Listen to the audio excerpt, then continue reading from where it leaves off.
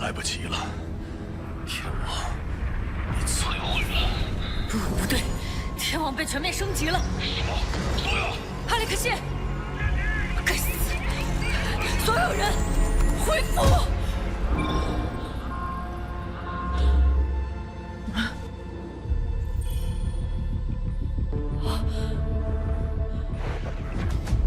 无名，确认位置。听着，我们的交易很清楚，我帮你摘除脑机，摆脱哈福克，而你必须入侵天网终端，恢复 GTI 通讯。现在，立刻回复。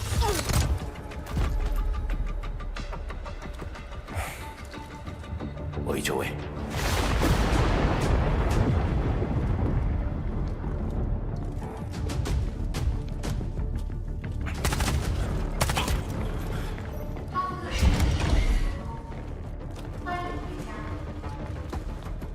资料是安全。找到天网计划的终端，快速入侵。欢迎回家。160方式，你和威利卡讲的识别度是最高的，你是与众不同的。不要抗拒，接受它。还出我的脑子！手吹手。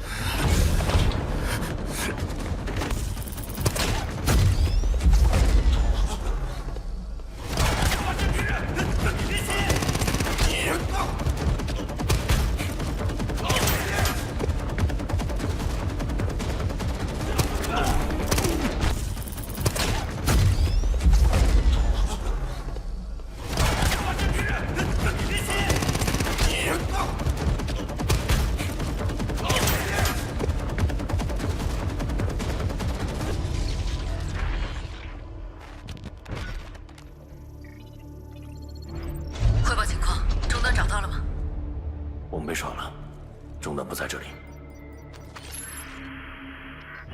我没看错，你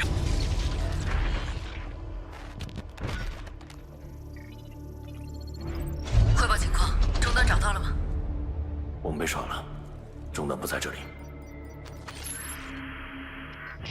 我没看错，你还是最出色的那个。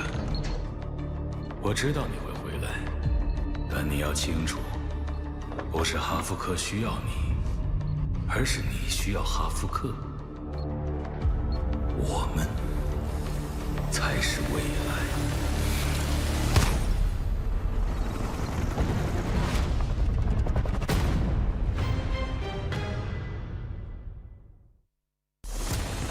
不让任何人掉队，让战火止于利剑和尖盾。这里是 Delta Force 守望者营地。哈福克不但拒绝一切可能停火的谈判，还暗中升级天网。战争的天平一再剧烈摇摆。为了能更灵活地应对日趋复杂的战争态势，确保我方获得优势，现将指挥权赋予身处前线的你。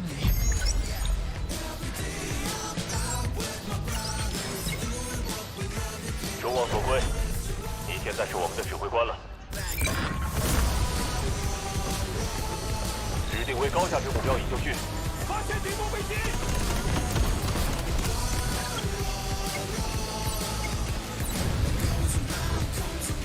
发现敌方坦克！已标记敌方高位械单位。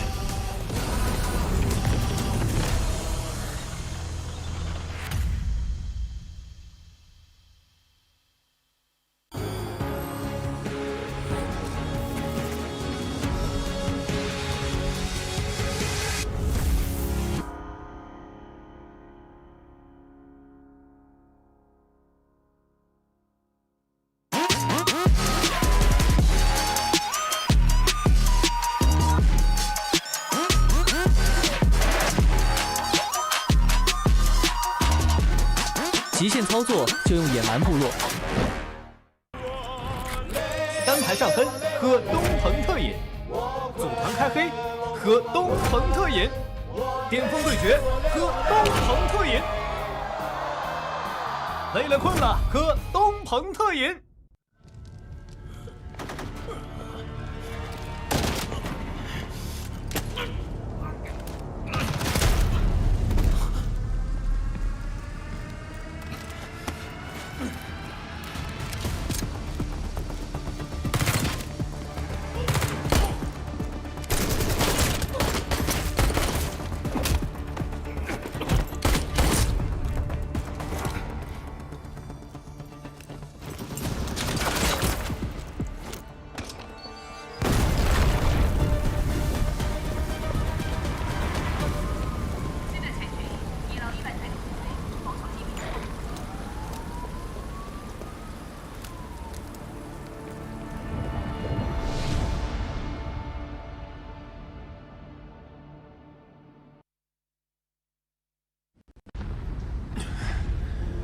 来不及了，天王，你摧毁了。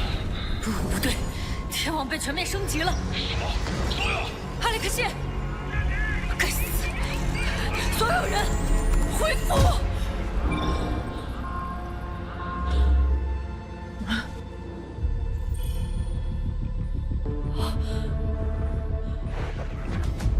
无名，确认位置。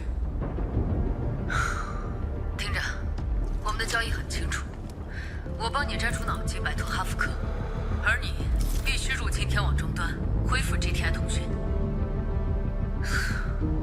现在，立刻恢复。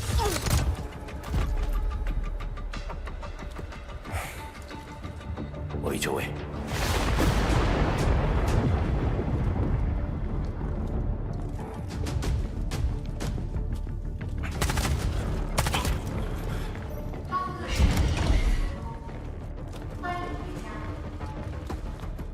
资料是安全。找到天网计划的终端，快速入侵。欢迎回家。你和威利塔讲的是对我是罪的，你是某种不同的，不要抗拒，接受它。还出我的脑子！手吹响。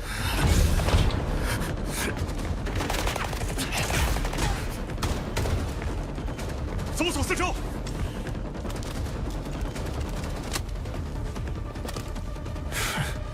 来制造一点恐慌吧。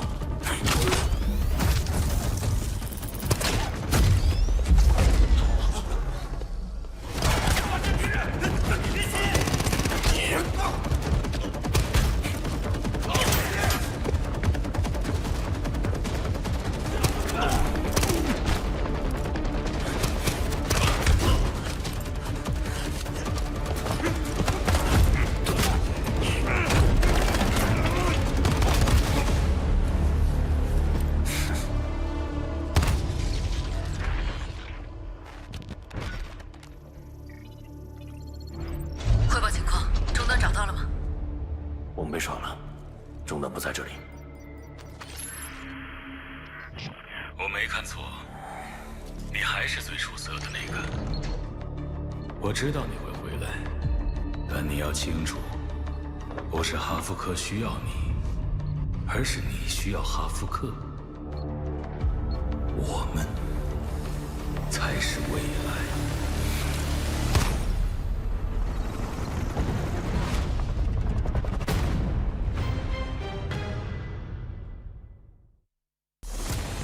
不让任何人掉队，让战火止于利剑和尖盾。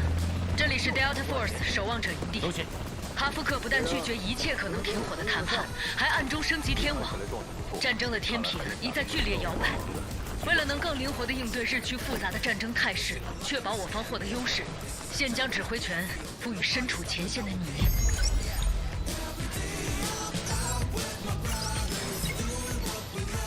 众望所归，你现在是我们的指挥官了。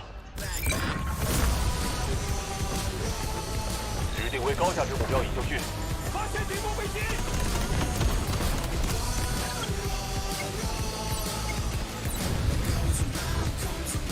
发现敌方坦克！已标记敌方高位接单位。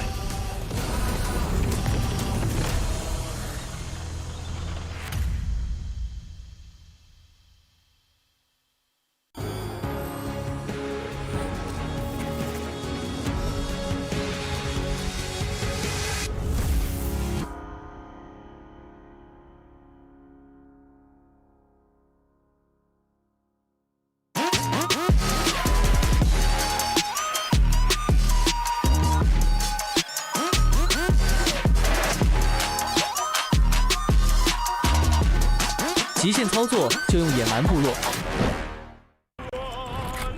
单排上分喝东鹏特饮，组团开黑喝东鹏特饮，巅峰对决喝东鹏特饮，累了困了喝东鹏特饮。各位干员朋友们 Hello to all operators. Welcome to the 2025 Hero Esports Asian Champion League Delta Force. Being a part of Esports Asia Championship League, the first international esports tournament in Asia, the ACL Delta Force has now entered the offline final stage. After intense competition, 4 squads from different countries have made it into the offline finals. They are: the China regional squad has stormed into the grand finals with an undefeated qualifying streak, overpowering rivals through tactical synergy and world-class gunplay. The Korea regional squad has defied expectations with a Cinderella run through the qualifying gauntlet, battling their way into Championship League through chess-like tactical execution. The Thailand regional squad has clawed their way into the grand finals from a 50-team bloodbath, blending surgical gunplay with hyper-mobile mechanics and showcasing peak individual execution. The Japan regional squad has battled into the grand finals with unorthodox armory mastery and samurai precise angles. The 4 teams will compete in a total of 6 rounds within double elimination bracket over 2 competition days, May 17th to 18th. In the first round, the 4 teams will face off in pairs, with teams securing 2 consecutive victories advancing to the winner's bracket. The 2 teams in the winner's bracket will then compete with each other to determine the first team to advance directly to the grand finals. The 2 teams that lose in the first round will face off to decide which one advances to the loser's bracket final. In the loser's bracket final, the advancing team will compete with the losing team from the winner's bracket for the second qualification spot in the grand finals. The 2 teams advancing to the finals will engage in a showdown to crown the ultimate champion of the ACL Delta Force. This tournament adopts the BO3 format. In each round, the offensive side must capture all zones to win, otherwise victory goes to the defensive side. In each match, the maps for Game 1 and Game 2 are determined by a draw carried out by the referee, and both games are played with the same map. The offensive and defensive sides for the first game are decided by a draw. The 2 sides switch in the second game. If the first 2 games end in a 1-1 tie with both victories going to the defensive side, the priority for Game 3 shall be determined by the offensive sides for the first 2 rounds based on the following criteria in sequence. A. Total number of zones captured. B. Highest zone capture percentage in a single game. C. Highest historical zone capture percentage. D. Total offending time.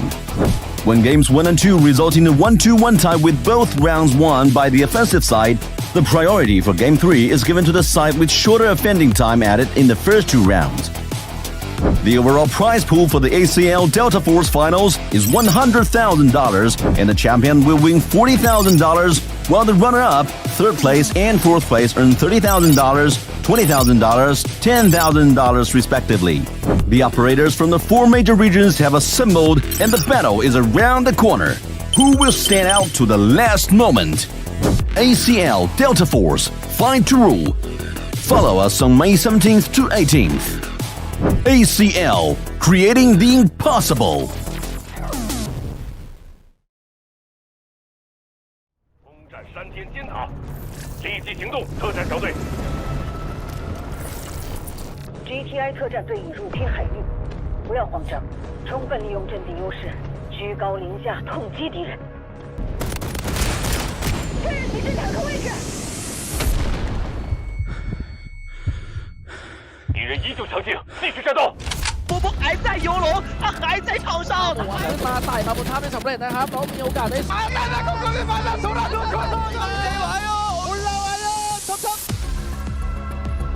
日本の e スポーツはただの戦いじゃない。今回は日本地域の思いを背負いアジアの舞台へ進撃する。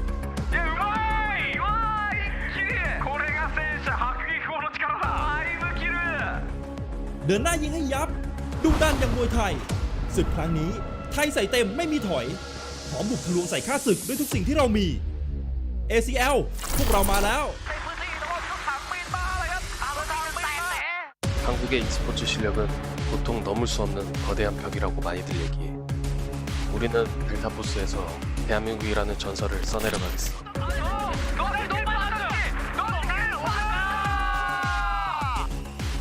首先，欢迎大家来到上海。其次，我想提醒在座的各位，当心一点，这里是我们的主场，你们最好全力以赴。来了，简单民主的清醒点，先灭一亮，每一件事就会清掉。这对于保守蓝方来讲，是一个致命的打击啊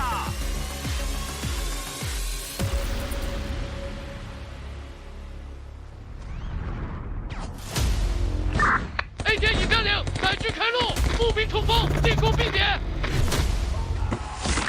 A 点已失守，全部兵力后撤。3点，全力防守，目标就在前方，全力冲刺。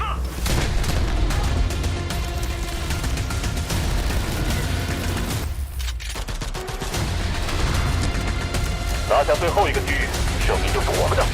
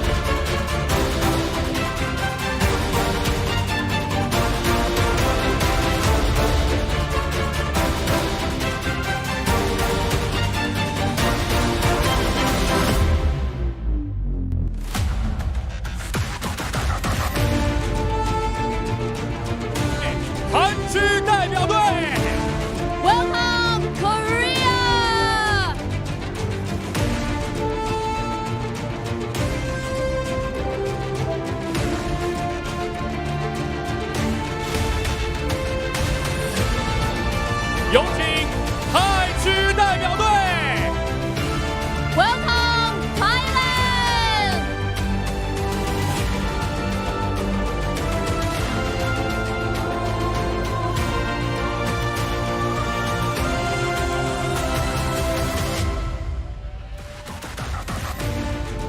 有请日区代表队 ，Welcome Japan！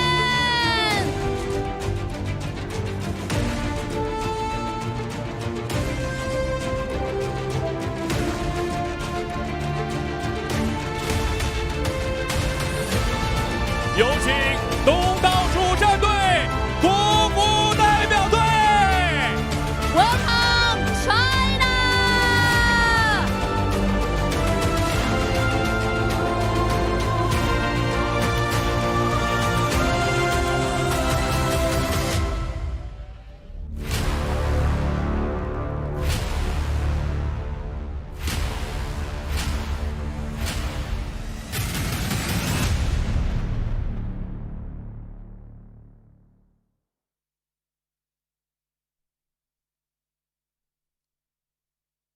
Well, good morning, good evening, good afternoon, no matter where you are in the world. Welcome into the Delta Force Asian Champions League. And this is day one of our two-day LAN Grand Finals that's all taking place at DreamHack Shanghai. I'm going to be your host today. My name is Goj, and I'm joined by the wonderful Taylor Reflections Noble back in the booth with me for our English broadcast of the Shanghai Grand Finals on LAN.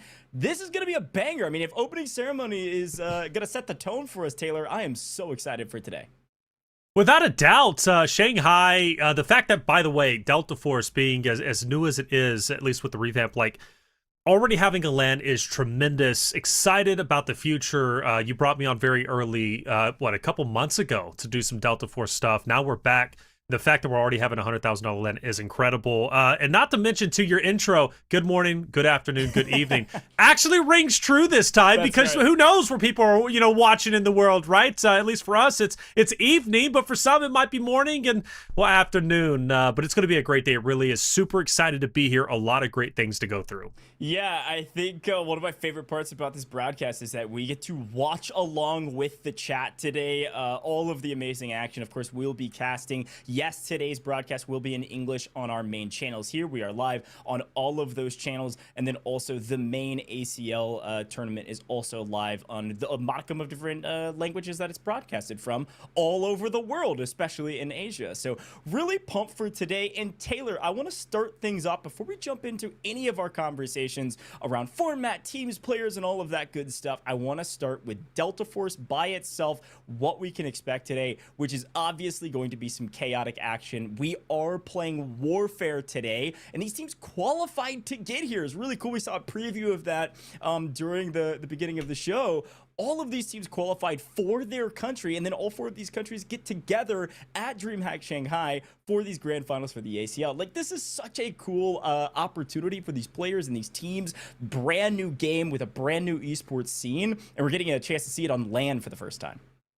Yeah, the fact that they're representing their country, by the way, is awesome. Okay, I want to point that out. I think it gives you at least a greater sense of pride and a greater sense of a purpose being on that stage. Okay, so we'll set that record straight. I think for each region, each country that's going to be represented, they're going to be playing their hearts out. And it's a big honor, to represent your country, right? The fact that we have 4 being represented, at least here, the fact that it was an open qualifier, we're going to be seeing the best that Delta Force has to offer. I love Warfare, for first and foremost, and I think it's incredible. And I like it because of its complexity. Like, it seems simple. It's very easy to just pick up, understand it, know what is happening, what's going down, but it's another thing, I think, to play it at a top elite level, which we are going to be seeing not only today but also tomorrow as well. But I was interested when we were looking through. There are commanders on each roster, by the way. So that's really cool. I want to talk more about that later on, of course, once we get through the top of show. But commanders, different squads, how they're going to operate. Super cool, man. Warfare, it's a great complex, at least at the elite level, but again it's easy to pick up and play, which is always wonderful. Well, it'll be really fun to watch when we start talking about teams and what they've done to be here. Look, they've got coaches. Each country has their own coach, and like you said, they have their squad leaders, their commanders in game as well, which means they're going to be able to communicate with the entirety of the team. So when we start talking about the complexity of Warfare and how you play it at an elite level, what are the strategies at kind of an esports level, which is what we're experiencing here, it's kind of listening to that commander and that squad leader. But how many games could you look at and say, yeah, there's an IGL for a full 20-person team? Like, that is a crazy concept that you really only get a chance to see in a game like Warfare, a game mode like Warfare here with Delta Force. So really pumped that we're doing this broadcast, because I had a chance to do all of the commentary for our English broadcast for the esports here in North America and in Latin American regions, and it was so fun in Europe as well. And now we're getting to see the other side of the coin with the Asian Champions League. So we truly have experienced a global esports at this point. So Taylor, I want to talk a little bit about the format for what people at home can expect today as well, because this is a really fun format, and we're going to be here for a little while. We've got 3 best of 3s we're going to be going through here with our brackets. So let's take a look at our format and let's talk through this. Excited for this one. There's kind of a lot of words on your screen, but it's pretty simple. We're going to be playing best of 3s today in Warfare, and as per the usual with Warfare esports, you're going to have each team attack and defend on each map. Those maps and sides, which side you're starting on, are all randomly drawn. We even randomly drew our first round matchups as well. There was no seeding going into this, and so once you see that bracket and you see those matchups, that was all done randomly as well to promote fairness.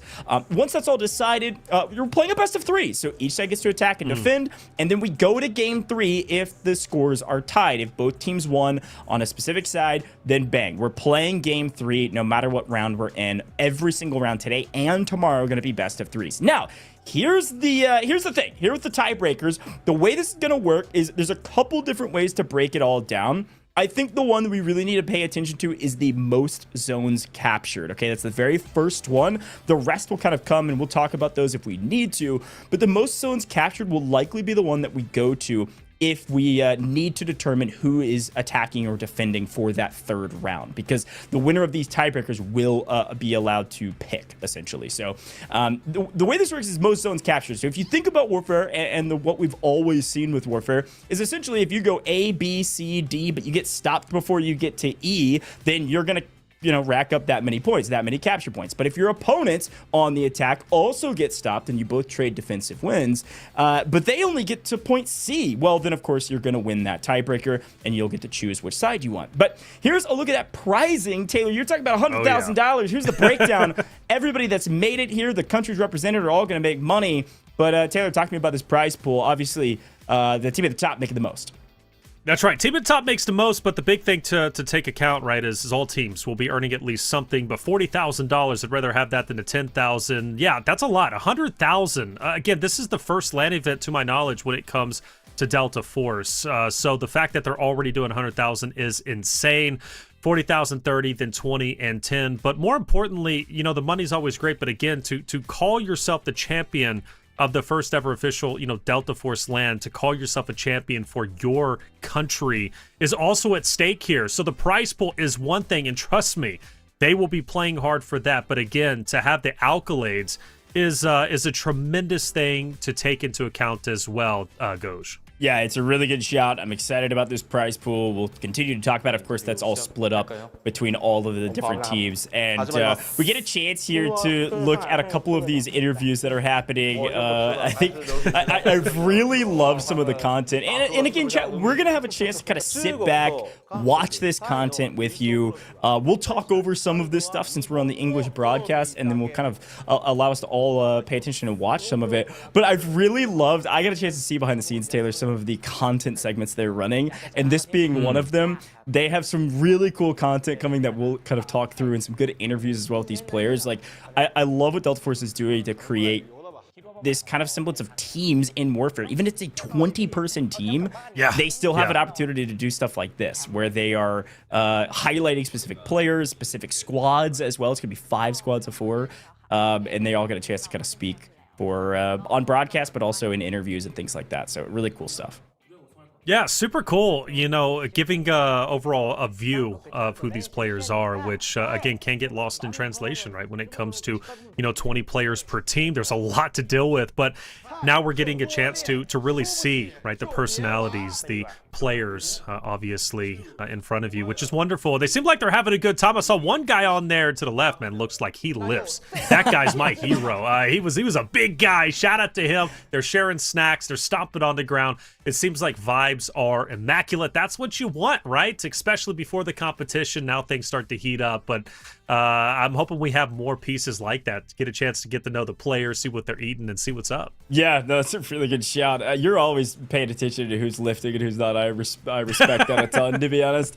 No, yeah, I'm really pumped about this. So we had a chance to kind of talk format for a little bit. Prize pool, of course, as a reminder, it is 20v20. So if you have played Warfare in the past, maybe in general pubs, you're used to having more people in the lobby. With the kind of esports style that we've been transitioning here with Warfare, it is going to be 5 squads of 4 per side, aka per country, and those teams obviously all working together. There's going to be some individual accolades for different teams, or squads rather, or even individuals that slay out or heal the most. But let's take a look at those teams and how they're going to be moving through this bracket. Now, folks, as a reminder, it is a best of 3 at every stage, and it is also a double elimination format. And so today, you're going to be watching match 1, which is semifinals 1 with China and Japan, match 2, which is going to be Thailand and Korea, and then we're going to watch the winner of those matchups. So here are our timings for that, giving about rough estimate of times per when we're going to start each of these rounds, because again, they are a best of 3. So we could go for 2 games or 3 games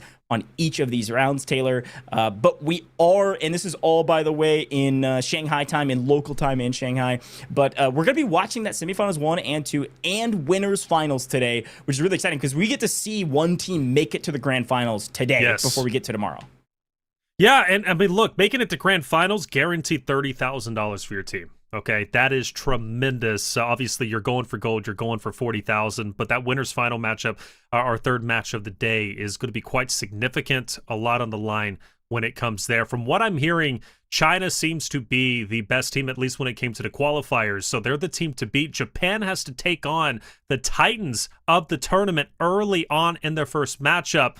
But one thing we know about underdogs, not that Japan's necessarily an underdog, right? But one thing we know about, the top dogs is sometimes they can tumble pretty hard. I'm curious how that first match is going to go. And of course, for Thailand and Korea, we'll see how that one unfolds. But it's going to be a lot of fun. And for you in chat, let us know, where are you watching first and foremost? Also, what time is it? I want to know what time it is. Where are you watching, right? Because it's pretty late. And also, who are you supporting? Well, here's a look at that China roster you were talking about. You can see all of our player names here today across the board. These are those 5 squads of 4 players each. These are the squads that have been working together throughout the course of the qualifiers to make it to this stage, and then all have to work together as an entire team representing the country, which is pretty exciting. So I love that we get a chance to see not only all of our individual players, they had a chance to take pictures for every single player as well. Really, really cool stuff. And I think we've even got some cameras down on stage, so we're going to be kind of paying attention to all of our players, their reactions throughout the course of today as they are getting warmed up, about to be loading into our very first lobby of the day. And this truly is the start. This is kind of the litmus test to see how fast teams are going to be swinging out the gate, how aggressive are they going to be playing, what operator comps are they going to be using. A lot of minutia to talk about as well. But I love that we get a chance to see this beautiful stage here, Taylor. I don't know if you saw that coach in the background. He's got an entire binder. That excites me. Look, coaches are incredible when it comes to esports, and sometimes the unsung heroes, we focus our attention on the players. Granted, they're the ones making the magic happen on your screen, but the coaches truly put in a ton of research, and it's going to be no different here. Can't wait to see the success, and well, obviously give credit, to the coaches we can. This is Japan in front of you, facing off against China early on. We had a chance to see a couple of these players here during their interviews, and it's going to be fun to see them obviously compete. And we will have a commander on each squad, which is going to be fun. And I assume the commander guiding the troops on the battlefield is working closely in conjunction with the coach. And I'm also curious if the coach has a chance to communicate with his team, his squadron, during the game itself. If he does, that's some big insight, because he's going to have the overview, right, and be able to communicate with his commander, kind of like a military-esque chain of command. Yeah, I definitely think they'll be able to communicate between games, probably not during games. The look on your screen right now, by the way, this is Abaton, who is going to be the commander for Japan. Really excited to watch the commanders in work and see how they can kind of command their squad around, because one of the things we noted during esports was, frankly, the lack of chemistry, the lack of communication, the lack of being able to work together. So we'll continue to pick up some of the interviews here, as it does look like one of our China players is on screen now, getting an interview with the creative team here. And I'm loving these moments of being able to highlight these players, because I think, Taylor, the fun thing we get to talk about often is, do these players have LAN experience? I mean, we are on LAN maybe for the very first time, and we don't know exactly what experience they do have. And to be honest, I'm pumped to see who is able to ice up on LAN, or who's going to be a little bit nervous.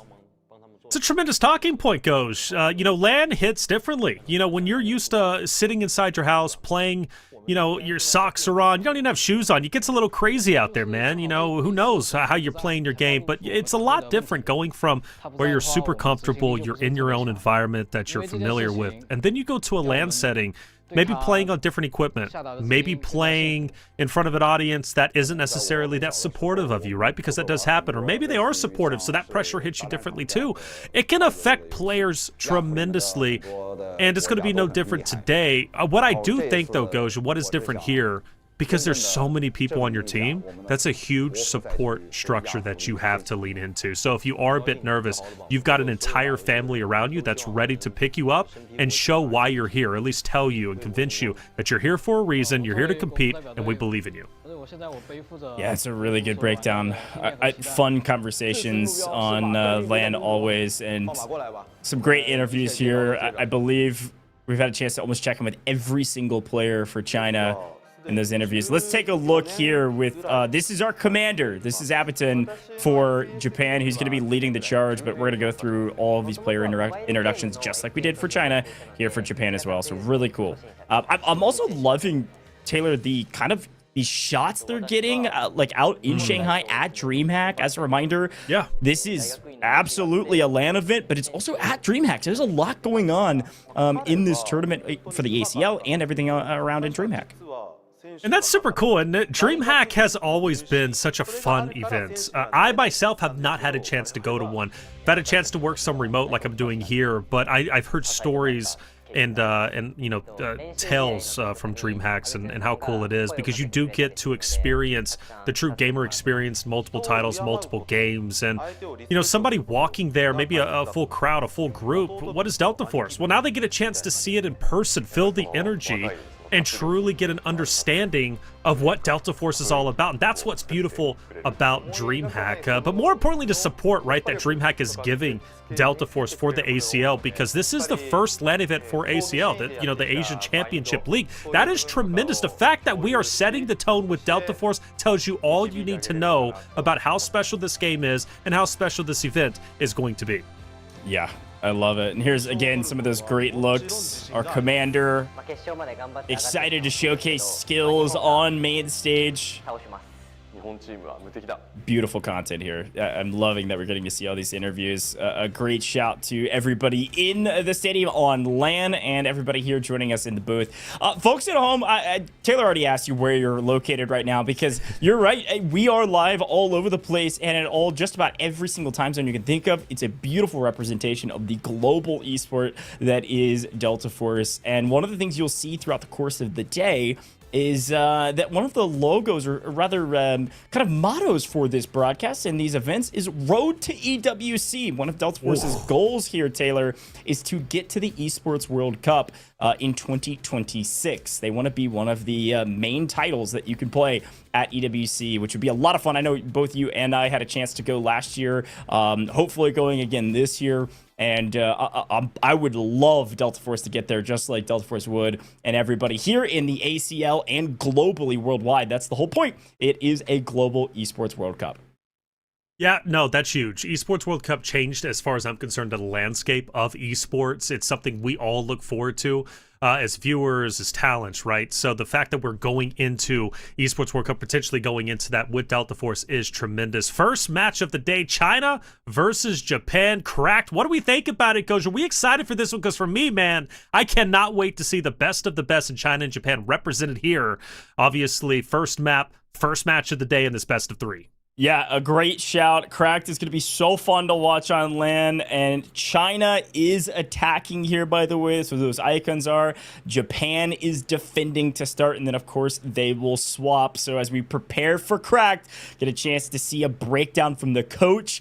This is something we saw before the broadcast here during the rehearsals. They've got a full breakdown of each map on the board, and they're talking strategies before the round. So cool. Now that they know what map they're going for, the teams are talking about what they want to do on each of these positions, on that first capture point. How do we want to defend it? This is awesome. I love that we get a chance to see this. This is so cool to me. For those who don't know, I was in the Army. I was never this involved, okay, with the tax and stuff, right? I was just specialist, but seeing this does get me excited, and it shows how serious this game is. You know, obviously it's a game, right? At the end of the day, they're here to have fun, they're here to play, but taking it this seriously is so cool, because we haven't seen things at this level. At least I haven't, Goj, when it comes to Delta Force. A lot of the stuff that we've done has been show matches. Obviously, we've had the esports side of things with the extraction stuff, but like this is so in-depth. Look at how much they're talking, they're planning it out. I don't know, man. I want to be there. I really, like, I'm super jealous that I'm not there and I don't get a chance to see this.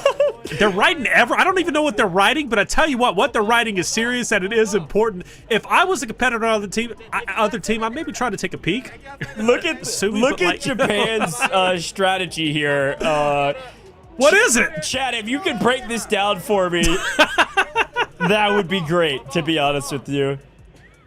And I think they're talking about each of the different sectors, and a little memeing aside on the first point, I assume, but points B1 and B2 are actually extremely important, to be honest, in Cracked. Cracked is a very difficult map on the attack side. It's something that is I've seen over and over again attackers get stumped on. That first 2 B points, it's going to be temporary command HQ and the slums, are some of the hardest points in the game. C gets even more dicey, the military stash in the office area. So we'll talk about that here in a little bit. But China versus Japan about to get started. And Taylor, again, I don't know. Predictions-wise, I guess technically China is the favorite on paper, but it's land, man. Anything can happen, and I'm pumped to get into some gameplay. Without a doubt, after seeing, Japan's game plan, I'm excited too. I really am. No, I think they're good. I think they're having fun. And again, that's what it's all about. The fact that they're on defense, though, how do we feel about that, Goj? You broke down Crack. You discussed a couple of the points. Attack versus defense, obviously with China being so experienced, doing so well during the qualifiers, do you think they have an advantage being on the attacking side? Because typically that's a negative. Yeah, we'll see, to be honest. I'm a huge fan of defense on this map. I think it's a lot easier to set up kind of trap points and choke points on this map because of the streets once you get past the first couple points. I will say A is one of the hardest points to hold in just about any map that you can watch when it comes to Warfare. We watched it during the esports, during North America and Europe. You're going to see it again here in the ACL. Already A under siege and going to the way of the attackers pretty immediately. And of course, it's going to be nonstop chaos and utter obliteration. But the Scorched Earth policy here of throw bodies at the point until you capture it absolutely works for the attack because they're just closer to the point for the very first one of the map. Boy, with Japan, one of our teams of 4, obviously, right before you, going on the defense, trying to keep China away from the A side, which gets a little capped. For those that are new, I want you to pay attention to the top left. Those are going to be the tickets. 178 currents, or 178 total at the moment for the attacking side. For Japan on defense, they're going to have unlimited, so they don't really care necessarily about throwing their lives away. Obviously, you do want to try and taper that off because the more lives you throw away, the less defense you're going to have. The attacking side's going to be able to run up on the point, which seems to be getting captured quite quickly. You mentioned how difficult it is, but China making quick work of it, it seems. Yeah, again, I think for point A, the attackers just spawn so close to it that all you're trying to do is waste as many lives as humanly possible. You know you're not going to win on the very first one. It's just a matter of can we delay it enough to where they don't have max tickets going into points B1, B2. Absolutely not the case. China came in, blew the doors wide open, and said, let's move on our merry way to these next 2. Now, this is where things start to get dicey, and with Warfare in particular, we talk about this often of the tug of war between points. How do you prioritize B1 versus B2? How do you prioritize B2 after you've captured B1 without just trading those points back the other way?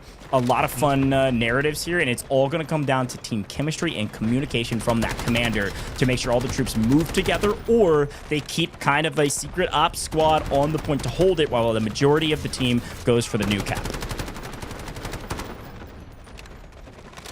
China's looking pretty good. You mentioned that tug of war, obviously. Well, for B2, for China, at least from their perspective, all over it. Obviously, B1 now has to be the focus if they can potentially get that. Tanks going to play an impact here. Obviously, both sides are going to have their own. And for Japan, their focus is B1. They want to continue to hold that down as long as humanly possible. They're going to be stacking, or China's going to be over there, but Japan needs to try potentially retake it, or at least hold on to B2 if they can, which seems to be where they are bunkered up, holding it down. Japan does have an off-angle team. You see them just before you to the left of your screen. Curious how that's going to have an impact, and how impactful in general goes these flanker teams could potentially be. Because obviously that team, they might be few, but if they could, avoid the tank, get those off angles, China could be put into a very difficult spot, an interesting spot that they're going to have to fight before they can even advance forward. Yeah, I like that shout. I mean, 2 of the major pieces of understanding when you are watching Warfare, and you all have experienced this in game too, how do you use your vehicles? Not only how you use them to have, great effectiveness, how do you use them and not lose them? That is everything when it comes down to these fights. And so you're seeing, here comes a very well-coordinated attack here from the China squad, pushing over towards B2, trying to open up some moment of opportunity while continuing to maintain possession of B1. This is the most coordinated attack I have ever seen in Warfare, by the way, Taylor. We watched an entire series of esports back and forth in multiple regions, but the ACL just moves differently. Crushing it right now.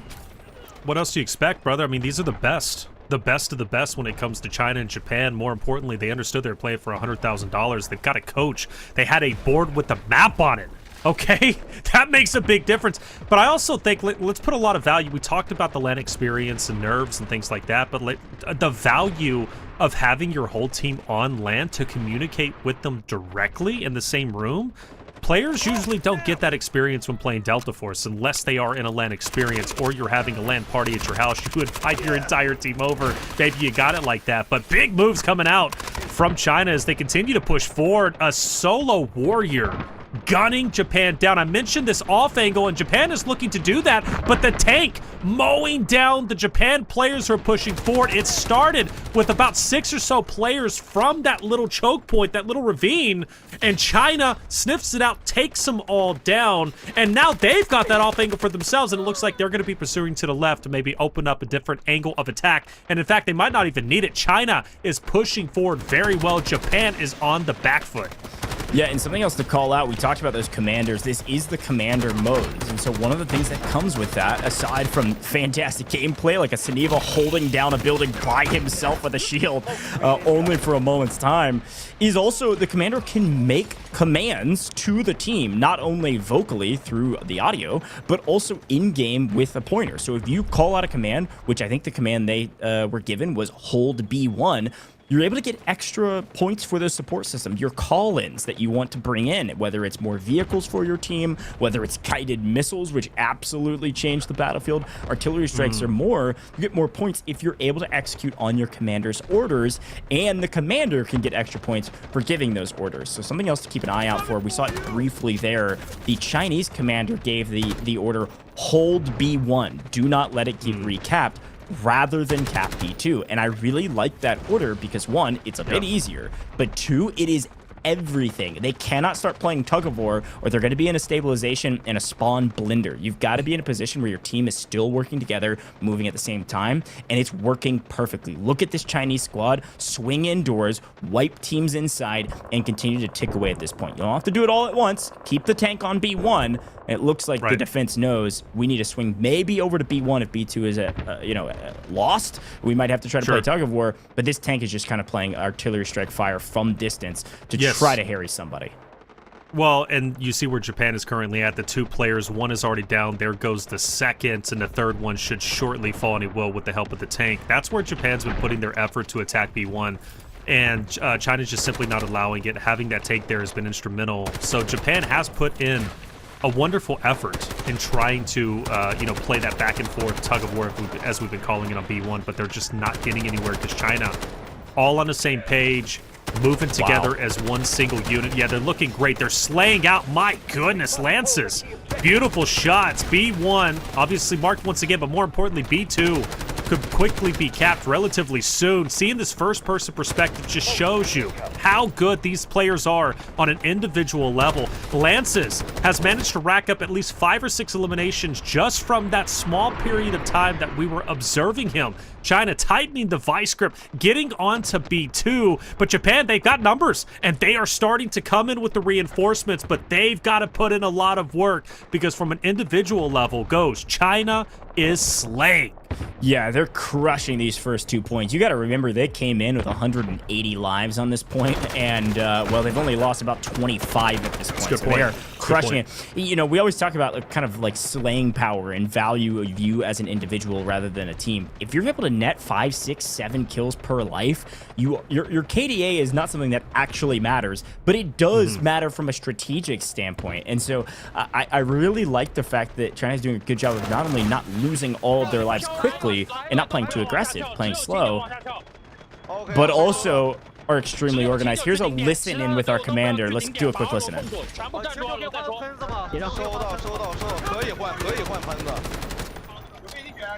主在他侧方，你们没事。你要拆大量步兵。控2楼，控2楼，先控2楼。所有步兵先控2楼，往左边展开，不要站在右边。收到，收到，收到。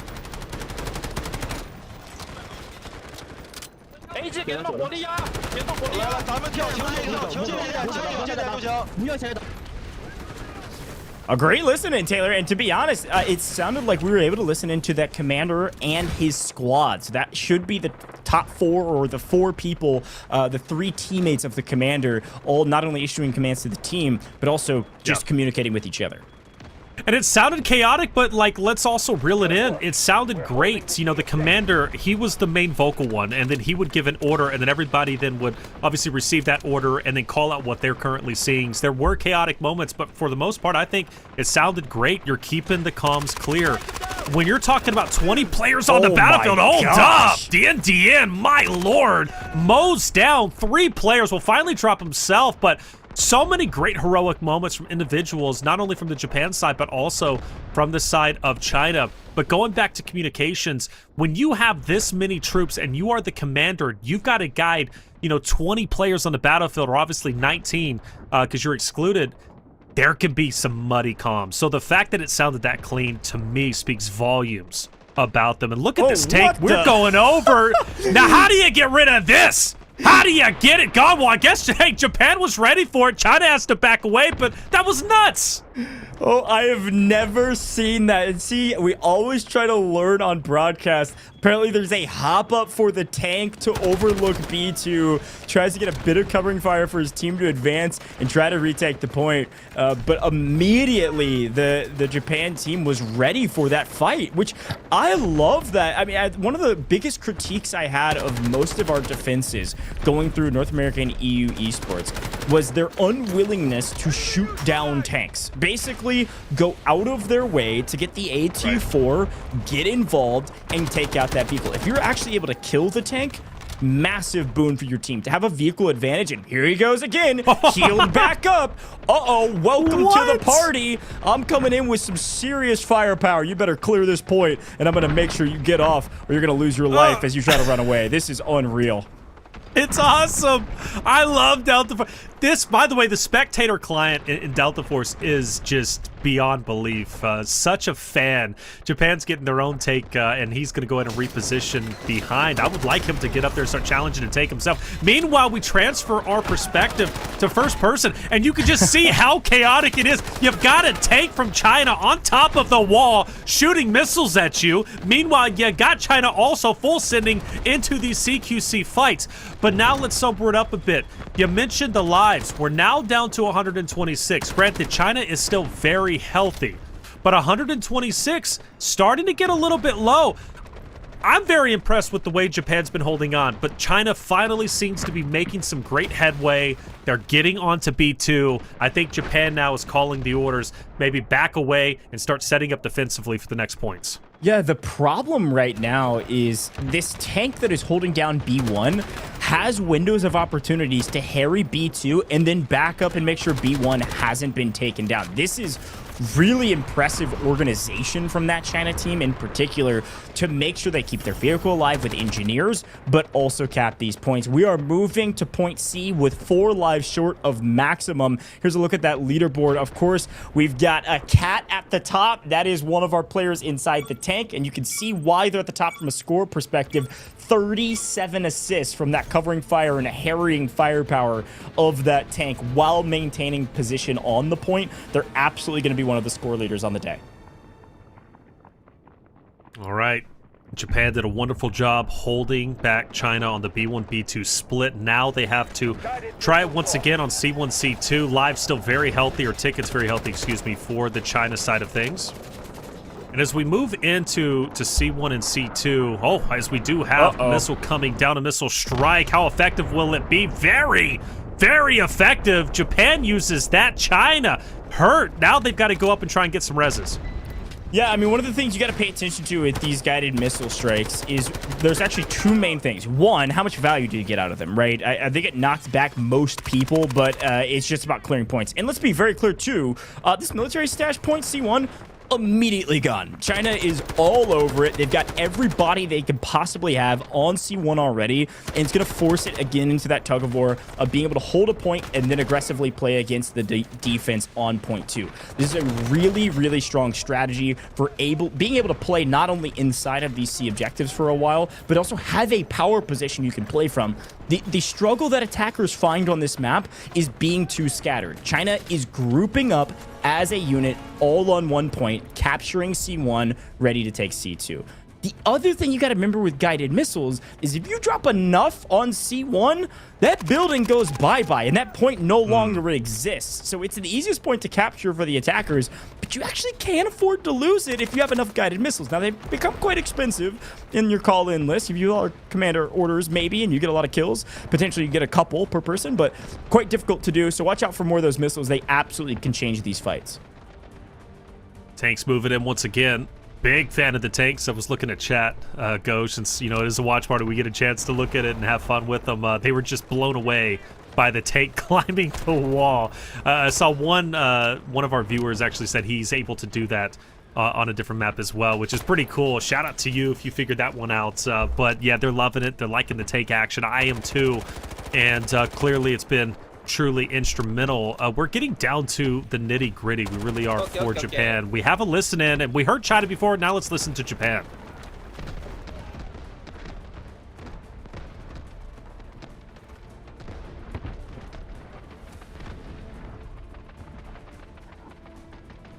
Well, whether or not there were comms, potentially dead silence because the ominous nature of their position on the map right now, but likely just getting all of those comms sorted. Regardless, I like the call out there. I would love to hear the Japan team comms at this point because I know I would be scatterbrained. I would be losing it trying to kind of keep hold of everybody in position to try to hold down this last point. This is the crazy thing about Cracked. It is not a very long map in comparison to some of the others, and because of that, it's represented by the total lives that are given to the attackers. Some of our other maps, you have 300 plus lives. This one, you only have 180, and attackers, look how patient they're playing this.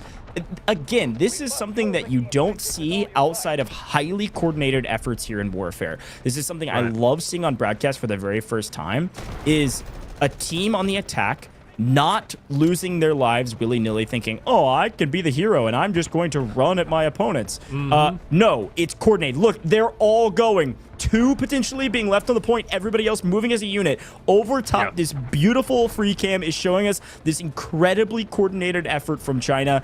I love this level of gameplay. This is unmatched across the world.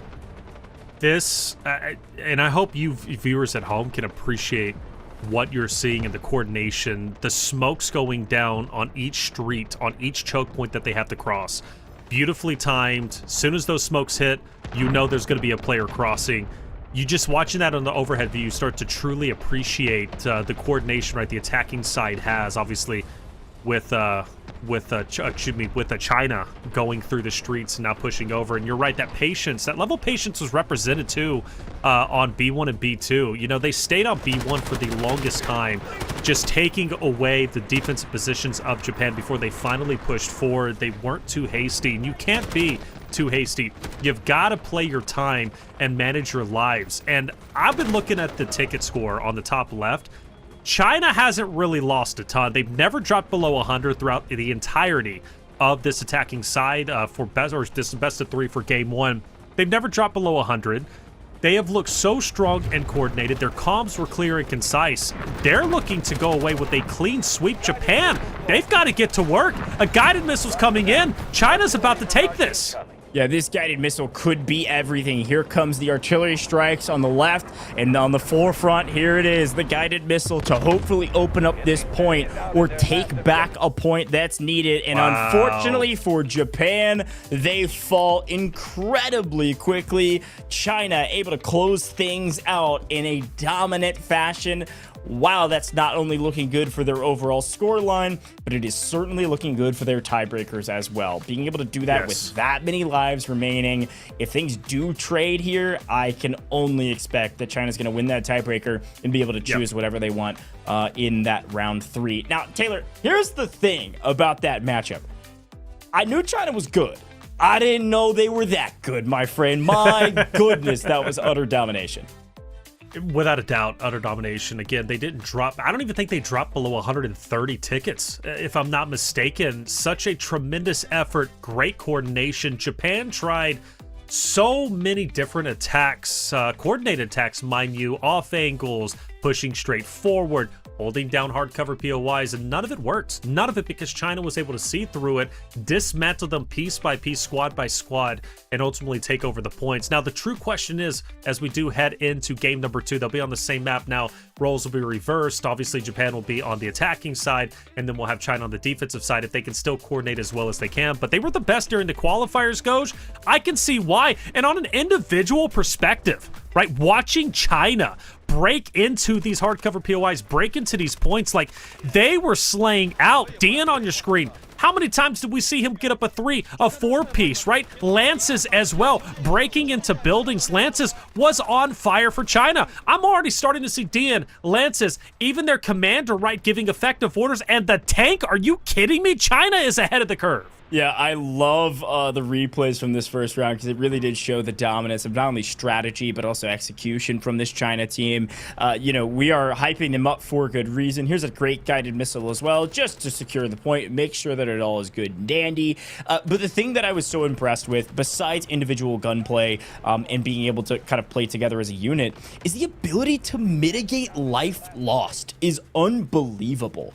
Can I remind you, the entirety of Point C cost them 17 lives total. They went in with 180. They entered the game with 163. Right. That is utter domination and well protection of their resources. They could have fought on Point C for an insanely long time because of that coordinated effect, and likely because of the effect of whoever is playing support on their side. Exactly. You got to remember, if you go down in warfare, but you're able to get revived, it doesn't count as a life lost, and therefore your tickets don't diminish. So that is something to pay attention to, is how well are you able to execute every role when it comes to kind of the meta, if you will, of our operator selection here, Taylor. Yes, and that's something that I was harping on very early during, you know, our earlier cast when it comes to warfare, was the fact is, you know, life mitigation, your support players, your healers are sometimes, in my opinion, more important than those who are just trying to slay out. You're facing off against, as an individual, you've got to take down 20 players on the opposite team. You're not going to be able to do that. I don't care who you are and how good you are. But if you can effectively roll with your squad, there's powers in numbers, and you need numbers to effectively win when it comes to warfare. And China was doing that. You noticed when Japan would have a decent attack or a decent fight, they would get a knock, right? The players need to be revived onto the China side. You would see China so closely grouped together and very rarely breaking off into individual squads. They were moving as a 20-man unit. More often than not. Yeah. There's powers in numbers. You drop, they're getting picked back up. And that's what made China so strong. And that's why, like you said, 17 tickets, something like that in the final points. That's why they only lost 17, even with the guided missiles. And the first guided missile that comes in, a ton of players from China ends up getting knocked down, but they get picked right back up because Japan can't penetrate inside that building just yet to get those finishes, right? Which made all the difference in the world. So China sticking together is huge. Japan can take notes. And I hope their coach, because obviously each team, each region will have their own coach, I hope they're looking at the way, obviously, China was on the attack, because in my opinion, that's the gold standard for what we can expect, at least when it comes to Cracked moving forward. Yeah, and I will. That's a great clarifying point, Taylor, because Cracked is a whole nother beast. It has a lot of fun conversations in the Delta Force ecosystems about how to do it correctly, how different it is from a lot of the other maps. And so a fun first look at Cracked. And here's a quick look, by the way, at that leaderboard. And like we said, Hot JB Cat at the top from a scoreline standpoint with China. And for good reason. I mean, obviously 13 kills across an entire game, not an insane amount, especially compared to Diane, who was right there in the mix with 32 kills playing kind of entry fragger, right? But the difference is not only the assists, but the amount of points they were able to score while sitting on a point because they were driving that vehicle. And you said something that I think is so crucial, and I want to clarify on. You're right, 20-man roster all running together. Technically, it really was like 18, and then Cat and his engineer sitting on the back point playing support. So it really was cool to see. And overall leaderboard, Japan, some solid numbers. But here's a look, by the way, at some of our top players from China in that first one. Of course, our commander, we were talking about that, Hot JB Cat. He was not only the commander for the event, but also in the tank, which is really cool. And then highest kills there for Diane, which makes a ton of sense. And then Lynx there, highest kills as well. Two of our top fraggers, I think, on the day. So I love that we're going to get a chance to see some of the highlights from each of these teams and some of their top players. But that scoreline absolutely was speaking for itself there, Taylor. Without a doubt, without a doubt. And by the way, at least when it comes to China, again, Battlefield Medics going to play such an impact. His shot was truly insurmountable when it came to the success. And just with the revives, I mean, coming through, I believe he had a total of, I think, of like 20 plus revives, if I'm not mistaken, 35, I believe it was, which was the most, almost the most when it came to the, I mean, seriously, when it came to the entire lobby. You look at the stats of China versus Japan, there's no comparison in the slaying category. China outslayed Japan 10-1. Which speaks volumes about what, in my opinion, what they're going to be able to do on the defensive side. Japan is going to have their hands full. They didn't have any dominant slayers that really stand out. In fact, the only one was Z-Box. Z-Box had a total of 18 total eliminations. That's it. That's it. Meanwhile, you look at Diane, 32 total when it came to his slaying category. And again, eliminations are not everything, right? But they are when you're on the defensive side. You want to take as many lives as possible from the attacking side. Japan was not able to do that because China was so dominant in the slaying category. They're going to be a beast to reckon with for any other region that has to compete against them.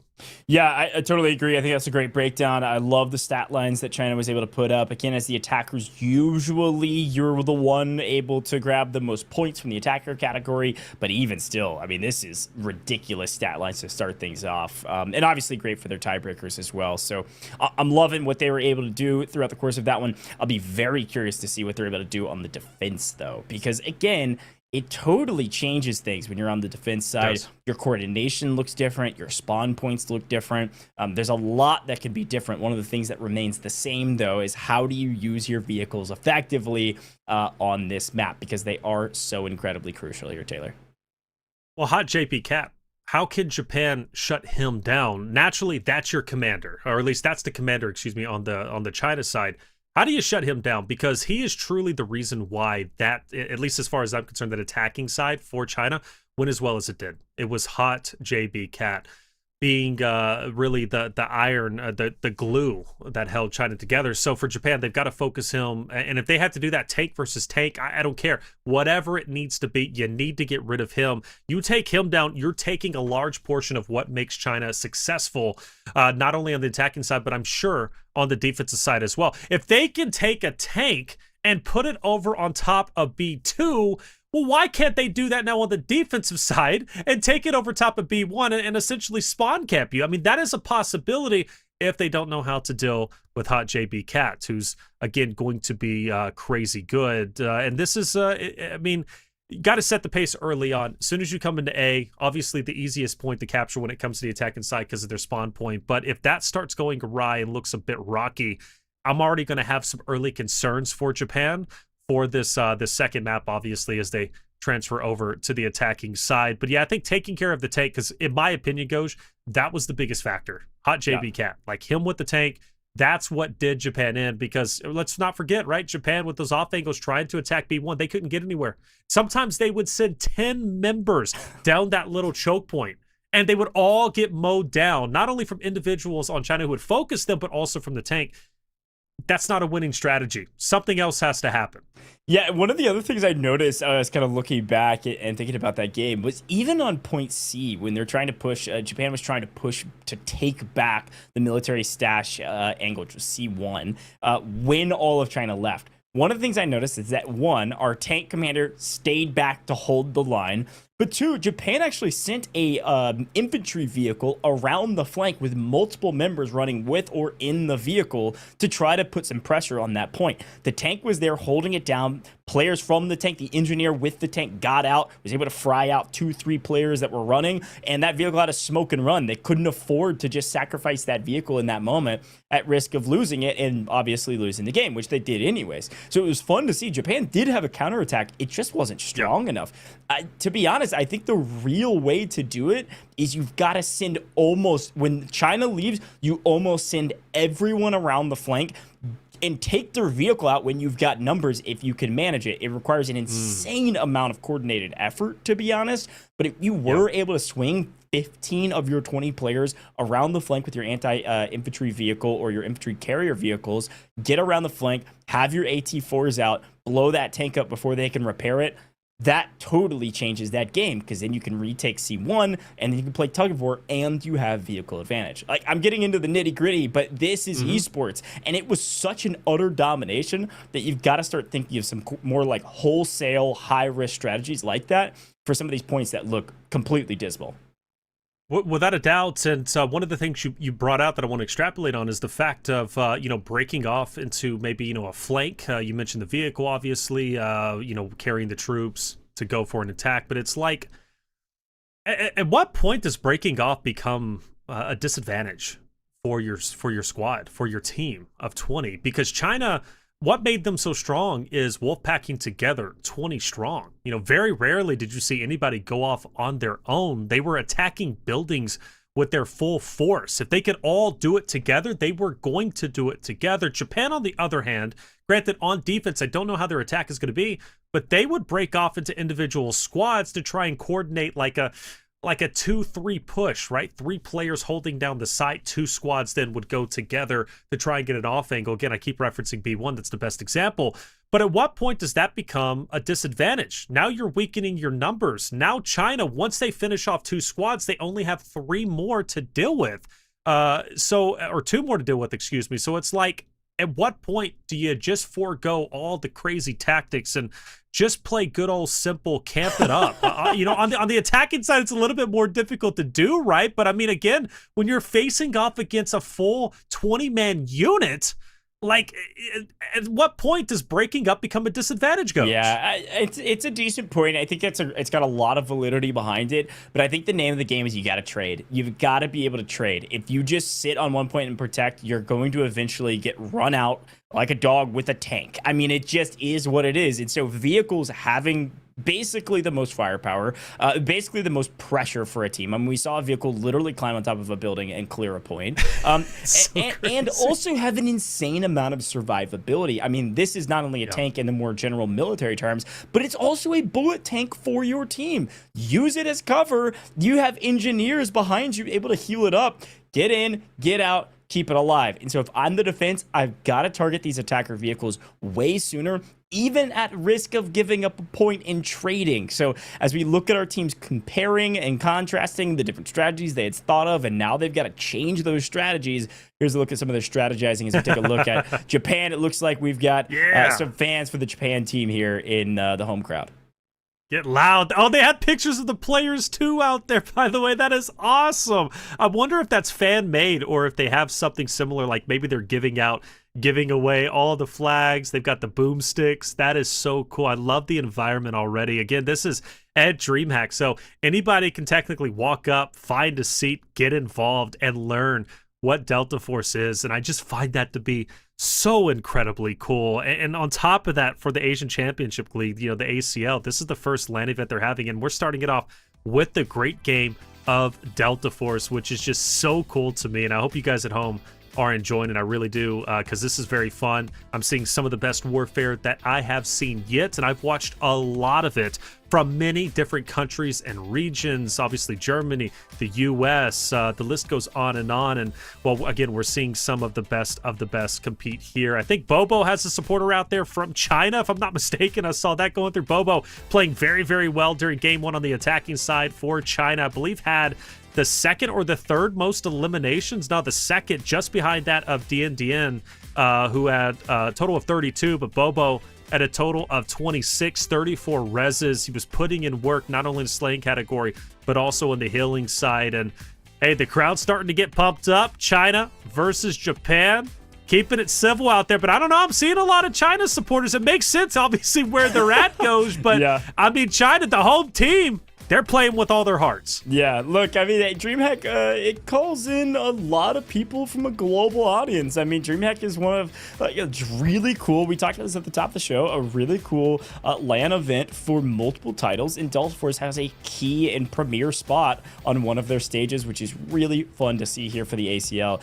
Again, they're champions already. They've made it to the finals, but this is crowning the true champion of the ACL in our very first competition here on LAN, and already China looking like the favorites. But we've got plenty of games to be played today. While we get these players into the lobby, folks at home, feel free to ask questions. We're professional yappers up here. We love to talk, and we'll talk all night long. We're going to be here for a while because we've got 3 best of 3s to go through. We're going to go through this semifinals, then we're going to see the other semifinals, and then we're going to watch the winners finals and put one of these teams into the grand finals for tomorrow. And then tomorrow's broadcast, we'll be watching both of the lower bracket round 1, round 2, and then the grand finals for all the cash. So all teams making some cash today, but if you can win out today, you're going to be at minimum making $30,000 for your team if you get second in that championship game, and then 40,000 team for your team if you win the whole thing. So very cool stuff. But yes, it is a best of 3.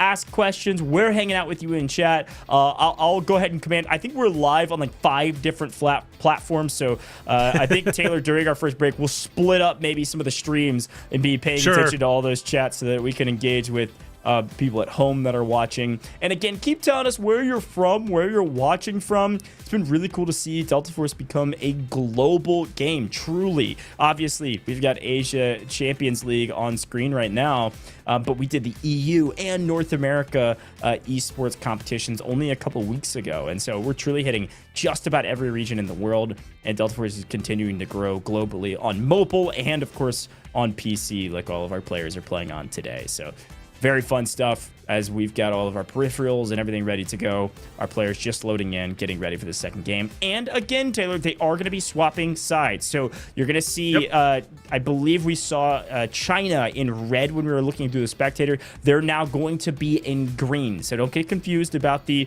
color changes. Our defense is going to be in green most oftentimes here in our spectator mode. And so pay attention for that. If you see green, that's going to be China.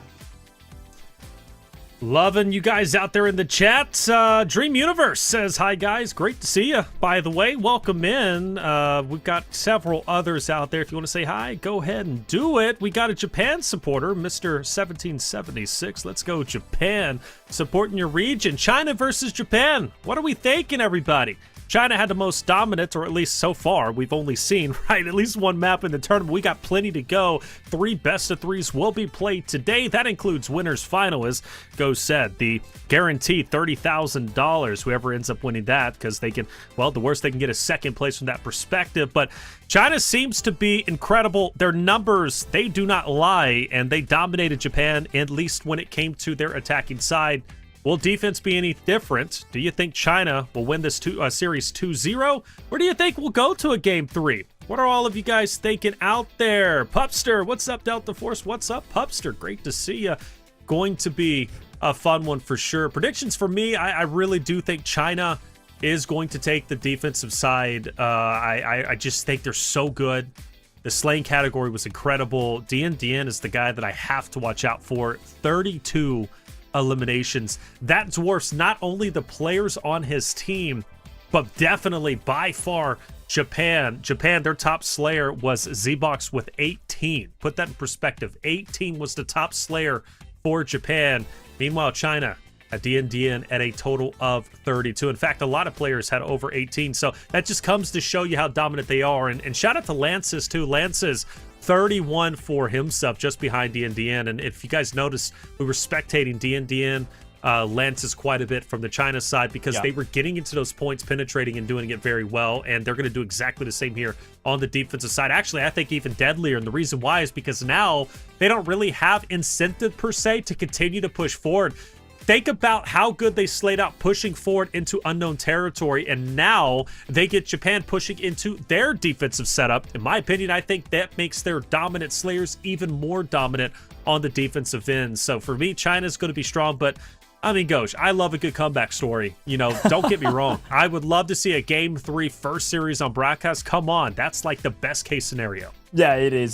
Best of threes are a ton of fun to watch, and especially because of the way Warfare works, where both teams get to trade sides. I think it's just a really cool format. Of course, you're trying to earn the right to choose what you want in that best of three if you do go to round 3. So we've got some tiebreakers. Well, of course, we'll talk about those should they arise here shortly. But right now, I think you're on the same page as me. I want to say China is my favorite here. I know defense, it can be difficult at times if you can't figure out how to get rid of these vehicles. So there's a chance we could trade here and go to Game 3. But folks, I believe we're going to head to a very short break here in the booth. While we're taking a break, refresh, grab some water, and again, let us know where you're watching from. We want to shout you at while we're watching along with the broadcast here from this amazing event in Shanghai. Don't go anywhere. We'll be right back in just a moment for Game 2 of our very first semifinals.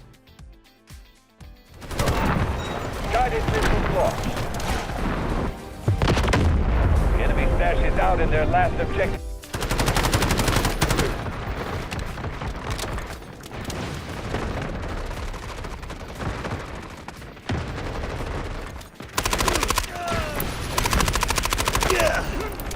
可以换盘子。主弹到侧方，你们别动火力。来了，咱们跳，球进点，都行。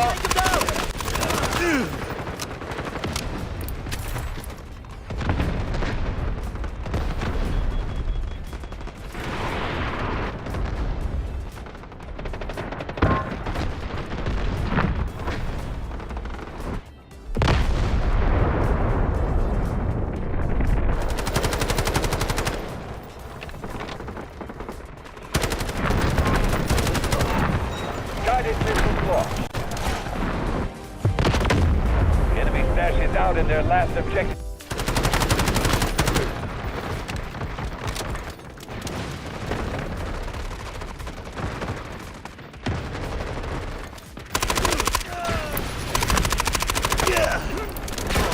可以换盘子。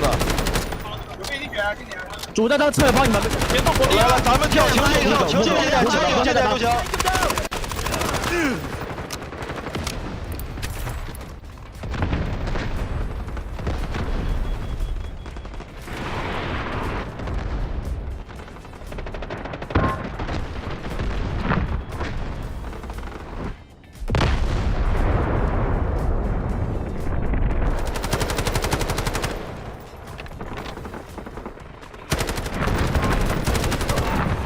Guided missiles launched. The enemy smashes out in their last objective.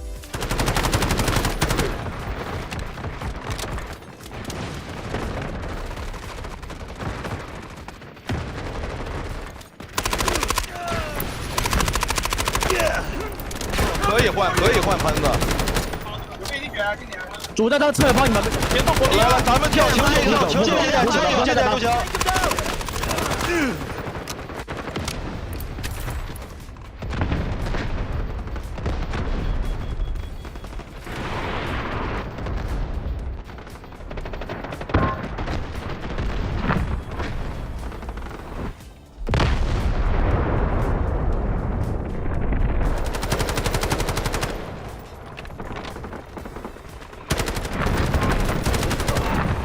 Guided missiles launched.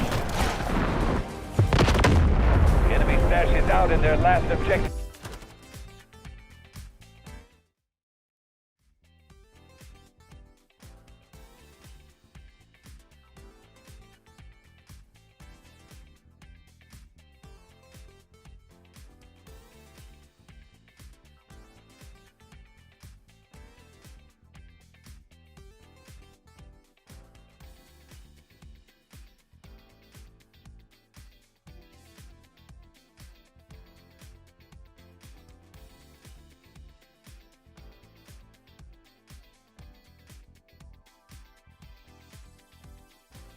Welcome back, folks. We are about to get into game 2 of our first matchup, and well, it's Japan versus China, China versus Japan, and this time China is on the defense, just like we talked about. So this time, as we go to the drawing board, literally, Taylor, we can see that the teams are preparing for what's to come. This is going to be our China cam as they're talking about how they want to defend here, who we want to have up on the hill, potentially looking over, likely a vehicle, hint, hint, wink, wink, and then we'll go from there. So, yeah, I'm loving that we get a chance to see the drawings for each of these different teams of what they want to do, for how much they want to show us, of course. Yes. Night and day from watching Japan to now watching China. We can actually see what they're trying to plan out versus the squiggles up top right when it came to the Japan side. No hate whatsoever, but China clearly coordinated. We now transfer over to Japan as they start their plans. Big coach. I'm not gonna lie, he looks pretty epic. Like low-key, he looks pretty awesome with the glasses. I'm not messing with that guy.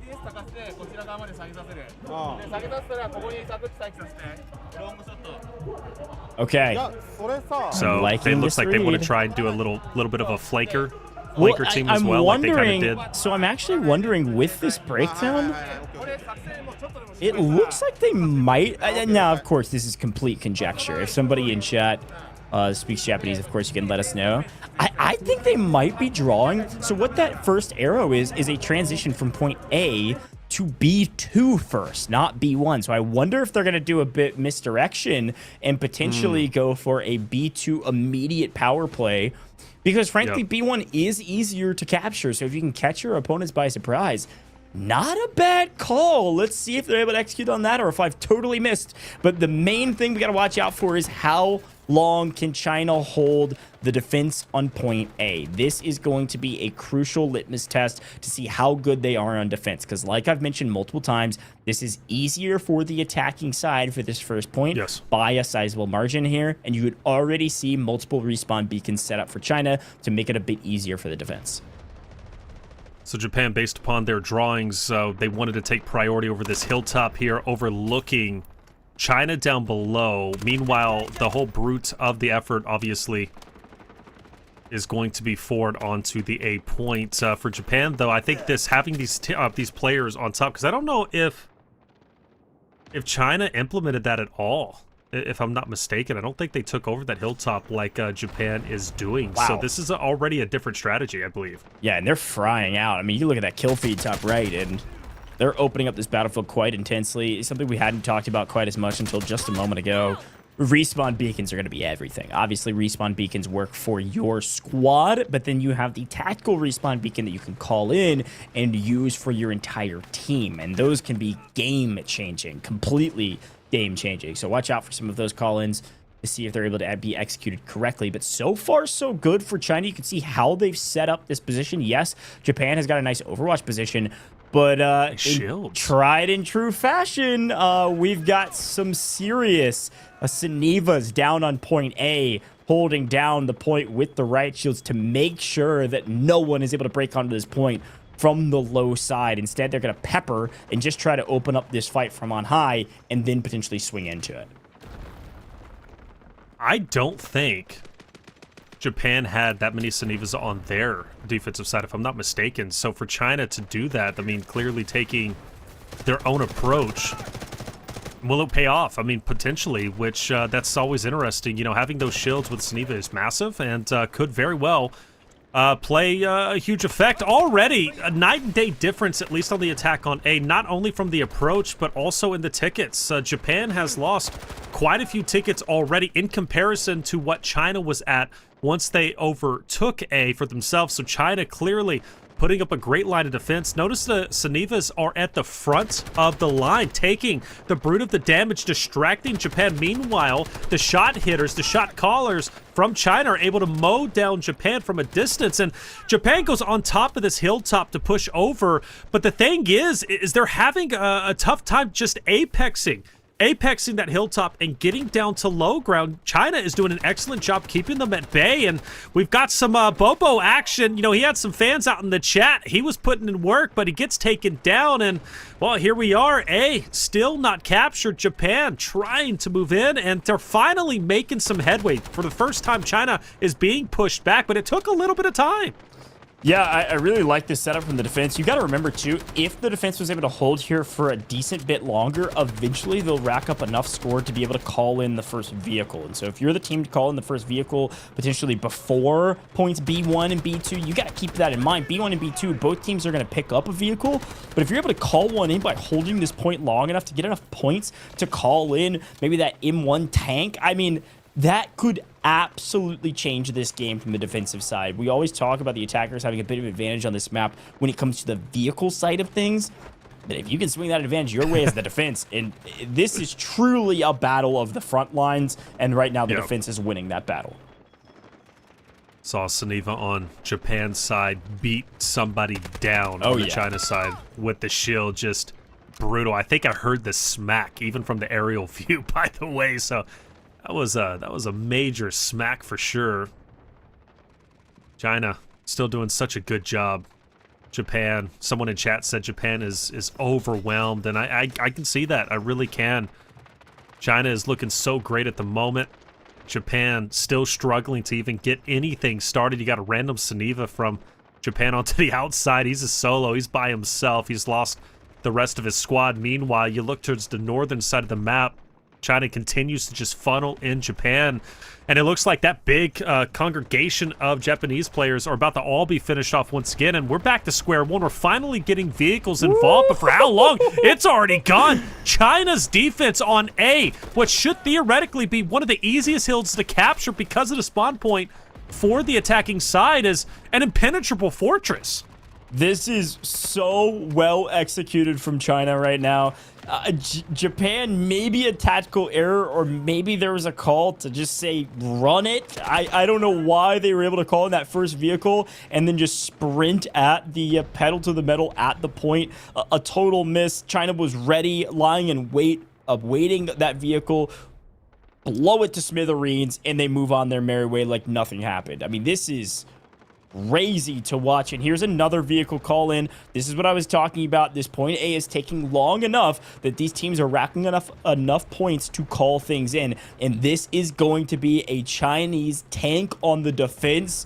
I'm not saying it's all she wrote. There is still a chance for the Japan team, but there is a bit of a momentum swing that is going to the way of the defense that is going to be insanely hard to take down. You've got to put all effort on this vehicle, and you need to do it ASAP.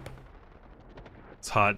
JB Cat was so valuable on the attacking side in the last game for China. Really, you know, the big difference maker, and the fact that he's now once again into a vehicle, and more importantly, on this high ground. To rain down hell on Japan is going to make life so much more difficult, and I don't believe Japan has even touched A. Has even had a chance to get a tick onto the A site because China's been so dominating. Last time I pointed out the tickets, ladies and gentlemen, they were at 150. Now they're at 115. There is still very much a chance. Like Ghost said, it's not over till it's over, but Japan are losing tickets and losing tickets fast. A is normally a site, and now we're literally running over people, by the way. JB Box is just going nuts. 2 players from Japan.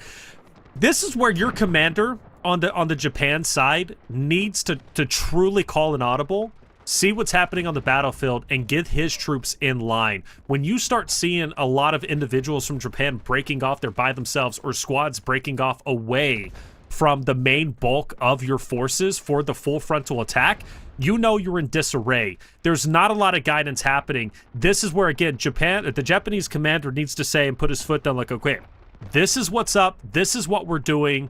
The hilltop attack isn't working. We're not gaining any ground. Let's full send it. Let's get in there, and let's just outslay China, get point A, and then go for the reset. Because whatever is happening, whatever they're doing, is just not working. Down to 95 tickets.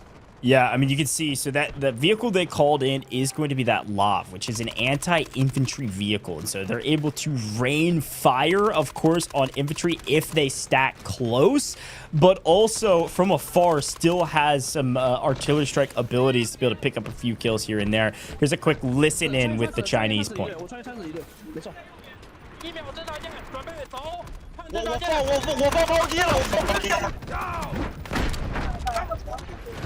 咱不要动，咱不要动，就保持这个阵型，保持这个阵型，保持阵型，所有兵不要前压，不要上跑，不要前压，回来，别着急，别着急，往黑给什么前，往黑给震了，给震了，给震了，对面兵车大，对面兵车大，没有，不能在看位置，没事，不能在看位置，给震了，给震了，敌方不。 Okay, so first of all, comms immaculate. Yet again, fiery, chaotic, but in a great way. Able to call out everything that's important to their team. A couple things we saw as well.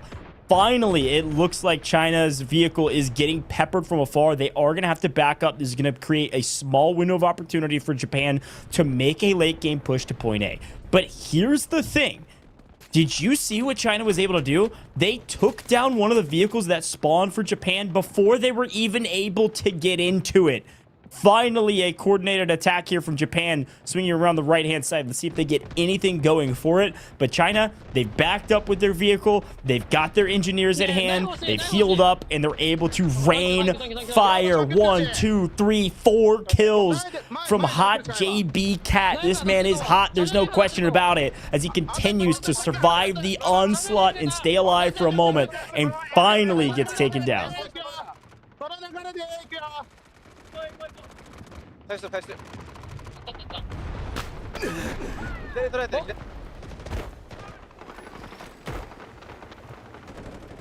I was listening from Japan, and a little bit more chaotic as they try and figure out what in the world is going on. What are we doing wrong? Down to 70 tickets on A site? Come on.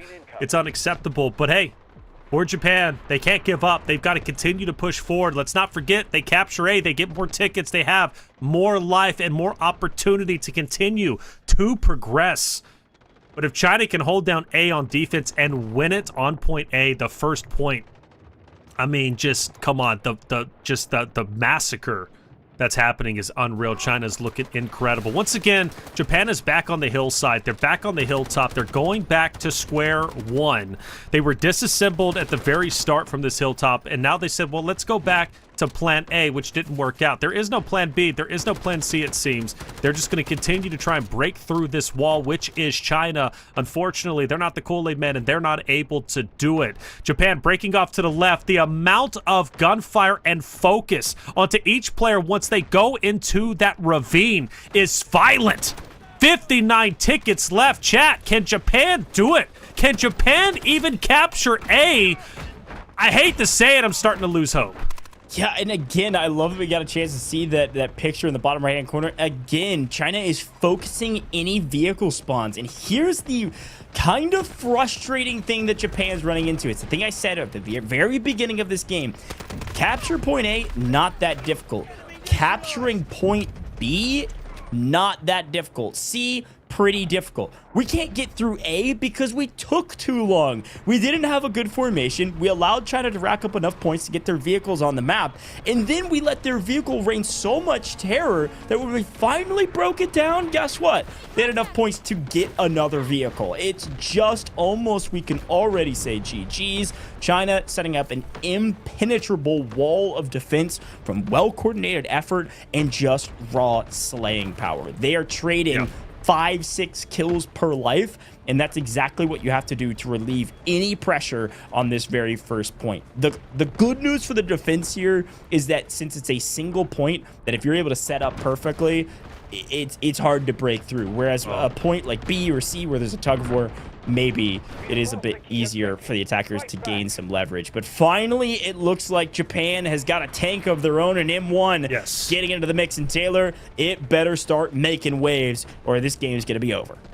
If that tank goes down, if China can focus it like they focused the last vehicle, I think it's over for Japan. It really rests on this tank, and already taking a lot of damage, forced to retreat, can't even provide value to the Japanese team because China's already effectively pushed them back. And well, you mentioned hot JB Cat. There he is. He's been insurmountable in terms of his value, not only for the attacking side during game one, but for the defensive side as well. The tank full sending it down middle. It can now be focused by everybody. It's taking damage. It's below half health. Make it now a fourth, maybe even lower. It's gone. And as the tank is destroyed, so are potentially the hopes of Japan coming back and even capturing point A. The troops, they're getting gunned down one by one. Make that 5 by 5. Japan in trouble. And I hate to say it, I really do think it's over. Bobo, he's down. He's feeling confident. He's getting the reses. He's getting his squad back into the fight. When Sanity in chat, by the way, shout out to you. You said it. Attacking is harder. Well, yeah, you could say that, but you go back to game one, and China was able to secure point A after only losing about 20 or 30 tickets. They captured the last point by only losing 17. That's how dominant China is, not only on the attacking side, but the question was, how good would they be on the defensive side? Well, here's your answer. Japan hasn't captured point A. They're down to 18 tickets. The tank is gone, and now it's only a matter of time before game 2 in this best-of-3 series is over with. Yeah, a beautiful breakdown and a breakdown of the Japanese forces. Unfortunately, Japan running a ton of Saniva operators to tank bullets from the Japan side and continue to open up pathways for the defense to hold these angles that you wouldn't be able to otherwise without some semblance of cover. And it looks like as China's able to call back in another vehicle, another LAV to make waves. One of my favorite parts about that review of the overhead cam, when the tank came in for the attackers, they finally got their first tick on point A. Guess who came swinging in hyper aggressively to match? It was the LAV from China's team, peppering them out with the rest of the operators throwing down rocket fire to take out that tank as fast as humanly possible. Japan making a late game push. They've got bodies on the point, at least for now. China having to swing back in with the LAV. All of a sudden, the point is potentially open, but can you get JB Cat off this point? Can you get JB Cat out of a vehicle? The answer is absolutely and certainly no. JB is the man to watch. The leader, for a reason, swings in with the LAV and makes quick work of this attacking force. Oh my gosh, my heart started pounding for joy. I was so happy Japan was about to get A.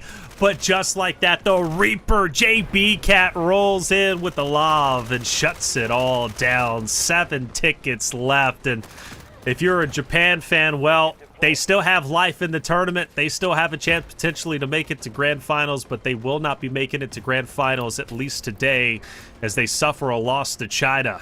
Unfortunate, it really is. But if you're a China fan, you have to be ecstatic. What a performance and what a clinic they were able to put on stream for the first series, for the first match of the Delta Force Asian Championship League Day 1. 2-0 victory. China is dominant.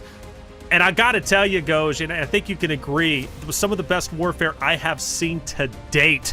A brilliant clinic and truly setting the example of what Delta Force Esports can be.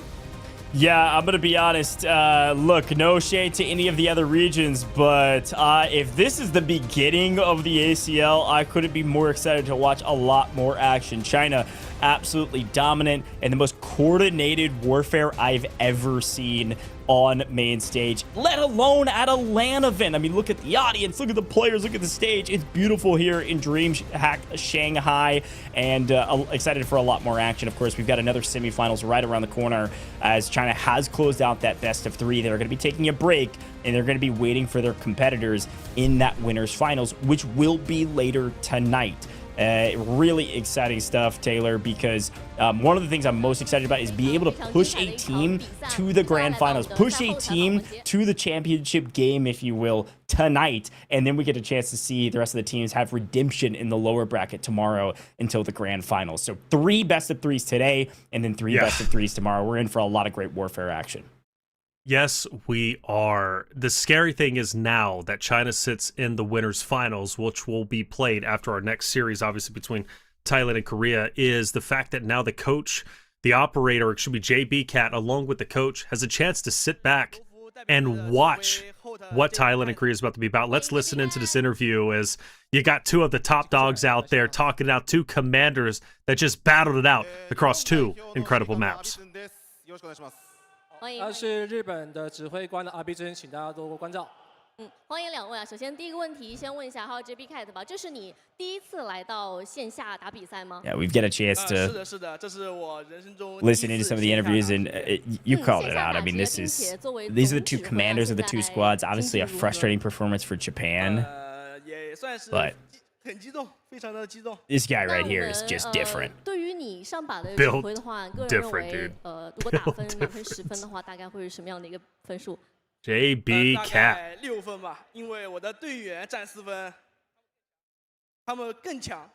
队员更强啊。那同样 Also, can I just note that trophy is insane behind them? Oh my goodness. That's taller than you. Okay, all right. Don't start talking about height here on broadcast. I'm sorry. I'm sorry. Yeah, you don't want me to start fact checking you, do you? With your hair, you're slightly taller than me, but let's be real, it's because of the hair. Okay. And you do have beautiful hair. It's my hair doesn't look nearly as good as our Japan commander here. I'm saying. 然后整个会场非常大，也 I 长得 love 非 it. 常帅气，他还是非常的兴奋。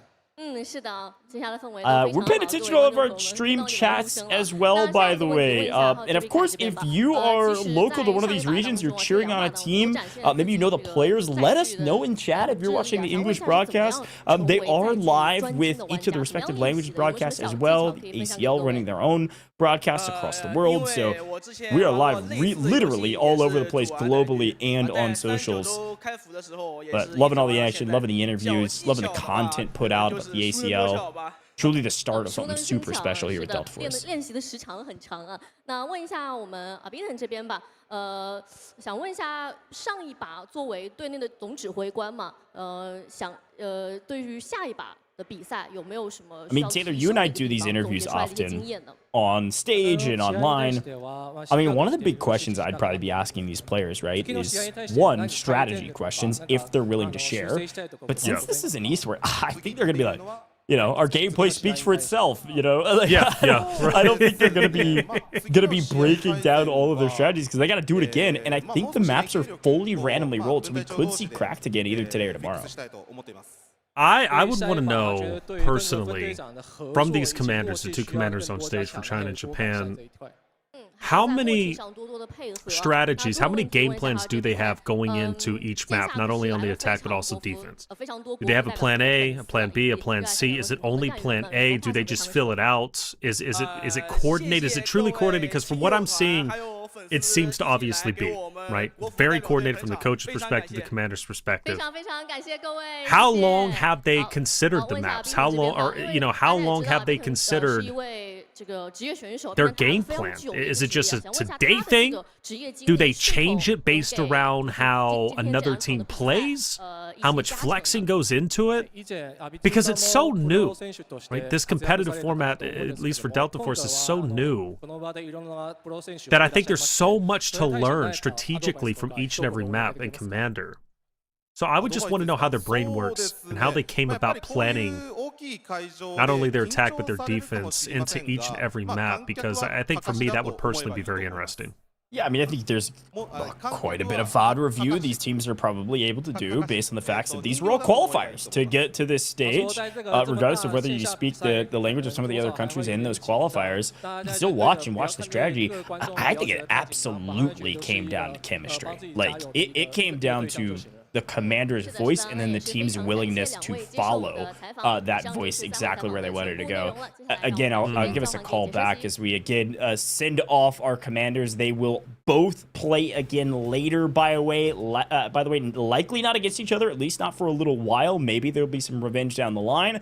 But it is a best of 3 for each of our matches, and it is a double elimination round bracket, rather. So because it's double elimination, we're going to be seeing Japan a little bit more today, actually. Tomorrow in our lower bracket, since they've lost. And we will be seeing China again today in the winners finals. So as we prepare for our next semifinals and our other two countries that are going to be going head to head to see who joins China in the winner finals, Let's take a quick look at some of the stats from the last game and how it all got broken down, who the top players were, who the people would watch out for. And here's a look at that leaderboard at the end of the game. And again, the numbers do speak for themselves, but this time on the defense, the kills went to the way of Hot JB Cat. Apparently got a lot of value out of those vehicles, not just assists, 36 of those, by the way, but also 39 kills is crazy. Yeah, no, it is, given the fact that that's already an improvement to his wonderful game on the attacking side. He had 13 total eliminations from game 1, and then he managed to up that to 39, tied there with Bobo, who had some clear fans out there in the chat, who had 39 himself. That's tremendous. Those are big numbers. Posoi makes at least an appearance at 36, by the way. Had some impact big moments whenever it came to the attacking side game 1 with 27, but does better on the defensive side. So what that tells me is you've got individuals. Obviously, Hot JB Cat is hugely consistent. That's why he's the commander. That's where he's currently standing. But more importantly, you've got other players that seem to be very focused on the attack and defensive side and shine on one side or the other, which makes them, full frontal units. I like that. Bobo, be your highest elimination leader when it comes to, I believe, just map number 2 with a total of 39, obviously sharing that with Hot JB Cat. And as far as China goes on the opposite side, His Shot makes an appearance once again as the battlefield medic, putting in the work and getting those reses, speaking of which, 33 in total for game number 2 on the defensive side, 37 on the attacking side for game number 1. So high 30s when it comes to the battlefield medic for Kiss Shot. Highly consistent, wonderful job. And clearly everybody knows their role. And what I like about that, Ghosh, is nobody's breaking away from that. They know their role and they execute their role well, and they don't try to be something they're not, right? They understand their place on the team and they don't try to venture out from that, which is a valuable thing because sometimes that's really hard. You know, a lot of times you have to reel other players in. It seems like China has no problem doing that because everybody knows their role and they execute it well. Yeah, I mean, that's the classic mantra of Warfare, is that if you can be perfectly coordinated, you have the perfect meta, you've got some of those perfect moments. Let's listen back, by the way, with all of our discussion of strategy, let's listen back to some of the comms of China and the way that game wrapped and how they were able to set it up in the early game that led to their success in the end game. 别装逼，小切！别装逼，别装逼，小切！排爆炸，排往里炸！靠近点，靠近点！主战，往点里丢上去，往点里丢上去，他们进点了！别等着，爆了！技能全部丢出来，把你们技能丢出来！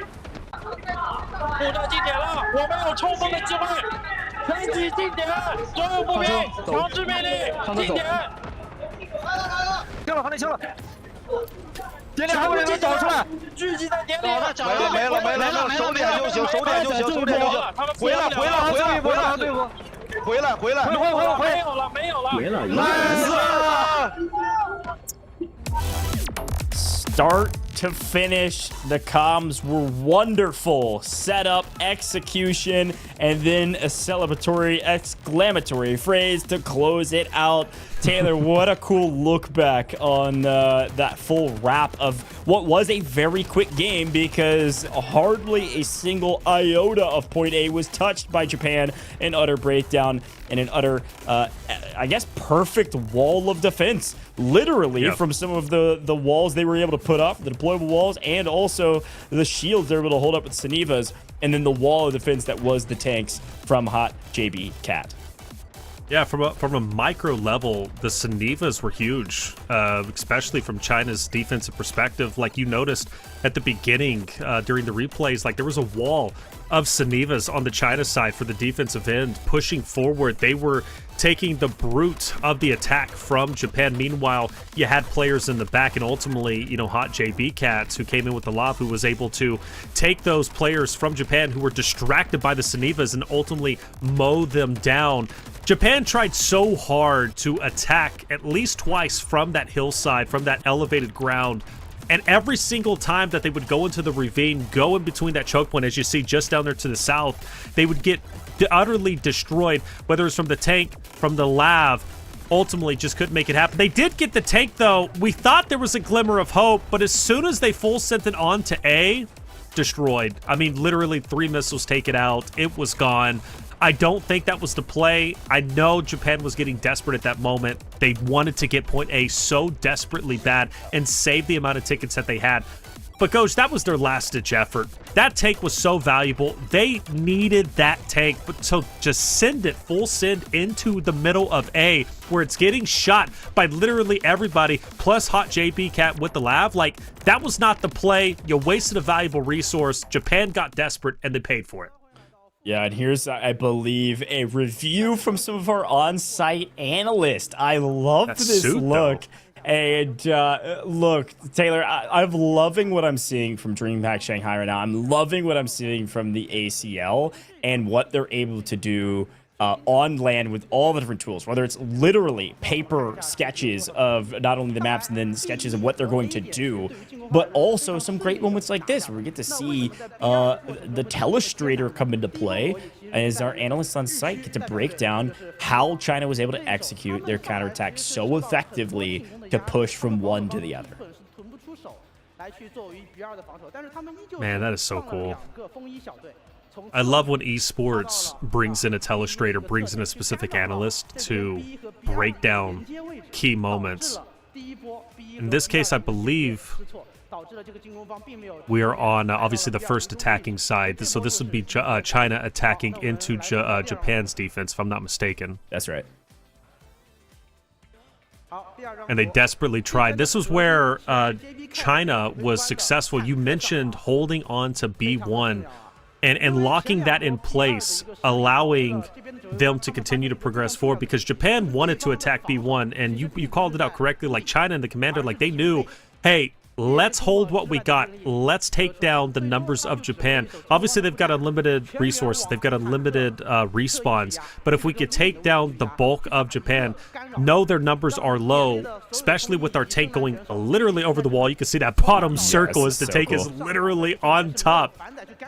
You know, they knew at that point, hey, we can push in and we can take B2 because B1 is good to go. Japan can't focus B1 anymore because now our full force is on to B2. Japan knows, hey, China knows Japan has to put all their resources there. And when they put all their resources, they know they can outslay them, not only because they're staying together in the manpower, but also because the tank attack as well.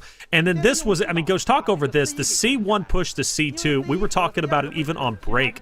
We were so impressed with the way China executed their transition from C1 to C2. Yep. Yeah, no, I love your breakdown of the last point, and this one was crucial. This was something I was so impressed with for multiple reasons. One, it almost looked like the defense was giving C1. They didn't prioritize it as a defense point. It's a very difficult point to defend, to be fair. They kind of gave it and said, let's see how long we can hold for C2.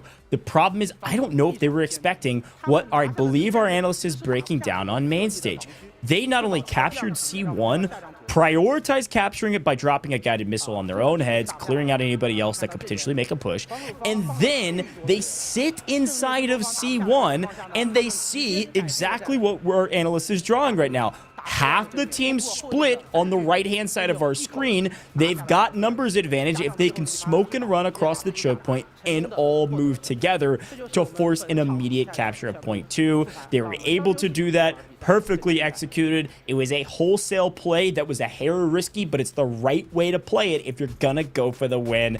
So impressed with China. We're gonna be seeing them in winners finals here in a little while, but first we've got to see who's gonna be playing against them. So we've got Thailand versus Korea next. You're not gonna want to miss it, folks. We're gonna head to a very short break here in the booth. When we come back, it's gonna be your other semifinals. Let's see who joins China.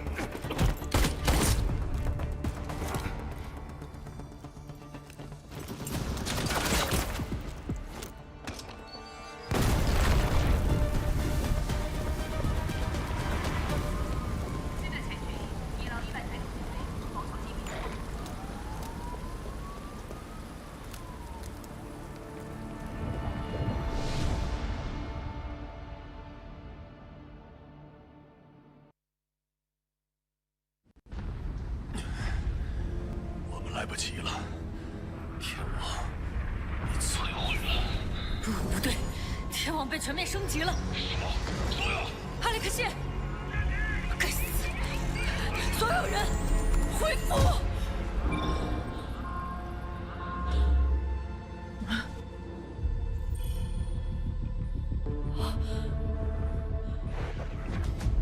无名，确认位置。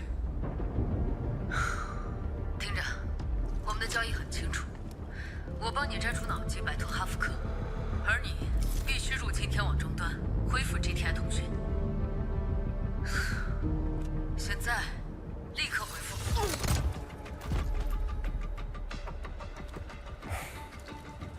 我已就位。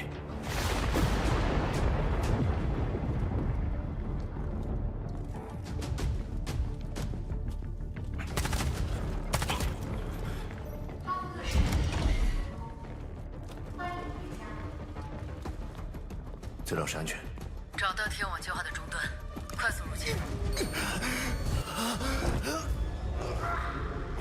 欢迎大家。联合威力挑战的识别度是最高，敌是某种不同的，不要抗拒，接受它。还出我的脑子！手吹手。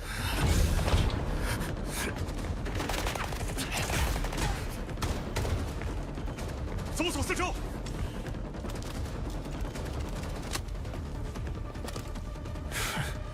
来制造一点恐慌吧。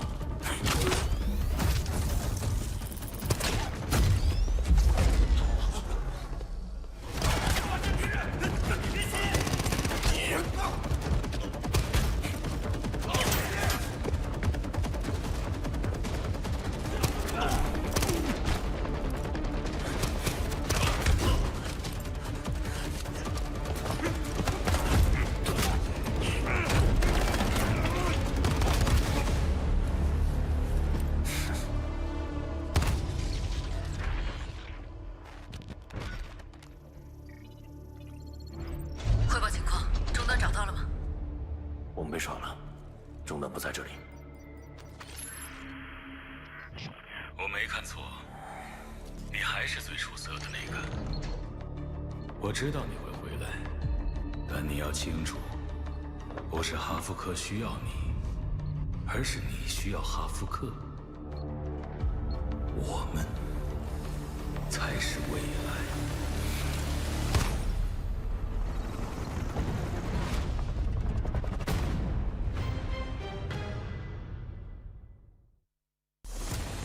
不让任何人掉队，让战火止于利剑和尖盾。这里是 Delta Force 守望者营地。哈夫克不但拒绝一切可能停火的谈判，还暗中升级天网。战争的天平已在剧烈摇摆。为了能更灵活地应对日趋复杂的战争态势，确保我方获得优势，现将指挥权赋予身处前线的你。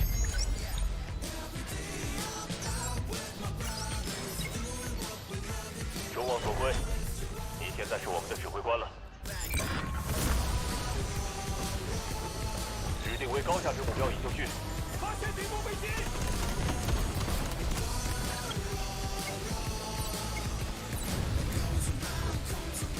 发现敌方坦克。已标记敌方高威胁单位。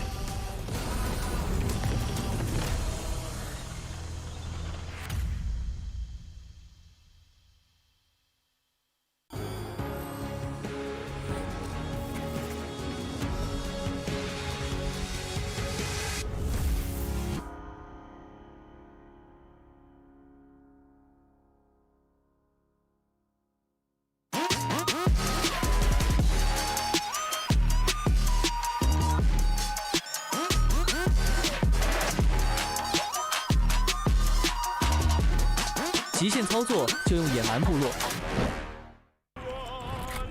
单排上分，喝东鹏特饮；组团开黑，喝东鹏特饮；巅峰对决，喝东鹏特饮；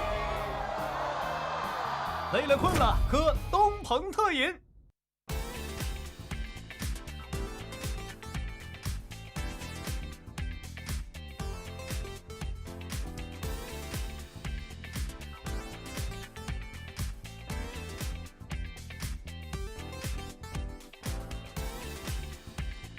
We are back, folks. This is the English broadcast for the Delta Force Asian Champions League. I'm Goj, this is Taylor, and we've already seen our very first semifinals of the day, and we already got a chance to see that dang cool trophy here, Taylor. I am excited to see who that goes to, but we've got a full double elimination tournament to get through, and we're only one semifinals down. 2 more best of 3s to do today, and I'm excited about this next matchup.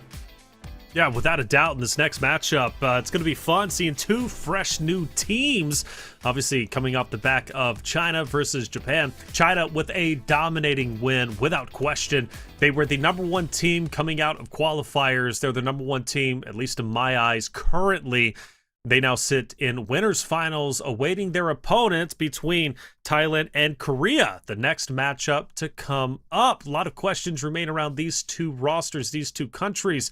Who will be the better one? Who wants to go to winners finals? Let's not forget, going into the winners finals matchup, securing a win there sends you to grand finals automatically. You punch your ticket there, you're guaranteed to take home $30,000 with the chance, of course, to win first place of $40,000. So a lot on the line without question, and this is just the start. Semifinals B, Thailand, Korea. It's going to be a lot of fun, which means another best of 3, but also goes a fresh map. And I'm excited to see which one it's going to be, and ultimately who's going to be the star-studded players on either which of these countries' rosters. Yeah, a lot to kind of break down with what we saw in the first round. We had a chance to look through some of those replay packages and see how the matches went. One of my favorite parts of it is watching the strategies of the different teams. So you're right. I mean, we got a chance to see Cracked. It is a very unique strategy to that map because there's only 3 main sectors that you need to get through. Once you get through A, B, and C, you're done. You got it all. You've completed and won the entire thing. And so because of that, the strategy with the amount of lives that you have, only 180 being your max, very different than some of our other maps like Trench Lines, Threshold, etc. Ascension, I know a lot of folks are very familiar with. So I am excited to see what that random drawn map will be. But as a quick reminder of our format, yes, best of 3s for semifinals, winners finals, and championships tomorrow, but also the maps randomly drawn, the matchups were randomly drawn, but the teams qualified to be here. And so it's been fun to watch what is the most organized warfare tournament I've ever seen on broadcast yet to date for Delta Force, because these teams qualified to be here, and now they're here with a commander leading the charge and 20 players all working together as a unit. Really cool stuff. So, yeah, Taylor, I mean, talk to me about maybe what you're expecting to see from these teams as we're about to get into the rosters, talk about the teams, talk about the different strategies. Talk to me about what you want to see. Do you want to see a best of 3? You want to see a best of 3 that goes to game 3? Or do you want to see another kind of dominating force so that we know the next matchup is going to be very, very even?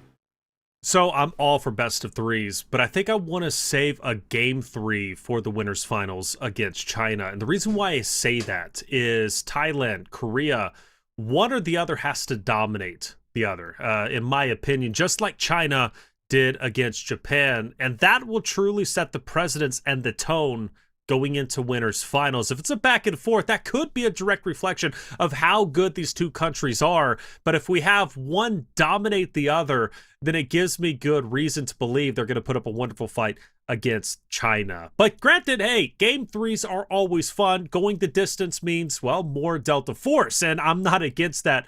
I absolutely want to see as much Delta Force as humanly possible. 3 best of 3s today. And then, of course, 3 best of 3s going into tomorrow's competition. But a lot of money on the line, a lot of prestige, a chance to win the first ever esports LAN when it comes to Delta Force. That is pretty cool. You can only win for the first time once.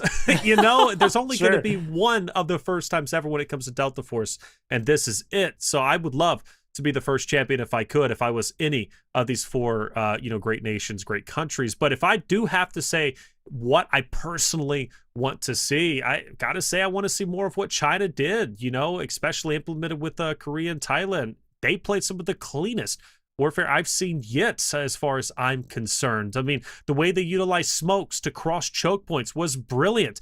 Thailand needs to take note of that. And I hope they did. And I hope they were sitting back and instead of resting and taking their time and taking in DreamHack, which, by the way, that is a wonderful thing to do. After all, they are at DreamHack. But I hope they were looking at what China did against Japan and they take notes and they ultimately use that going into their matchup against Korea. Yeah, and here's a quick look at that Thailand team, and excited to see all of the smiling faces, excited faces to compete, and all of our names that you're going to be seeing, hopefully dominating the map across the board. Dark Star, Paper Cut, Fluffy BBC. We've got some great names across the board for these players. But here's a look at the Korean team as well, and, well, it looks like one of our Korea players came in with a bit of a costume for us, which I like. Got a chicken on his head. You know what? I don't know, but I am here for it. It wouldn't be an esports competition without a little bit of some craziness. Okay, I got a new favorite team, Korea. Bottom line, period. You're coming in with a chicken hat, like, bro, that's epic. And I do wonder, are we transition? Like, is what's the mystique around this? Okay, you know, CK Kun, like, is he a VTuber maybe by trade? And he's like, you know, I haven't really showed my face. I don't want to show it now.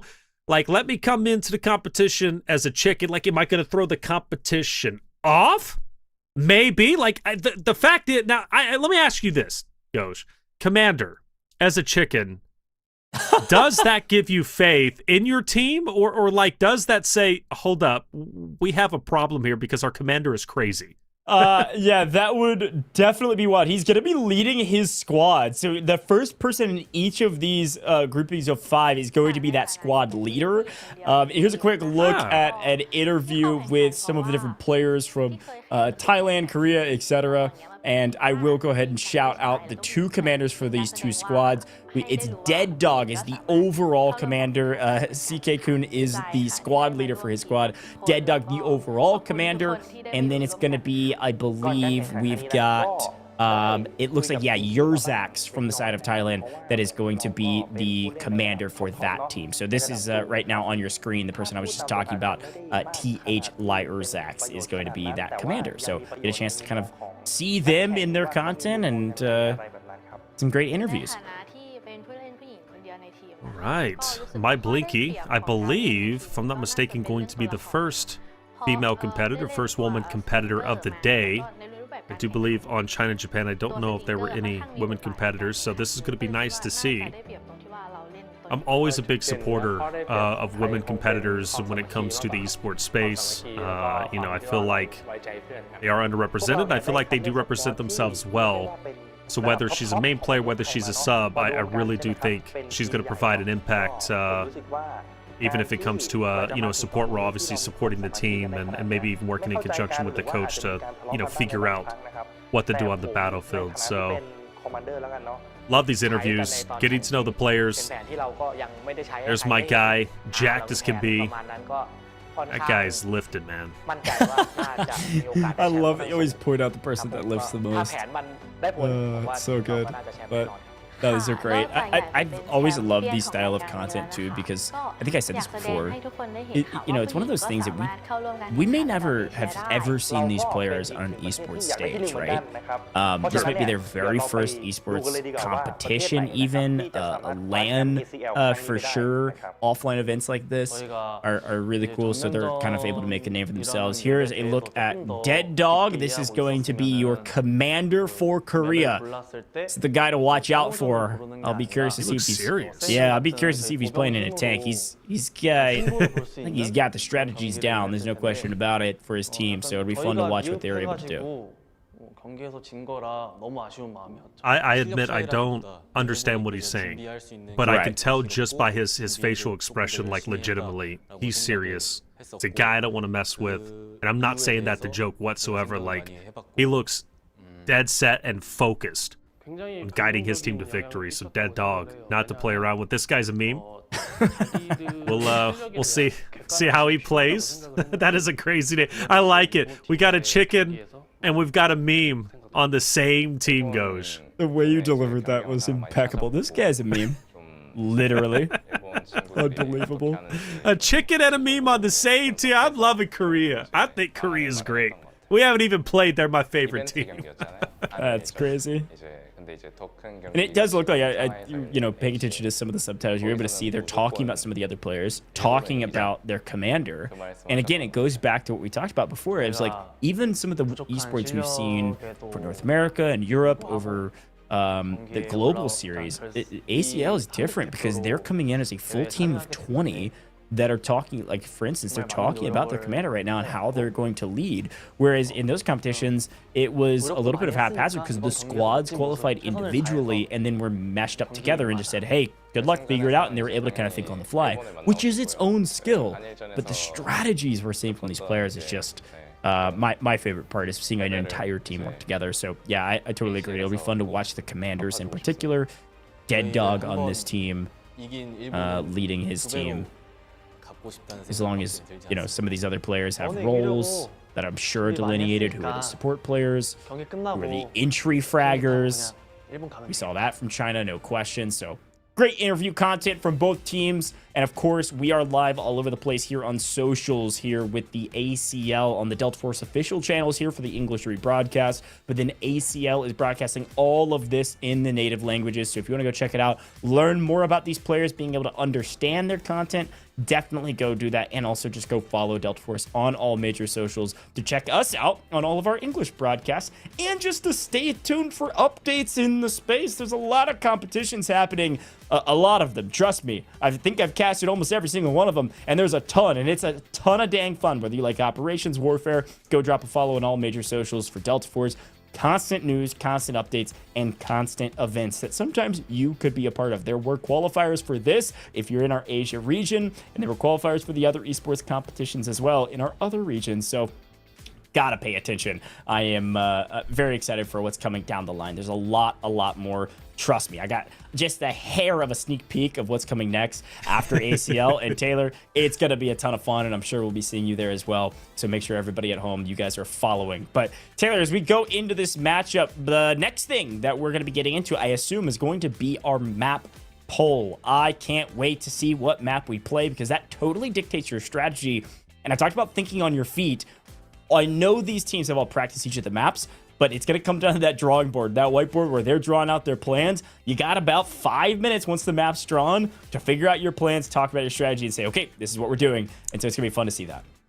Isn't that crazy? You got 5 minutes to decide how you're going to attack. So you got 5 minutes. Well, first you should be going in with the game plan after watching the qualifiers. Like in this case, right? Let's talk about Korea. What does Thailand do on this map versus this map? What are their tendencies? Who are their star players? Does their commander run a lab or a tank like we saw earlier, right, from the China side of things? How do you shut that down? And you have a best case scenario when it comes to obviously the best case scenario for your team, at least on each respective map. And you know, how much do you give away?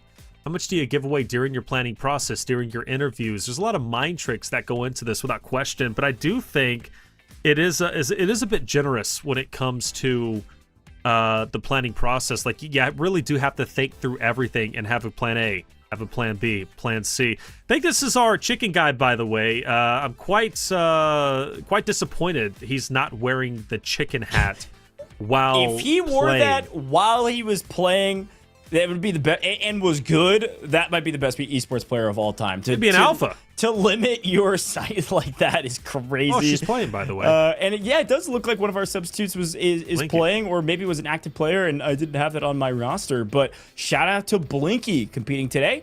Excited to see what she's able to do on the map. I did see her during our rehearsal process and was frying. So I do think she's going to be a major key to the puzzle that is this squad. But nice to see Dead Dog as well. They're planning up, cooking up. It looks like they've probably either already gone through their planning process and we get a replay of it so that teams can't, get too much insight right before we start, or potentially they're going to step away here in just a second and do that. But either way, I just love this LAN setup. Like, one of my favorite things in the world with this esports space is doing events like this. In person, online doesn't matter to me from a caster standpoint, but just seeing events build up like this and have beautiful setups is so fun. I agree. I fully agree, man. I've been blown away by the stage, the setup. Chicken heads coming out, baby. That is massive, by the way. That's huge. That thing is almost bigger than your head. That is insane, bro. That's the fact that it's just sitting, yo, that's a crazy comment. I know we're getting wild out here, but you got the chicken head. The audience isn't going to be able to see him. Come on, man. But hey, maybe that's the whole plan. Maybe it's to throw you off. I'm telling you, you'd be furious if you got beat by a chicken head. So that's pretty wild. But there's Blinky again. Shout out to her. As far as I know, she'll be the first woman competitor on the stage today. So be keeping a close eye out for her stats. I'm sure she's going to be incredible. She's going to be wonderful. Again, this is just the start when it comes to Delta Force competitive. There's so much in the works. I have no idea what it is, but Goj does. He clearly gave it a good send-off, so I'm excited for that. But at least a conversation around EWC. Obviously that's public, like Esports World Cup. If you guys don't know, that's one of the biggest esports stages each and every year so far. Last year was the first. Before, first it was Gamers 8 to transition into the Esports World Cup, and a lot of money transitions there.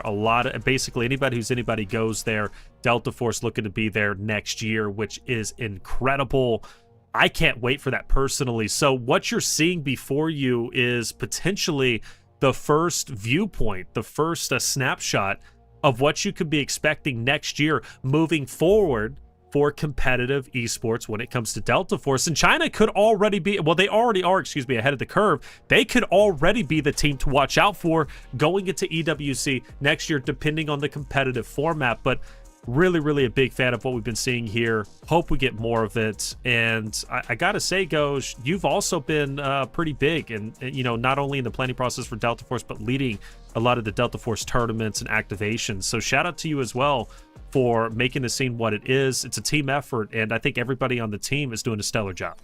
Well, I appreciate the gas at the end because I caught a stray at the beginning of that beautiful breakdown of what we're seeing on the broadcast. Look, if I catch one more stray, I'm going to start shooting back, all right? That's all I'm going to say. But Hold on, wait, calm down. I appreciate it because I agree. Delta Force has done a fantastic job of kind of already curating an esports space for multiple regions. I mean, we've seen a global competition already, and I think there's a lot more coming, like you had briefly alluded to, that I'd been talking about.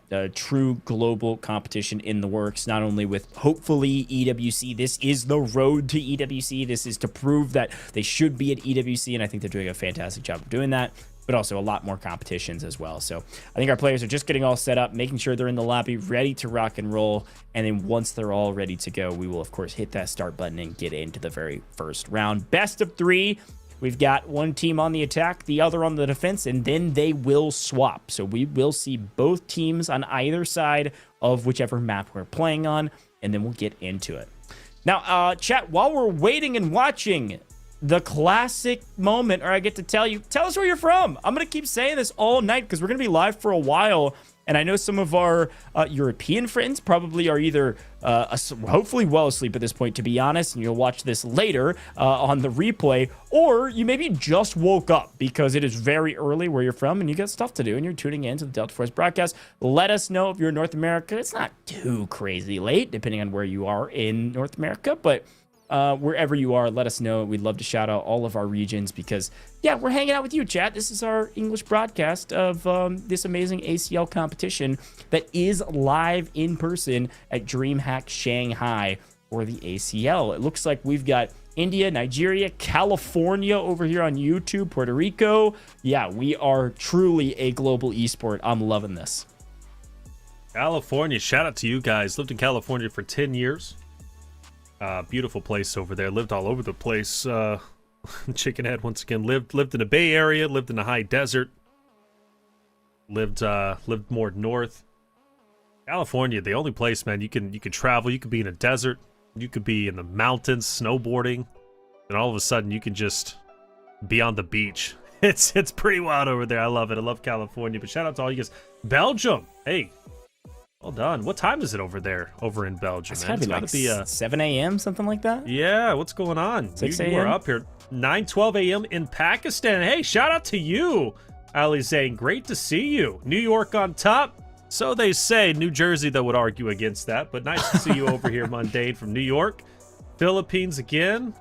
Yeah, we've got... And Trinidad and Tobago. We've got people from all over. And Goj, that is such a beautiful thing. We constantly harp on esports being international, the fan bases, the players, and we are already seeing that represented here. You're having people from the Philippines, Trinidad, Africa, South Africa, coming in and watching this event that is taking place in Shanghai DreamHack. Yeah. And then we're wherever we are at, right in the United States. So it's just, I mean, literally the entire world is brought together for this special moment.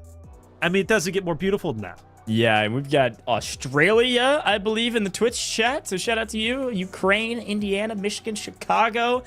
I feel like I'm just typing in and reading off all of the different places across the world at this point. I think we're only missing a couple different regions, so keep my eye out for anybody living in Antarctica. I think that's one of the only regions we're missing. Yo, shout out to Antarctica. It'd be crazy.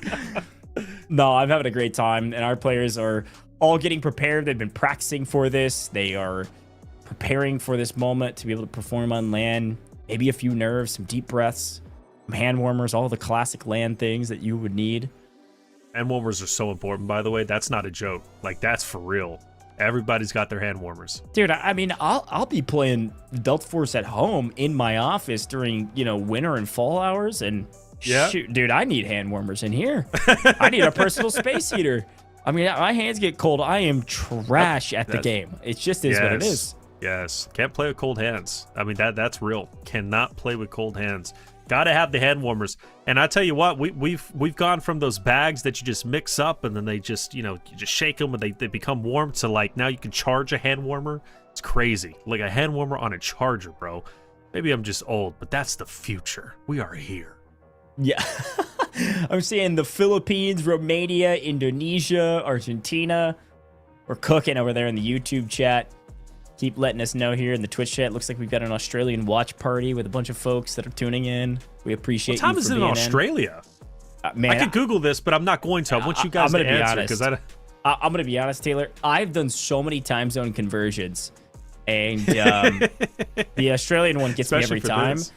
I think it's like a full day plus some. Apparently it's 2 p.m., but I think it's the next day. All right, our players are all getting prepared. Really? Oh yeah, dude, it's crazy. Oh, they're in the future. What's it like over there? What's happening tomorrow? Please let me know, because I'm about to go into tomorrow with a lot of questions, and I want answers now. It's also right. Cold over there, I think it's winter right cold? Now. Yeah, it's winter, in Australia. I mean, kind of. It's wintertime in Australia right now. It's summer over here. So what is it, 75 degrees instead of the normal 100? Like, what's wintertime in Australia? How cold can it get in Australia? You got kangaroos. Okay? I'm going to be honest. This guy obviously didn't study his geography and his world history and his understanding of hemispheres, etc. Yeah, our Australian friend says, a great day. It's freezing. Gets slammed. Got to figure out these time zones, dude. Bro, you talk about hemisphere, bro. By the way, JB Cat is a hemisphere, bro. He is him, without question, bro. He's the guy that needs to be shut down. Who's going to be him in this matchup between Korea and Thailand? That's the question. Who's going to be her, right? Because, hey, we've got our first female competitor coming out as well, so exciting stuff, exciting times. Sorry, guys. Yeah, it is what it is. I don't know geography. I don't know. I failed algebra at school. I tried really hard. Guys, lost. I tried really hard, but the difference between a rock and a ficus is just impossible to decipher. Well, anyways, Taylor, while we have a moment, I think we want to make sure this is the most competitive, integrous event that we could possibly have. Let's have a moment while our players are getting situated and getting everybody prepared. I do want to talk about some of the metas we've seen today. I do want to bring us back into talking about Delta Force as well, because one of my favorite things to talk about is the operator metas. One of the things that sets Delta Force apart in the warfare mode and operations, for that matter, is their ability to bring in operators and their operator abilities that delineate these almost classes you can choose from. And one of the things I was just pleasantly surprised about watching our very first matchup was the amount of different operators we saw, namely the amount of Senivas we saw with that shield that they're able to summon. It was able to hold the line on some of these points. So it's fun to see some of those. And then, of course, we had Lunas dropping the respawn beacons. There's a lot of value a lot of different utility that you can use on each of these operators that could set your team up for success. And so it was cool to see that, and I'm excited to really pay attention to it in this next matchup now that we've got a feel for how things are going to go, Taylor. Yeah, wonderful job. I mean, Senivas were truly instrumental. Did you expect that many Senivas, by the way? Obviously, the shield, impactful, especially in those CQC fights. Yeah. I guess it's map dependent. Yeah, that would be my answer, is the thing, though. Because, like, we've done some esports, we've done some show match where we've got a chance to see some people use Seneva, and they're decently strong. They're actually quite strong. There was a huge moment on a recent broadcast we did in trench lines, because some of those CQB fights are really difficult to fight with if there's people holding down buildings that have small sight lines with a shield. You can't get through them, and then they can bash you in the face and take you down. So I was expecting them, if we went to trench lines, to see some Senevas there. Cracked, though, I mean, yes, there are some choke points. Yes, there's some buildings that you can play inside. I wasn't expecting to see so much value from the Senevas on Cracked in our very first matchup. But otherwise, yeah, I was expecting to see Lunas as per the usual. And then, of course, I'm expecting to see Stingers. I mean, support is incredibly valuable. Yes. We already talked about that earlier with the amount of tickets that you're able to save. If you're able to pick up a bunch of people, you do that with your support operators like Stinger. But also the smokes that you're able to lay down as a support operator. There's smokes in other classes too. But Stinger in particular, with that wall of smoke you're able to throw out to cover those cross points in Cracked, absolutely needed from at least some of your members. And I'm sure these teams, with how coordinated they are on how they push in-game, have discussed what they need. And then the final piece of the puzzle, of course, is our engineer operators, Aluru, etc., Sinestra. It doesn't matter who you're picking as long as you have an engineer to keep your vehicles alive. I think a lot of people are favoring Aluru, and I think it's a great option. So dang good. Not only be able to put up some of your own like deployable cover, but also just maintain that health on the tanks, because you basically have the tanks can heal themselves on a respawn timer on like CD, and then you've got the engineers that are able to keep them alive as well with the blowtorch jumping out of the vehicle. So you oftentimes see you have your tank operator, and then you have multiple engineers inside the tank helping you out, be able to hop out if you need to. So that's kind of my like very high level breakdown of the operators. Of course, can answer questions as well, but that's the basic breakdown. I just wasn't expecting to see so many Senevas. Yeah, Senevas very apparent. Again, that wall of Senevas from China when they were facing off against Japan on the A point, when Japan was on the attacking side, China on the defensive side, was, in my opinion, very huge when it came to holding off Japan, because you had those frontline Senevas that were distracting the frontline players of Japan. They had to deal with them first before they could push forward onto the A site.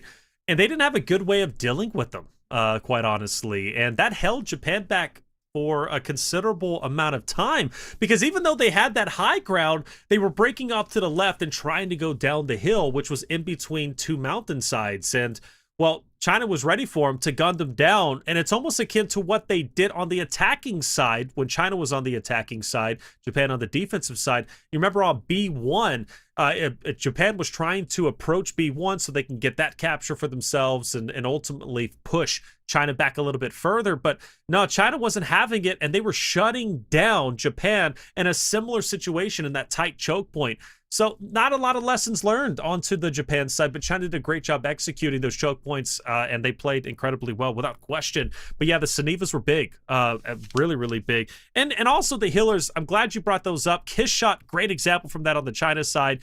One of the biggest healers, played very well. And speaking of, man, trench lines were going in. You mentioned Senevas. I think we're about to see even more. I am so ecstatic that we get to see trench lines in our second semifinal matchup. It's one of my favorite maps. It's going to be so fun. Yeah, finally, I think we're about to hop into game. Trench Lines, a very unique map. If you've played it before, I'm sure you like it. I love this one. A complete antithesis to Cracked. There are a ton of points to capture in Trench Lines, and it's something that you need to do strategically, because the conversation around keeping your lives up throughout the course of A, B, C, D, into E is insanely important. So you're going to see Stingers, of course. You're going to see your engineers still playing around your vehicles, also important, but you have to keep your lives up. You've got to keep those tickets up, because you've got to get all the way around this map. You basically form a semicircle starting in the bottom right-hand corner, sweeping all the way to the left-hand side, and then up to point E, which is that major building on the north side of this image they're drawing on. You've got to push all the way through and have enough lives for E. E is one of the hardest points to attack in my mind because of where the defensive team spawns. They spawn basically right behind it, if not almost on it. And so it's really difficult. You've got to have enough lives to make some plays. One of the other thing is trench lines usually is a longer map. So Taylor, we're also expecting to see quite a few guided missiles, which can flip these matches on its head in a blink of an eye. We've watched on the final E point the guided missile quite literally save the game for the defensive side. So that's where I'm saving my money. I'm definitely making sure if it gets to that point, we have a guided missile ready so we can attack that final point. It's going to be big. Guided missiles make an impact. Tanks also make an impact. One of the things that we watched in previous, especially in our trench lines, remember we had that one event where we watched trench lines from various different regions compete against each other, and the tanks were more for backline support, not really getting into the area, right? I think we're going to see potentially a bit more aggressive tanks, maybe more aggressive lavs coming into this match as opposed to them staying into the back lines. But I am excited to see the trench lines fight specifically where we start. And the reason why, or at least the second time, or B1 and B2, I'm excited for that one because that's where we're going to see who the true slayers in the CQC fights are from Thailand and Korea. Yeah, I think it's a great call out. Vehicles, incredibly important. One of the things we've seen with our trench lines fights that we've seen on broadcast, and again, we could see something totally different in Thailand versus Korea because this is the best of the best here with ACL. We are finally jumping into game. Pay attention to vehicles. Pay attention to the pushes onto these first points. Point A is all about the war of attrition. How many lives can you take down and how fast can you take them down? You're starting with 200, so let's pay attention to that number as they likely break through point A. I don't want to count it as an assured thing, albeit it's one of the easiest just because of what we saw in the first semifinals.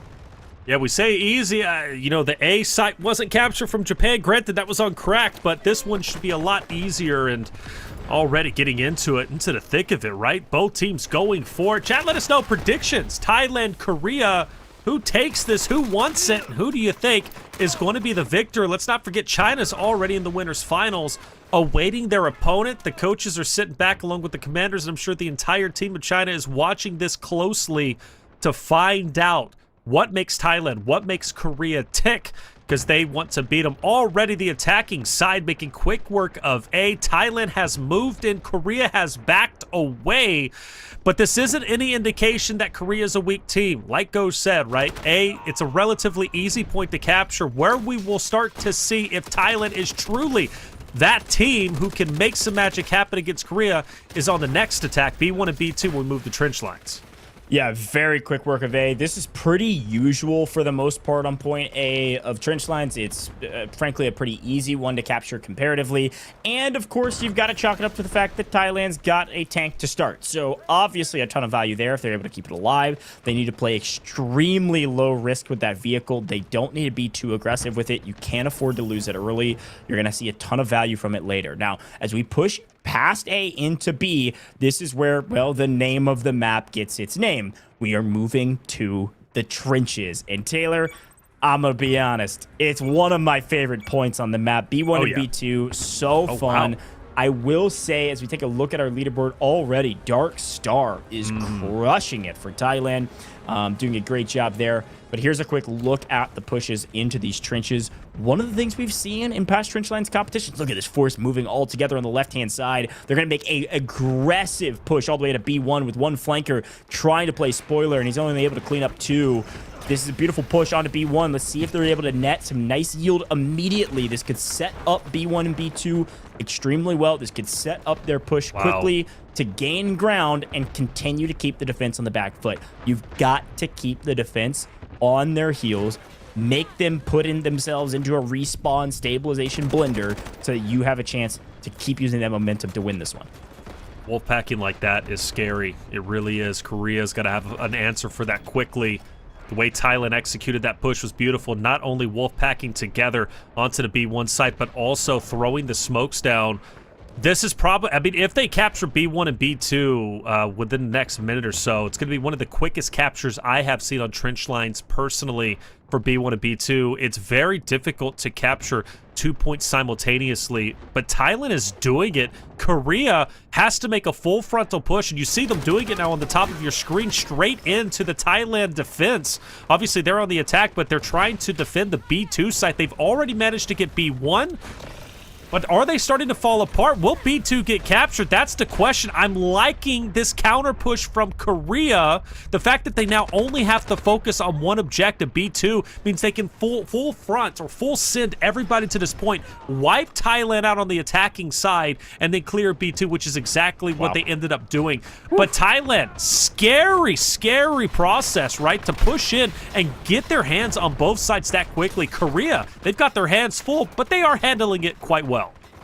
Yeah, great breakdown. That was almost really bad. And I really respect the aggression that Thailand put into B1 and B2. They know these points can be held for quite some time. And if you can swing fast enough, you capture both before the defense can even blink.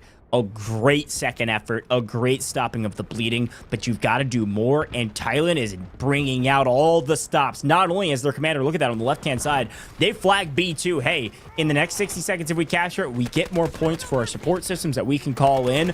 Push for this point. We are not playing patient. We are not playing complacent. We are not playing defense. We are on the attack, and we're looking like it right now.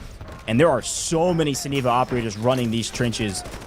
A modicum of different weapons, of course, being used. AK-12, one of those that's on your screen now. SMG-45, a namesake and a staple in this game mode. But you might see some shotguns be whipped out here in the trench lines because it's real close, real uncomfortable, frankly, and a lot of chaos. Do like that Korea hasn't sent anybody over to B1. A lot of teams maybe go a bit frantic, and, well, they will send a couple of stragglers over there, but they're focusing on taking Thailand head on. The tank is still pretty big for those from Korea who go up top, right? But it's hard to get those shots into the trench lines, into the B2 position. A couple of missiles are going to land, but for the most part, the tank isn't as impactful here as it will be moving on or moving forward. But B2 starting to get captured once again. Korea on the back foot. And even still, I'll say it like I said it before, this would be a very quick capture, one of the quickest captures I have seen of B1 and B2. Thailand has done a wonderful job wolfpacking together. They lost some steam when Korea pushed them back in the first wave of attack, but now they're back for the second. And this one looks to be a lot stronger. I said the tank wasn't that effective, but it is raining down some hellfire and punishing those Korean members who might be on the outside looking in. So Thailand, I think this might be it. I think they just secured B1 and B2. Yeah, this is crazy too, because you got to remember, if you've played trench lines, you know point C is almost a gimme for the attackers. Yep. It's something that is nearly assured. I haven't hardly seen a team hold more than 50 lives on point C, maybe ever, and I've done it a ton. And the crazy thing about Thailand's push to capture B1 and B2 means they're going in with maximum lives onto C, which we know extremely hard to hold. So they're going to be moving in onto points D1 and D2, likely, probably I would even give it 90% certainty, with full lives as well at 200. So keep your eyes on that. Dark Star still, entry fragger still on top, crushing it there at the top of the leaderboard from a score and kills category. And I'm going to be honest, too. You said it was one of the fastest you've seen on B1, B2. It was also the most aggressive tank usage I've seen on those points. And to not get punished, I think, was a misstep from Korea. Yeah, because we saw Korea with quite a few rocket launchers. Like, they could have utilized that to take down the tank, but it was hard. And Darkstar, the leading Slayer, is also the tank operator, and he was just peppering those missiles inside. You know, Pubstar in chat, shout out to you. You know, you said trenches keep you safe for the most part from tanks. I agree, and that's typically how it is. But now that we're seeing the top-level play, the top-level esports play, we're seeing the tanks utilized to climb walls, to pepper the players from Korea in the trench lines. The tank warfare has been brilliant. I've already learned so much, not only from China, but now from Korea, or should be now from Thailand, from Darkstar. Brilliant work. Beautiful job. And now they're on C, like you said, it's a gimme. Thailand looking strong. This is what I needed. You asked me, do I want to see a game 3? No, I want to see exactly what I'm watching. Thailand dominate Korea, not because I'm invested in Thailand or one or the other, but this is the kind of energy you need to face off against a hot and ready China. Yeah, it's a great call out. And like I said, C, pretty easy to capture for the most part, as long as you play fairly smart. And it looks like their commander has given the order, I think, smartly this time to capture C and capture it now within the next minute and a half. Should be quite easy. Here's the big aggressive push. There does seem to be like Korean force inside the building holding down as long as they can, but it's just a numbers game at this point. You're just outnumbered 2-1 almost on most of these points. It's just a matter of time. Here's a quick listen in with Thailand. เอาเลยมีนะเว้ย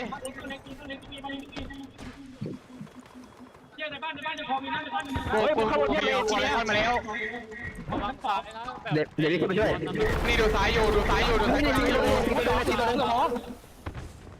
เฮ้ยขอหนาๆเลยผมสั่งไปแล้วอีกนาทีนึงต้องให้ได้นะอยู่สายพี่สายมีทีนึง A beautiful listen in yet again. Of course, we don't understand all of the comms, but what you can tell is the composed chemistry, the aggressive comms to convey information, and a fairly easy capture of C.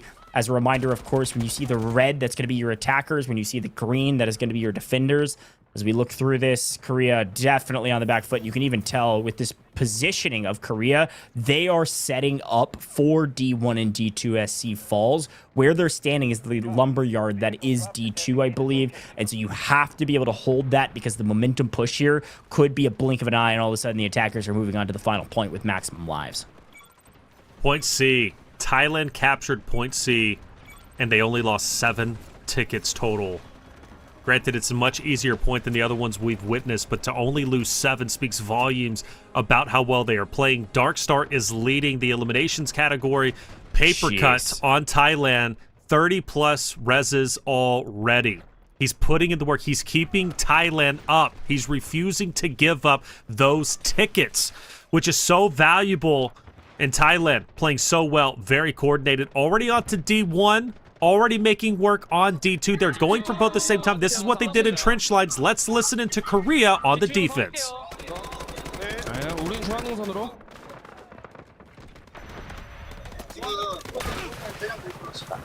우측으로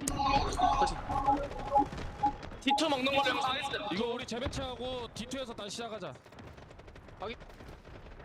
So for me, Goj, that's night and day. Thailand, plenty of comms, quick, concise, fast. Granted, I don't understand it, but you can tell by the pacing. There was a lot going on in their communications, but it was clean. For Korea, I didn't hear a lot.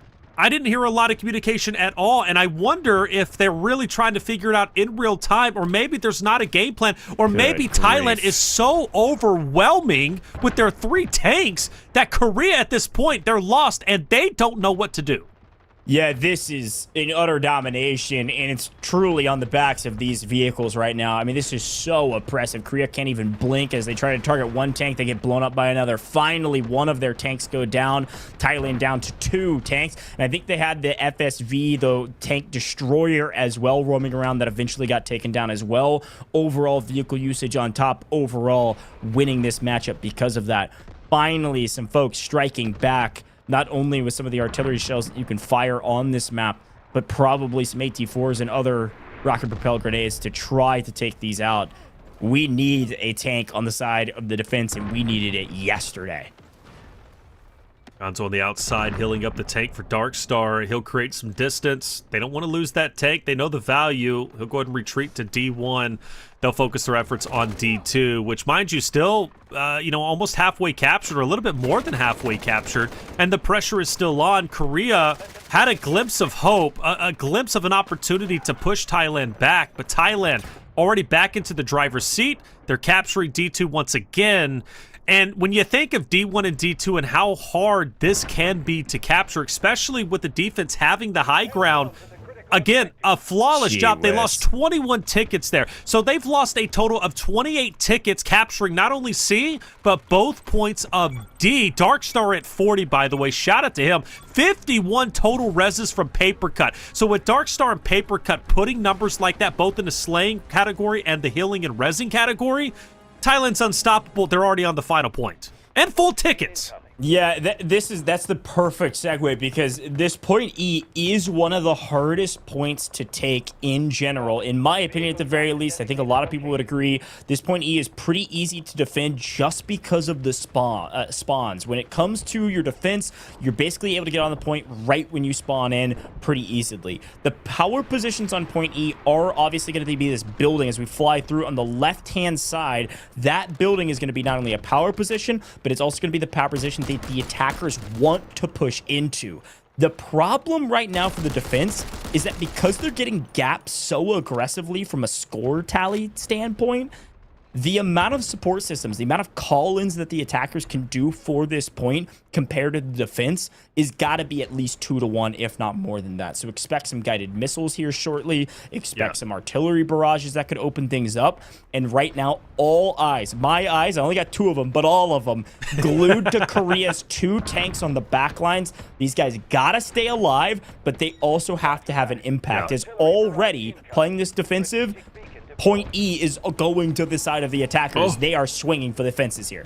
Look at the tank. The tank's moving in. He's going to challenge the 2 tanks of Korea. I mean, full frontal attack. He's going for it. But unfortunately, we'll lose him. But he did a lot of damage, forcing the Korean tanks back. That's going to give an opportunity for Thailand to push forward and maybe get some real estate. You notice another tank from Thailand battling the 2 of Korea. Korea will lose 1. The last tank is forced to move up. Now the 2 tanks from Thailand will focus their attention on the last remaining tank from Korea, down to a sliver of health. There's no engineers there to heal it. The other tank's going forward. It's on fire, and it is going to be gone relatively soon. But meanwhile, Thailand has pushed up. They've got real estate on E. They're capturing. And again, the same conversation, ladies and gentlemen. They've only lost 10 tickets, and they're nearly captured E. I'm telling you, yes, this is the warfare game mode, but tank warfare is everything. A perfect execution and frankly just tank advantage. 3v2 in the tank category. They send one up as a sacrifice. Get them as weak as you can, I'm sure they were saying. And then the follow-up in a 2v2 battle when your tanks are healthier than the others. As long as you're not missing your shots, you are going to win the tank warfare and you're going to win the map. An utter domination. A steamroll as they sweep through A, B, C, D into E, having lost only 50 lives or so throughout the course of the entire map. My goodness, the strategies have paid off. Sometimes we say that Trench Lines is a defense-oriented map. This time the attackers said, bet, let me show you something different. Unbelievable from Thailand. Huge. That was so dominating. And I'm seeing a trend, not only from China's perspective against Japan, but Thailand versus Korea. Attack the tanks viciously and concise. The way that Thailand moved in with their tanks and challenged the tanks, the 2 tanks, excuse me, of Korea was brutal, concise, and necessary, because those tanks provide a tremendous impact. I mean, you look at Darkstar, like with as many that he was able to get was just brutal. But you do that, you win the game. You take the momentum away from the other team. China does it well. Thailand did it well, which can only mean one thing. Obviously, this series is not done yet, but if we get a Thailand versus China in winners finals, which now is looking very likely with how dominant that win was on the attacking side, I think it's only going to get better on the defensive side. The tank warfare between Thailand and China is going to be brutal, but again, very necessary. And Gosh, I don't think I've seen so much emphasis put on taking out the vehicles on the opposite side as it has been during this esports tournament, and I'm loving it. I really am. You can tell this is true esports. This is the Delta Force, warfare at the highest level, and it gets me excited, man. It really does, because I haven't seen warfare play this well to date. Yeah, I think it's a great point. I think sometimes we talk about warfare and we talk about the advantages that tanks and vehicles, etc., offer, and when you're playing in pubs, they're so oppressive, but people don't know how to use them as effectively as these people do. And so because of that, if you know that's the main advantage, you know they're extremely strong in power positions alike, it's the only hope. It's the lifeline that the defense had. Calling in 2 of their M1s at point E, it was the smart thing to do. It was the only thing to do. But it was the exact same thing I set up as we were moving into point E from D. You've got about 60 seconds to retreat and set up. The defense was going to set up the best they could. They didn't have a crazy amount of time, but the the main thing, they didn't have a crazy amount of score. And so calling in vehicles, calling in missiles, calling in artillery strikes, you weren't going to see as much from the defense. So when it came down to vehicle versus vehicle, 3 beats 2, 9 times out of 10, and that's just the simple math of warfare. Yes, it's chaotic. Yes, there's crazy strategies out there, but if you're steamrolling a map like that, the momentum in this game is so dang strong. It's hard to cut out a team that has that much momentum going to a final point at max lives when they just are going to have more support than you. It takes heroic plays, it takes insanely strategic plays, and maybe a little bit of luck on your side that you catch a tank unaware and out of position. But otherwise, it comes down to the team with the most support, not only well coordinated, but perfectly executed with their advantages. Just like any other game at a very high level, just like in esports, one misstep could cost you the whole game. And I think the main misstep from our defensive Korea team was actually all the way back to points B.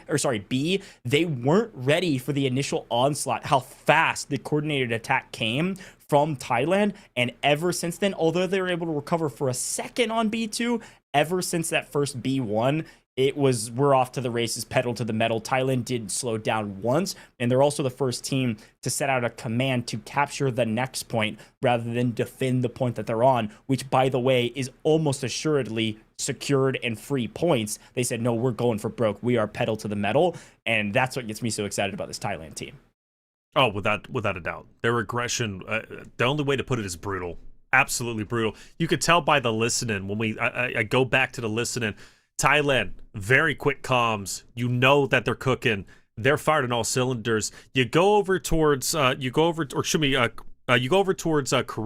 and Korea, very quiet. Not a lot happening, and I take that to Thailand being so aggressive and so brutal, to the fact that Korea really didn't have a leg to stand on. They were constantly like, what is happening? What is going on? You know, when it comes to esports and it comes to LAN events and competitions in general, sometimes you can lose so quickly that it makes your head spin and you kind of just go blank. What's happening? What do we do? And before you know it, you've lost. And hopefully you have enough time to recover going into the second game. We look at the stats. Darkstar, unbelievable. 42. He was the main tank operator. I believe I don't know. Don't quote me on this. But I think he stayed the same tank from start to finish. I don't know if he ever was destroyed. Papercut, I was pointing him out as the great compliment to Darkstar and his slaying category. Papercut was 64 total reses. He should be the top medic, which is great because that puts now Papercut directly opposite of Kissshot, who was the leading healer, the leading reser for the side of China. And then obviously for Darkstar versus Hot JB Cat against China, potentially happen in winner's final. That's going to be an exciting narrative. But the highlight, Korea, Seiko did a decent job. 30 eliminations, a respectable number, but it takes an army to win a war. And Seiko, despite his effort, Goj, it wasn't enough. Well, yeah, and I think this is the perfect execution, by the way, from a guy like Papercut. 64 revives, like you shouted out. This is the perfect execution and an example for how you play warfare at the highest level. You have roles, and you stick to it. Papercut killed 2 people.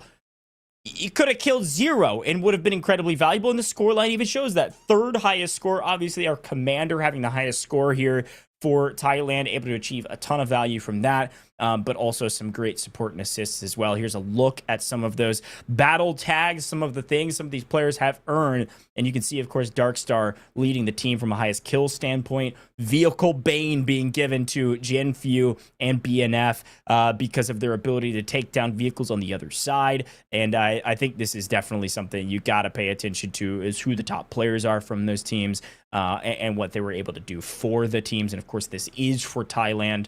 But overall, I'm really impressed. And the same things we were saying during the China games are the same things we were saying here, which I'm sure is part of this. But Battlefield Medic, obviously Papercut. And then the objectives tag here, I love as well, because to be honest, playing for those objectives is everything. And so you have to go for captures. You have to be on the point, and you got to have your OBJ hounds. That's how I play. So I love to see some creds going that way as well.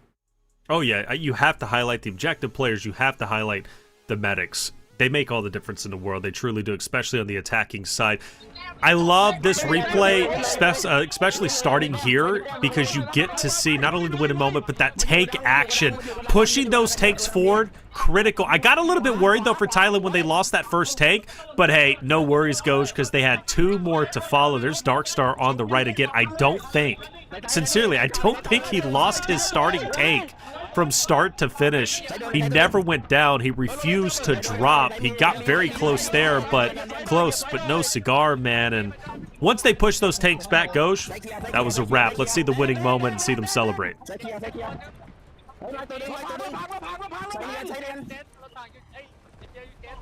มีคนไหมลงของให้หมดใส่เลยใส่ของเลยเกิดแล้วเกิดใหญ่มีเกิดใหญ่เลยสวยวางแล้วพี่ตายชุบหน่อยสวยสุดเลยขวาเยอะเดินขวาดูอยู่ขวาเอาเว้ยเอาจบเว้ยสวย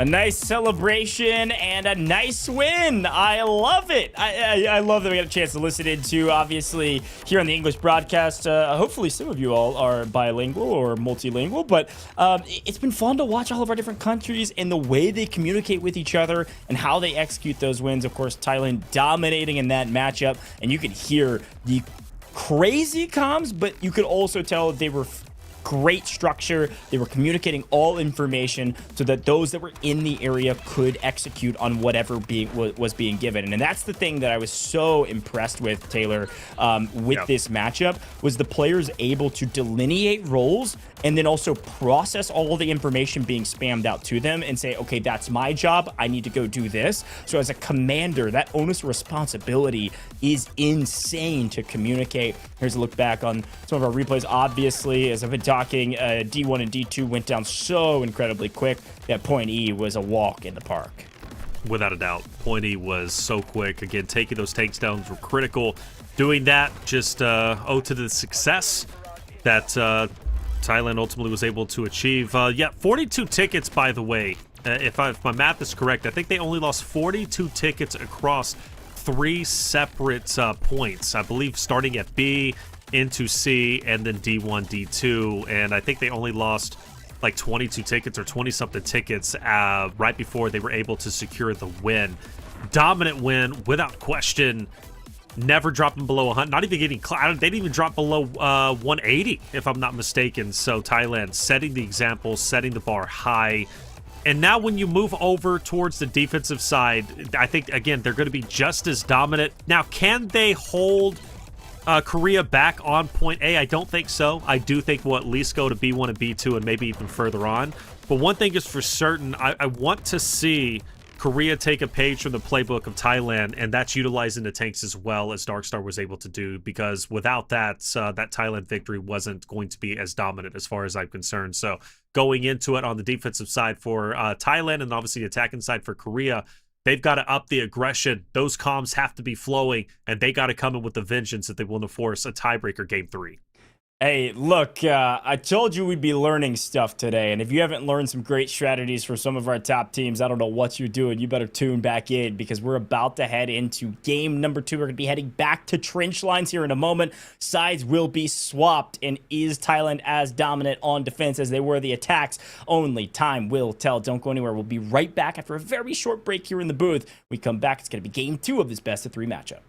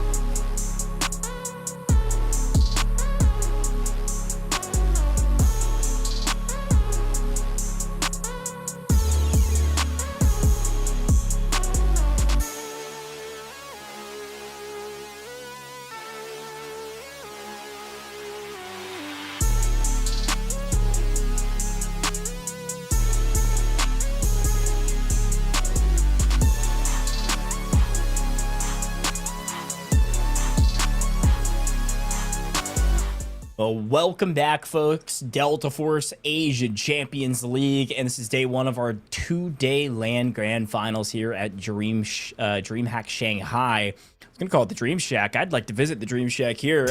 These players, Taylor, are locked in and ready to rock and roll, preparing for the next game. Some look a little bit dismayed, some looking like they are ready to go, and that's likely because of the results from the very first round. If you're just tuning in, folks, Thailand just ran it down. I mean, they just steamrolled Korea in the first round on the attack in trench lines, made it look easy, pedal to the metal, no holds barred, full aggressive stance all the way through, never even blinking before pushing to the next point, which was not only impressive, but I also think it just caught Korea by surprise.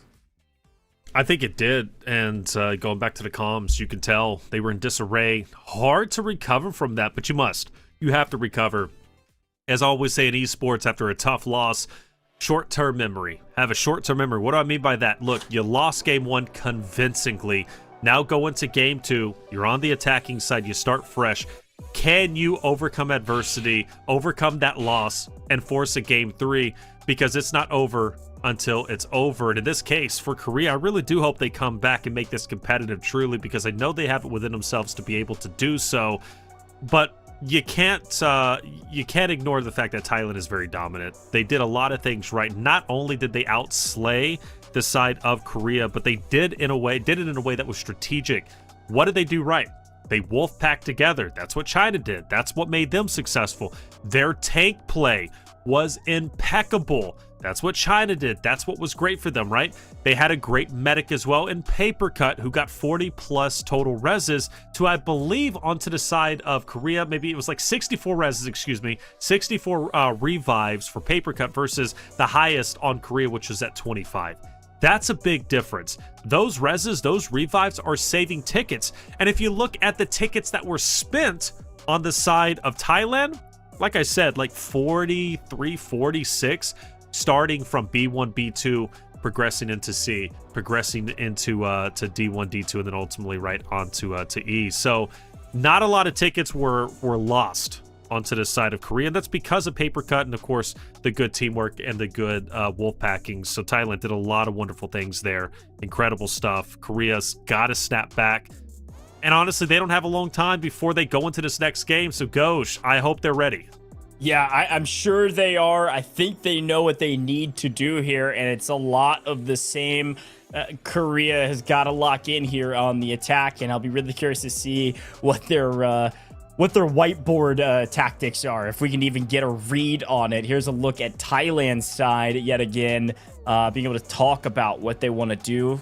They don't even need to draw it out. It's just the defense. How do we set up on these points? What's one of the things that we need to do to maybe hold some of these points? Likely one of the conversations they're having is we've got to deplete resources. We've got to deplete these lives so they don't have 200 going to point E. It's a difficult point to take, but if you've got 200 going into it, likely you're eventually going to come out on top. So it's a matter of how do we hold down some of these earlier points. B, for instance, D, two of the harder points for the attackers to take. Look at how active the entire team is in this moment. I think it's the most active. I didn't even see China this active when it came to communicating. Granted, some teams run differently. Some teams will just have a commander or a coach who's going to guide the conversation to say, this is what's happening. But everybody seems to have an opinion and a thought process on how they want to go into this next stage. How do they want to go for the defensive side? We move over towards Korea. A little bit more drawing around this time on the map, but also if you look at them, the demeanor, they do seem a little bit more defeated. I'm not gonna lie, I hate to say it, I really do, but they've got to step out of it. They've got to fight back. But one thing is for certain, that guy on your screen right there is guiding his troops, and they're paying attention. So I hope whatever they have going into their attacking side is gold, because brother, they're going to need it. Yeah, I like to. It looks like they've pulled over. I want to say these are the squad leaders here with Dead Dog talking on the Korea side. So essentially, it's a less communal conversation and more of the leaders from each of the 5 squads all coming together, communicating, Dead Dog telling them what he thinks, they're going back and forth on what they want to do, and let's try to execute the game plan, and then we'll communicate with our own squads. Frankly, I think I personally actually like the way Korea's doing it a little bit better. It's just a matter of execution. Because at the end of the day, if you've got 20 voices, that's what we call a little bit of too many chefs in the kitchen, all right? You get all the main leaders, you get 5 people instead of 20, who then go communicate with all of their teammates exactly what they're going to do. I assume as well, classic military does this, but also in warfare, each of the squads are likely dictated into roles. And so you're going to see certain squads. We've already seen it when we're spectating the first person view. Hey, this squad's going to be Luna. They're going to be getting vision for us. They're going to be getting a ton of value through the smokes that are so prevalent in a game mode like this. Hey, they throw a ton of smokes. Luna's going to throw those recon arrows, going to get us some info. Same thing. We need some people going for revives. We're going for the rescues. We're playing support operators. We're playing Stinger, picking up not only the players, but also throwing smokes down for cover for our crosses from point to point. So that's going to be a squad as well. Then you've got your engineers / tank players. Hey, you're our vehicle guys. Great. Not only are you wheelmen, but also you and maybe another squad going to play engineers so they can potentially keep our vehicles alive as long as possible, because we know that's a win condition. So we talk about some of that. Maybe you're going to see a Saniva team. Hey, once we get to the trench lines, let's swap to Saniva. I mean, we could go on and on about the supposed strategies, because it's so intensive. This game mode is so dang cool at a pro level. There's so much minutia to talk through, and I'm loving that we're getting to see it for the first time on land, but also at the highest level, in my opinion, because of a full coordinated team effort under those commanders, Taylor. Hey, it has to be a team effort. Again, you can have a guy who's dropping 50, 60 eliminations, and trust me, even that individual will hurt the team of 20 that you're going against, but you have to have everybody on the same page. Without that, you are simply not going to win. Coming into this tournament, already what I expected to see isn't panning out, and that's a great thing, because again, we're learning, and you said it best right to the audience.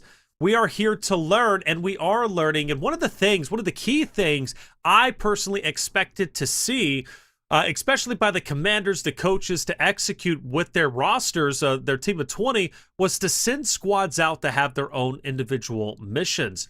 But it turns out breaking up isn't the proper play. Japan tried that against China, and it simply didn't work. Sending a squad out here, sending a squad out there breaks up your full unit, and it seems like a full unit attack is simply the way to develop your overall strategy, is simply the way to win. Now, will that change over time? I think so. I do still think there's going to be value in sending unique squads out to attack certain POIs. I think now, where Delta Force is currently at when it comes to obviously warfare, because we're so early into the esports sector of Delta Force, there's still plenty of more to develop and go.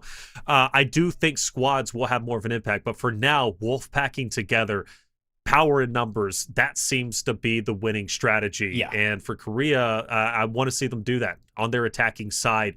Full send it into Thailand. If not full send it, at least do it as a team.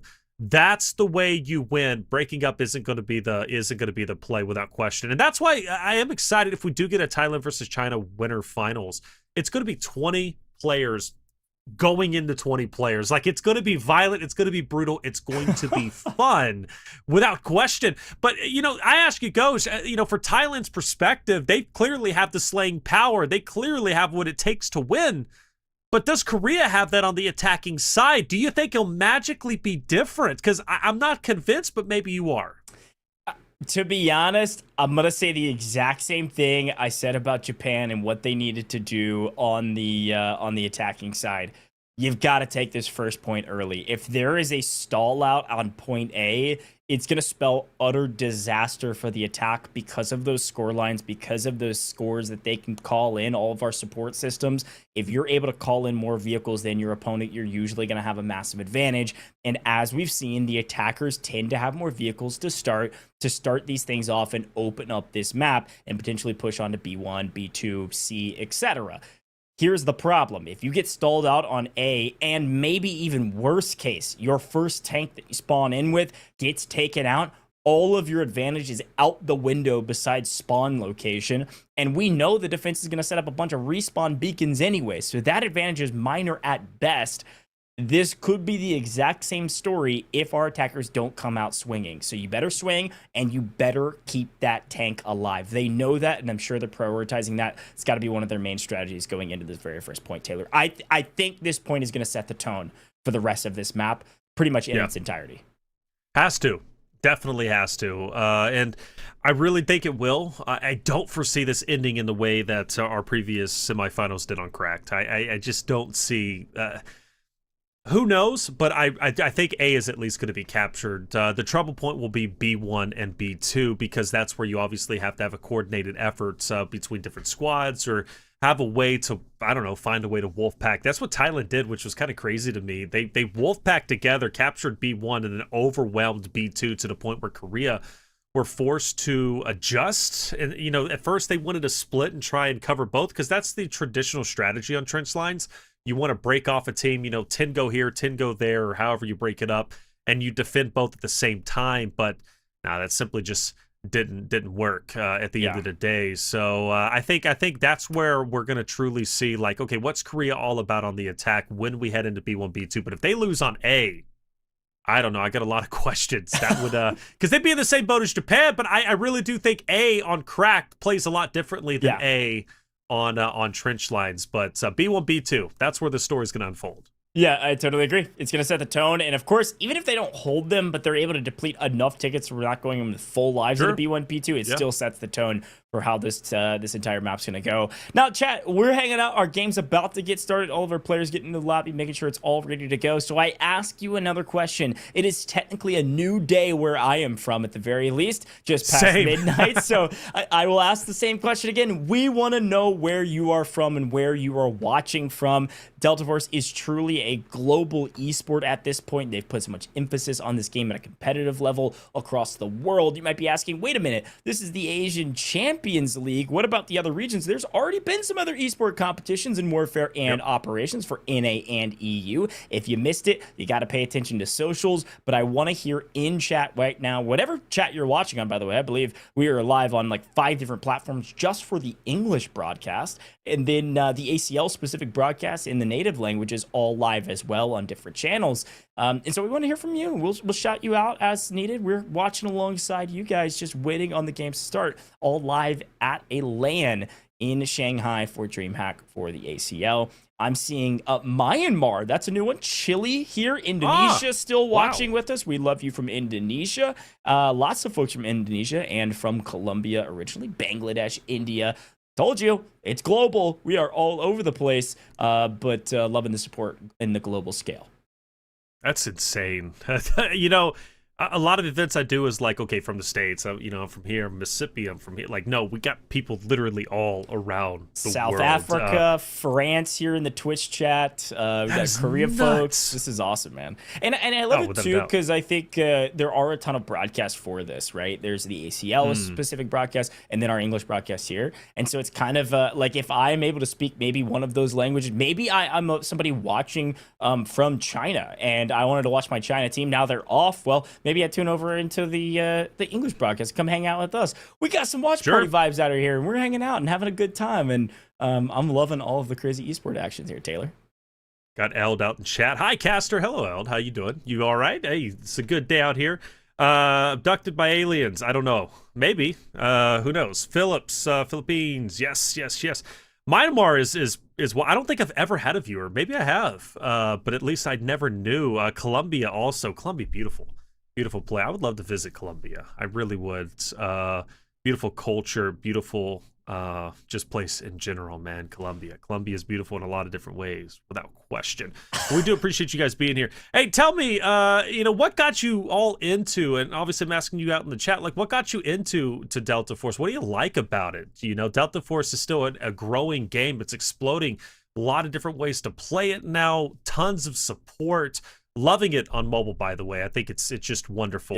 Just to pick up, I've been advertising it to all of my, you know, IRL friends, coworkers, like, hey, download this game, play it. You know, you go on break, get yourself a Warfare game, man. Go back to work, okay? You reset. You know, what got you into it? What do you like about it? And you know, how do you play it? You know, you're a PC player, you play it on mobile, a bit of both, you know. Again, and what do you where do you want this game to be in a year? personally? Where do you want Delta Force to be, whether it be competitively or just as a title in general? Because it's got a lot of legs, clearly. We're already talking potentially Esports World Cup in 2026. That is nuts to me that Delta Force might be there. And if you all haven't been to the Esports World Cup, let me tell you, it's a magical place. It is beautiful over there. It's hot. Don't get me wrong, it's hot, but the competition is hotter, baby. It really is. And the best of the best end up going out there along with the best talents. Like you see me as well as Goj out there. Last year we had a great time. It's a mixture. The strip is beautiful. You go out there and you could race cars. You could do haunted houses. You could play games, get a funnel cake.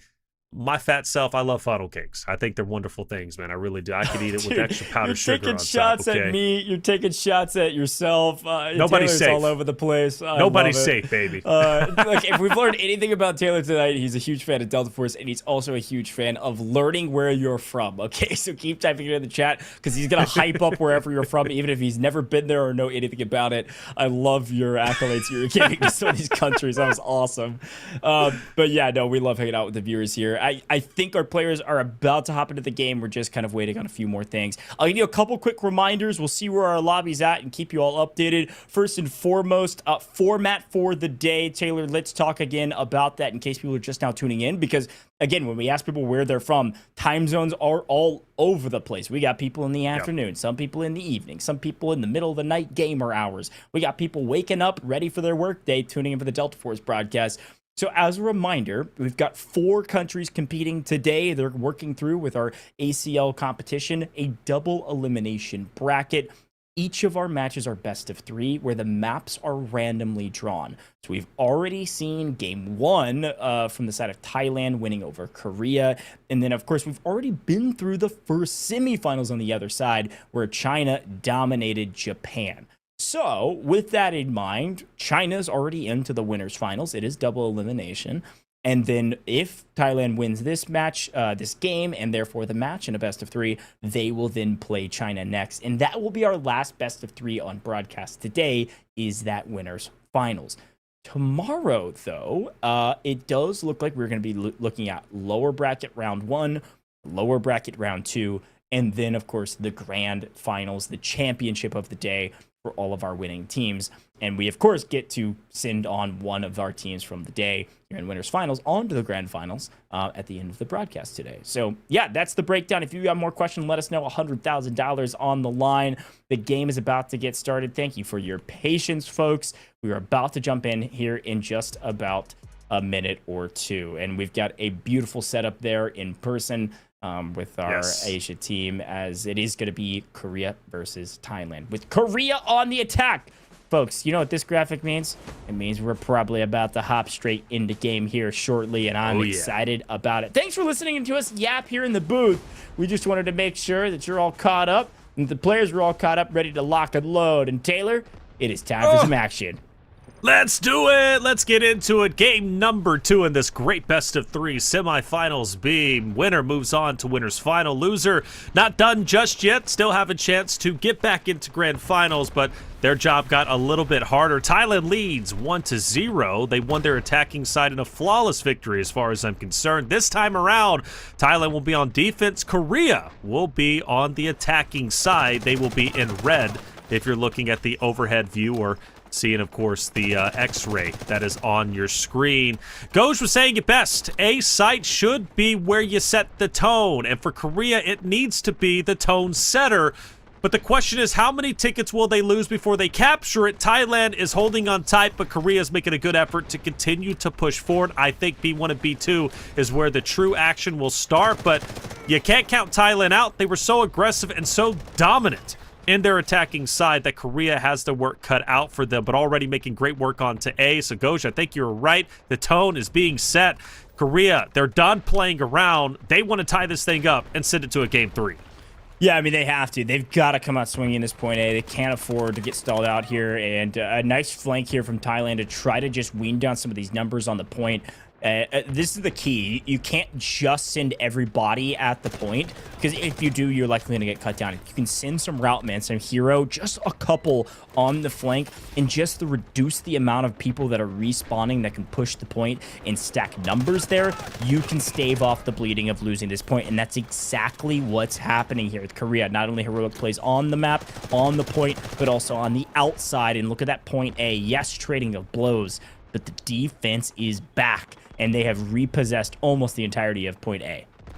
Which seems severe, but you look at the tickets, it's not as bad as it seems. Korea's only lost 10. So even though Thailand does retake A, there's a chance Korea still, I think they're still absolutely in the fight. And let's not forget, you gain tickets for every time you capture a site. Korea could lead this one maxed out at 200 once again. But I say all that with just trying to give hope, but now they're down 16 tickets. Thailand shows no signs of, at least relenting.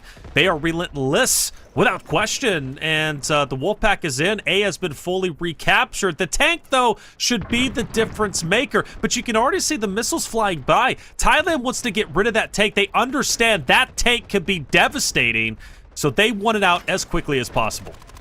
Yeah, this is, we talked a lot of strategy during the last game, and one of the main things we talked about, it is very low. These two people that are just running around, like basically getting pushed around by this tank, are engineers, and look how fast they heal it. This is necessary, and this tank isn't able to get more aggressive because it's getting picked up so low. And so you've got to pay attention to not only the health of that tank, but also the folks that are around it.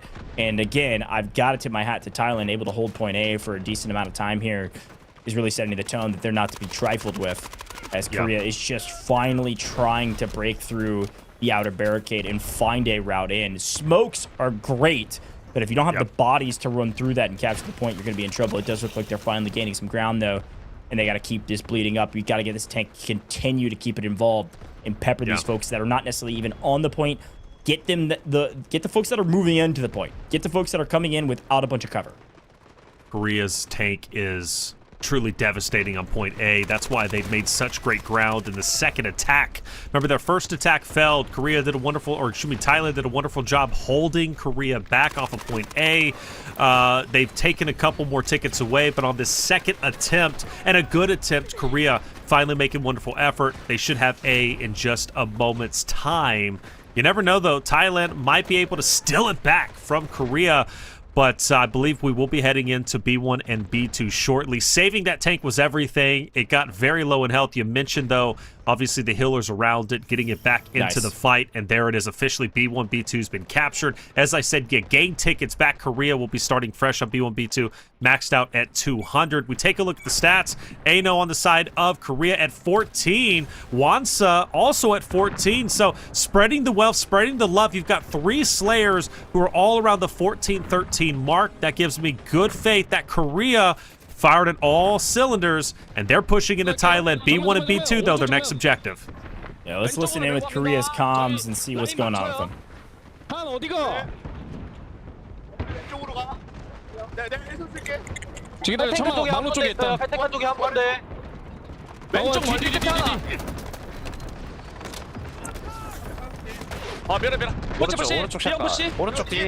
오른쪽 뒤 시합각 조심해야 돼. 비원들.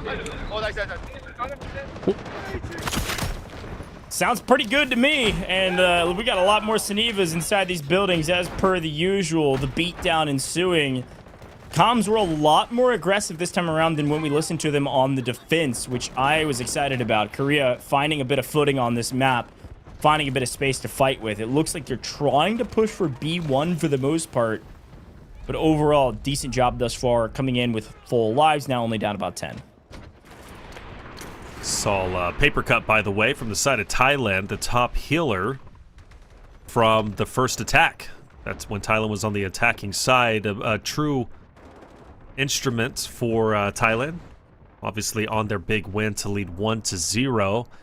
This point in time last time, remember, Thailand on the attacking side had B1 and B2. B1 already captured and B2 being played around with. They ultimately would get countered. Korea would push them back, but Thailand would quickly recover and gain B1 and B2. This time around, though, for Korea's side of things, not looking as strong, not able to get onto B1 or B2 yet. They're still filling it out. This is exactly where I thought Korea would have a tough time and start to struggle, and Thailand would start to excel. And I think we're starting to see that. They've already lost 14 tickets, still healthy on Korea's side of things, but I really do think this could be where Korea could potentially end this series. If they don't step it up, Thailand could win right here, right now, win 2-0 and go and face against China in winners finals. Korea's got to get serious. And they're finally getting some value on B1, which is nice to see. But you're right. I mean, you talk about the steamroll that was the first map. This is not even kind of similar. They are getting value. They are getting some bodies on the point. Saniva, obviously a major value add for that. Beatdown after beatdown. Certainly helpful. We got some Virons, it looks like, in the mix with that magnetic bond coming in, trying to clear out some of these CQB fights. Says, stay down, says Winter. And don't get back up. This is my building. I love it. Well, here's a quick look. You can see some of the artillery strikes potentially going to be coming in soon. And here's a listen in with Thailand. ได้ยังไหวโอเคเชื่อใจกันซ้ายเข้าหนึ่งที่ผมแตกนะเดี๋ยวกูไปเล่นข้างหน้าB2มาทีมกูต้องรอกลับมาB2ที่1กับB2ที่1กับB2 โดนลินน้ำโดนลินน้ำมาเตะลินน้ำที่ไม่รักที่พี่มาสายB2สายB2เต้นที่กูหนาไหมปามี Yes, sounds good to me. I mean, that was a lot of the same from the attacker side. And while we were listening in, Thailand on the attack was chaotic. This time in the defense, just as chaotic in a great way, conveying a ton of information. And while listening, they have fully recaptured B1. That moment of an opportunity for Korea to take this first point is long gone. Never gets old watching a Saniva just bash players in the face non-stop. Love the sound effects that it makes. You can hear it even in the overhead view. B1, a lot of emphasis placed on it from Korea, but you notice getting picked apart. Thailand is pushing them off, pushing them back. B1 will get half capped, but I think it will be Thailand recovering, if I'm not mistaken, unless Korea can fully get it. This would be big for them. They've lost about 40 tickets now. Still not too crazy opportunities to come back, but my worry is still there. I have to say, I don't know if Korea's going to be able to get off of this B1, B2 site. They're going to have to work hard to do it. Thailand has done such a great job, but this is the first glimpse of hope, Goj. The first opportunity to capture a site for B1 and B2. The question is, does Thailand want to continue to put resources over here? I think they give it up. They fall back to B2. If the opportunity comes for them to recapture B1, maybe they go for it, but now they need to put all their eggs in one basket. That's going to be B2. But I say that, Goj, it looks like they are going to make an attempt on a retake on B1. Yeah, this is aggressive. This is what we expect from them. It's not what I expect to see in pubs, but when your team is aggressive as Thailand, they are no holds barred. They are pedal to the metal. They've got a couple bodies on B2, but they are not trying to sacrifice B1. They're not trying to give the attackers a foothold and a respawn this close to their second point. And you've got to realize the commander from the attacker side had put an issued command on B1 to capture and hold it. And so if they allowed this team to hold it for another minute, this is a ton of score going to the side of the attackers where they could potentially use it to call in more vehicles or artillery strikes or anything in between. So a lot of value that they're preventing the attackers from getting if they're able to retake. And because this was such an aggressive push to capture point on B1, it doesn't look like Korea had a chance to double down and swing over to B2 on this tug of war. Instead, they're just trying to go force versus force, and we know who wins that battle. Yeah, we do. Thailand, clearly. Thailand, without question. Things go from okay to, well, pretty bad at the moment for Korea. Now they're down to 137 tickets. During that retake attempt from Thailand, they were able to take away, I believe, 20 to 30 tickets just in that retake alone. They did it successfully, and already just like that, B1 fully captured from Thailand's perspective on the defensive side, and Korea starting to fall apart. They're in shambles, and Thailand shows no signs of slowing down. B1 and B2 is tough to take. It really is. I'm actually shocked Thailand full sent it back into B1. I really thought they were going to break back because that's what I'm used to seeing in warfare competitions on trench lines. You lose a site. The team that lost the site on the defensive side will fall back and, again, put all their eggs in one basket. But tough break without question. And now the question is, what is Korea up to? What are they going to do in response? How are they going to attack once again? The amount of people on B1 now from Thailand's side of things is tremendous. Yeah, it was a great hold. And again, this goes to show that they know what they're doing. They're able to retake an aggressive swing, an aggressive play, but macro level is great. They were able to recapture and prevent the extra score. I mean, I'm impressed with Korea able to get through A and have some value here comparatively to what we saw in the last one. They're able to keep their tank alive as well. We actually saw a quick glimpse on the overhead cam of one of the engineers, I think, laying on top of the tank and constantly healing it. That's one way to do it. There's no question about it. It's a great value add. The problem is at some point, and it looks like they're on the move now. This is what I was about to call out. They do have a lob. It looks like, I think that's what it is on the far side. They've got a respawn beacon on the far side, and I think they might be mounting an effort from this side flank over to B2 to change the tide of battle and potentially catch the defense on their heels. A huge swing from this lob all the way around the side, and here comes at least a partial push. Here's a listen in with Korea.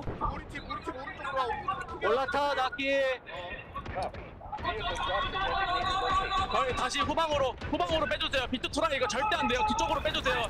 이거 강가 쪽 캠프 쪽으로 리그로, 강가 캠프 쪽 리그로 빼야 돼. 강가 캠프. 다시 뒤쪽으로 빠져서 B원으로 가요. B원으로.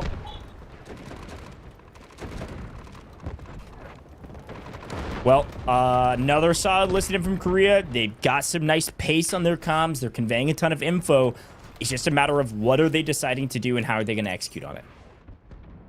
104 lives now for Korea. Scary prospect, especially given the fact that, once again, no tick has been done on B1. Yeah, they've captured it one time. Yes, they've made efforts, but every single time they progressed onto B1, Thailand has taken it back immediately, without question. But now Korea's going for something different. For the first time, they're going to be on B1 and B2 at the same time. Yep. This is something that this is something that Thailand did very well during their attacking side just the game previously. Now Korea is doing the same thing. This is a good adjustment, and this is a positive thing. Something we need to see more, and especially something I wanted to see from Japan, right? When they couldn't capture A. Well, how do we attack it in a different way? Korea is thinking on their feet. Despite them losing B2, Goj, they still made enough effort on B2 to split the forces of Thailand, so now they can capture B1.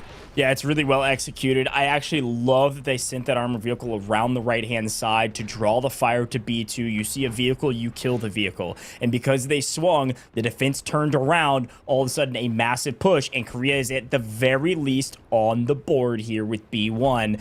Can they hold it? I don't know, but there is at least a glimmer of hope for this map if they can push up now and make it onto B2. Like we saw with China, ideally you are getting fully stabilized on this point, getting your forces in order, and then making a huge swing.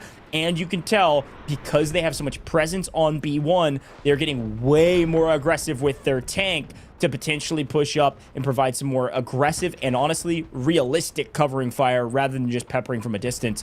But when you do this, there is a small risk that you lose your tank. Let's get a quick lesson in with Korea.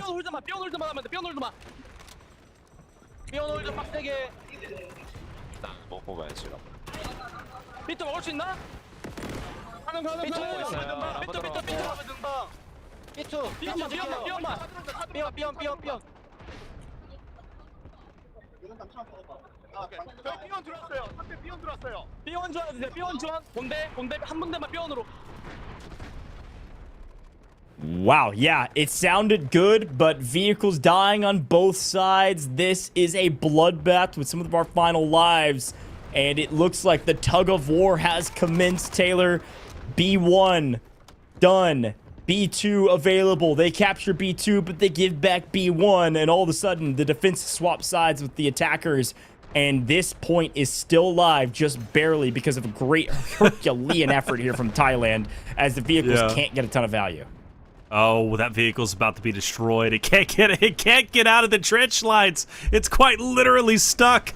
Yes, a tank can climb a wall, but a vehicle cannot get out of the trench lines. That's just how it goes, and unfortunately, it's down and out, and heartbreakingly enough for Korea, they will lose B1 once again. They were so close, such a valiant effort, now down to 69 lives. Chad, I ask you, the collective mind out there, can Korea do it? I don't know. B1 and B2, this is where I knew the struggle point was going to be. This is where I knew Thailand was going to wake up. A is just so hard to lock in. Korea set the pace early on, but can Thailand lock it in? Can they win this series 2-0 to go into winners finals against China? Or will Korea come back? That's the question I have for you, and I await your answers. Let's listen into Thailand and how they're sounding. มี2เยอะมันกลับไปมี2มันกลับไปมี2กันเยอะแล้วพังรถพังลงจากบ้านเคลียร์แล้วรับทราบมีหนามมาได้หรือเปล่าวางหนามไปแล้วก็ได้นะเว้ยเฮ้ยหลังมาพวกเกิดมาเจอตัวนึง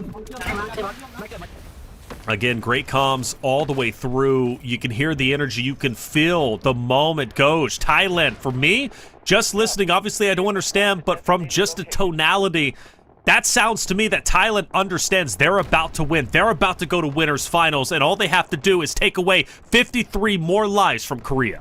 And you're seeing, I think, a tank destroyer back here for the side of the defense. Thailand, this is the thing. When you're able to hold this long and get this many kills, you're going to have vehicles and different call-ins, your support systems that you can call in and change this battlefield. The attackers have some of their own. You can see more vehicles getting into the mix. These last 50 lives are going to be utter chaos, but that's what we love about Warfare. The best Warfare players are able to ingest an insane amount of information and use it to be able to actually do something on the map. So when we hear comms like that from teams in Thailand, teams in Korea, that's, you know, you're watching the top of the line Warfare esports. You're watching the top of the line in Delta Force, and I'm loving the action. As we expected, some S12K, some shotguns in the trenches, utter chaos and exchanging of hands. The tug of war, it has commenced as they've traded B1 and B2 several times, but the defense is holding on with those Sanivas in the bunkers on B1 just for a moment longer potentially, as the defense has fully reset up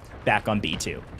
It's do or die now for Korea. Do or die. This has to be a flawless push. With only 36 lives remaining, Thailand is knocking on the door of winners finals to play against China. A chance for a guaranteed $30,000. The winner of that series will either get first or, will be a guaranteed second place. That's what's at stake here in Korea.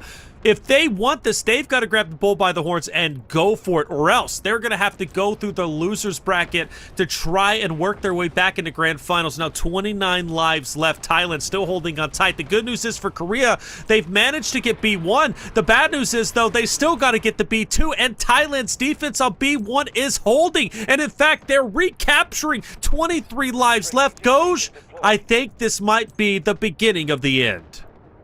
We've got LAVs, we've got tank destroyers, we've got tanks, and everything in between. It is non-stop chaos. Vehicles so important, and both teams know that, so they use all of their scores to call in whatever they can.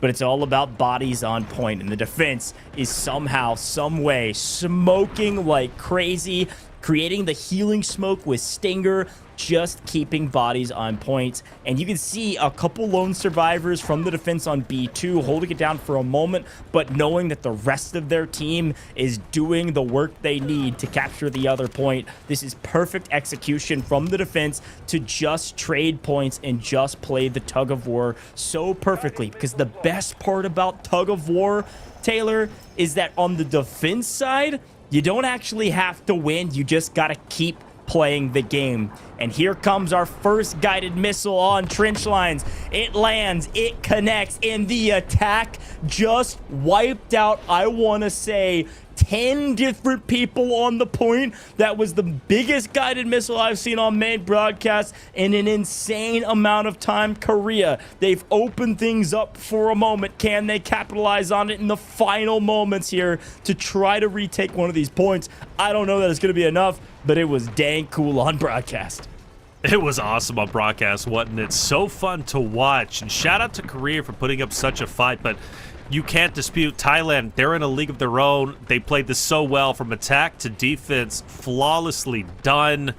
And I gotta say, this is the performance Thailand needed to show, because now they go to winners finals to play against China, who dominated their win against Japan, much like Thailand just dominated their series against Korea. You've got two teams about to battle out in winners finals who went 2-0, who won flawlessly on their respective maps. I'm excited. Thailand looking great. The chicken head lives on. Goes. The chicken head lives on. I'm loving this. I don't know what it is. Somebody's going to have to give me the lore between days, but we've got an interview here on stage. And again, want to listen into some of this and also talk about a few things. Taylor, a great time, a great production on the other side as well. And yeah, I've got to remind you that we are live in Shanghai here with our winners of our semifinals here at Thailand. Such a cool stage. Blown away, man. Just the effort. The fact that this is Delta Force's first esports LAN and it already looks this good is crazy to me. And you have, I believe, Thailand on the left, Korea on the right.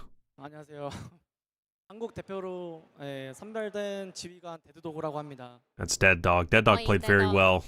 Obviously, you have both commanders here. That's what you're looking at. You're looking at both of the commanders, the leaders of the respective teams.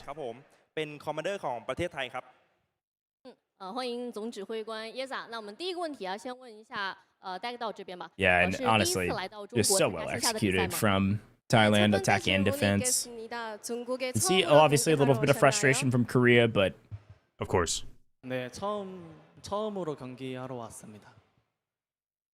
Yeah, not a lot of words, but you got to think again, it's not over with.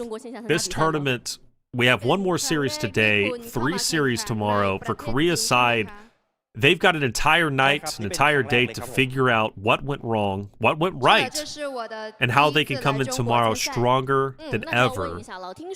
Potentially even go against Thailand once again, right? It won't happen potentially until grand finals, depending on how this China versus Thailand series ends up going in winners finals today. The next series up, so you don't want to go anywhere. We'll be coming back with one more series, but for Thailand's side, man, huge win, dominant win. So impressed.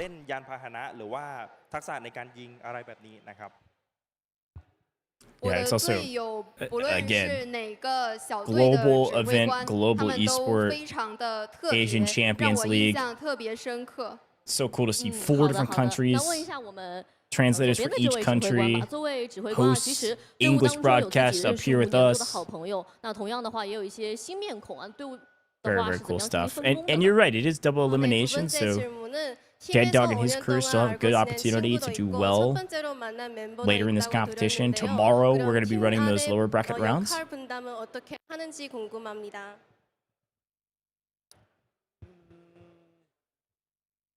그냥 제가 일단은 먼저 오더를 내리는 편이었고 팀 내 It's a lot of pressure too here, Taylor, for the commanders. I mean, for those that haven't played the commander mode here in Warfare, essentially it's the same Warfare, except one player. In public lobbies you get voted on, but in game, it's here on esports, it's chosen.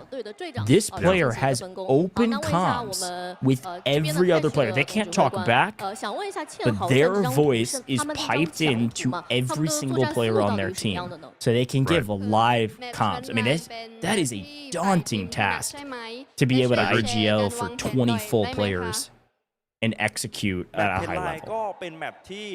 Yeah, no, you're right, and you know, you talked about that immense pressure, and you know, obviously watching Dead Dog on the opposite side there for Korea and seeing the emotion on his face, you can tell this loss is very personal to him. And he feels the gravity, he feels the weight of his team, you know, as the commander, he feels the responsibility of the loss. And to me, that tells me he doesn't look defeated.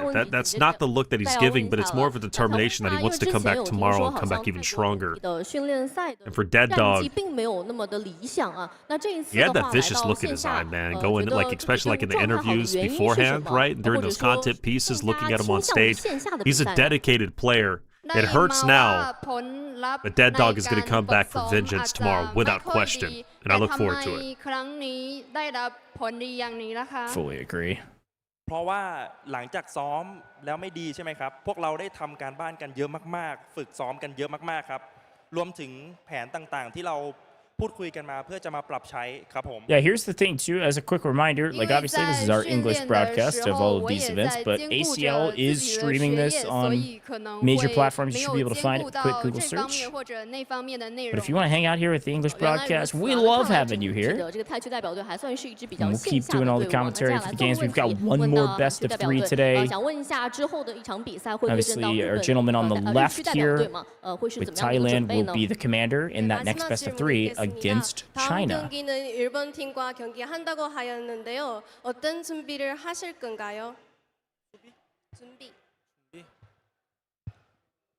Such a crazy matchup, by the way. Thailand versus China is going to be nuts. Oh, it's going to be crazy. I'm so excited for it. Because they have similar play styles, similar strategies from watching them. It's going to be crazy. That dog. Obviously don't know what he said, but it almost looked like he said, hey, we're coming back tomorrow. We're going to be even stronger than before. I believe that's going to be it for the interview between the two commanders of Korea versus Thailand. Thailand, a big win.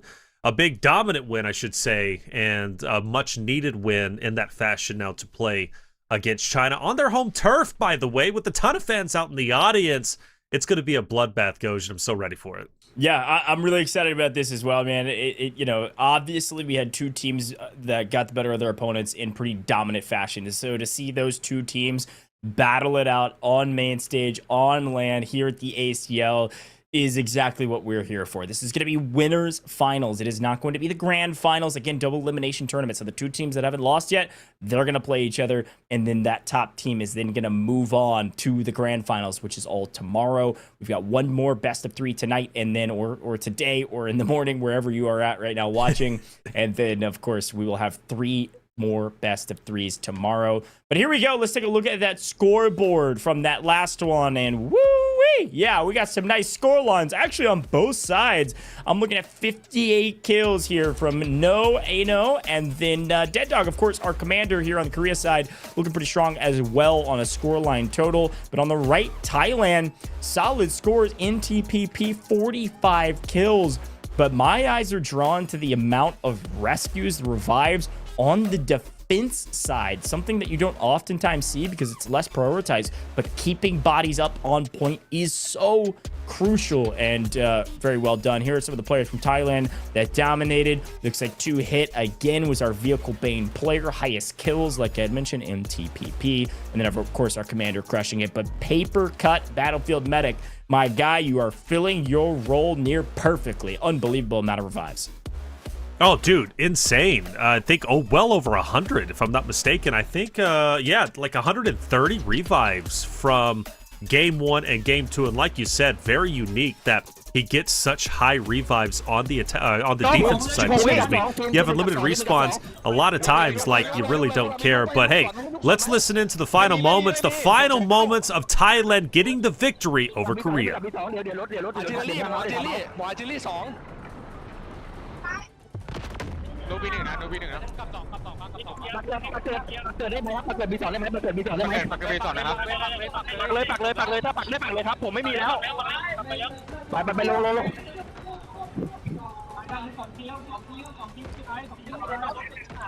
B1 ไปปวดเลย B1 ไปปวดเลยทีมเราฟอฟฟี่สู้ๆเว้ยเอกสู้ๆ B1 เพียบเลย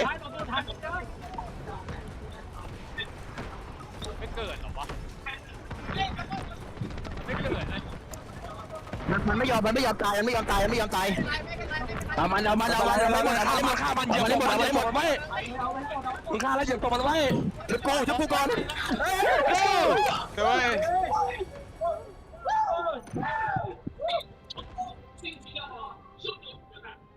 Like, yeah, I got that last one. Let's go. And I agree. Right. Honestly, great composure in the face of a guided missile. They knew they had it in the bag. They just had to close things out and get the full kills there across the board. So very well done. Here's a look back on the totality of that matchup and how it all went down. As the side swap, there was a moment where we thought Korea had enough momentum to try to carry it on. They are our first team that has lost both in a row to actually capture a point, which is nice to see, and actually have great success just getting value on B1, B2. They just couldn't quite net it into a full push into C. And again, I think there was just a key moment where I don't think they were able to capitalize inside of this tug of war. I used this analogy before. The tug of war is the back and forth that you're witnessing right now, where the attack and the defense continue to trade points back and forth. B1, B2. They take one, we take the other.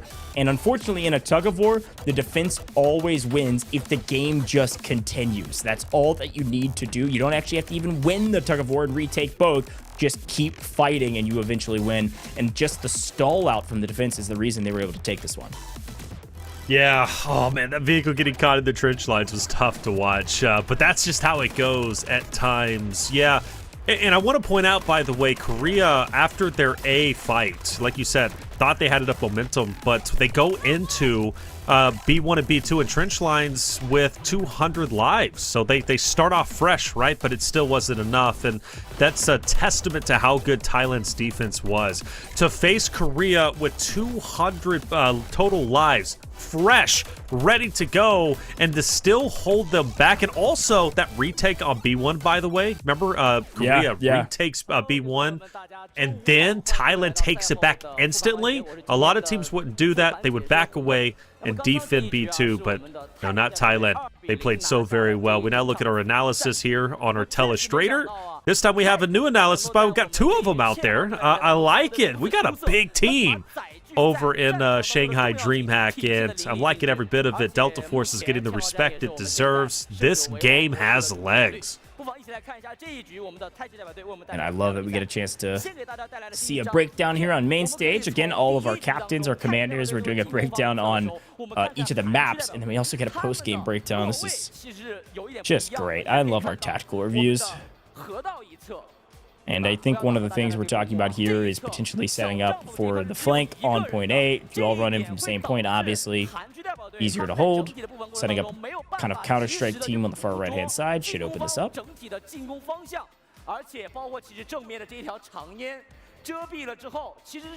And then one of my favorite utilities, and one of the most griped about utilities, if you're not a Luna fan, is when Stingers drop that recon drone smoke line that you can throw out. Provides so much visual cover.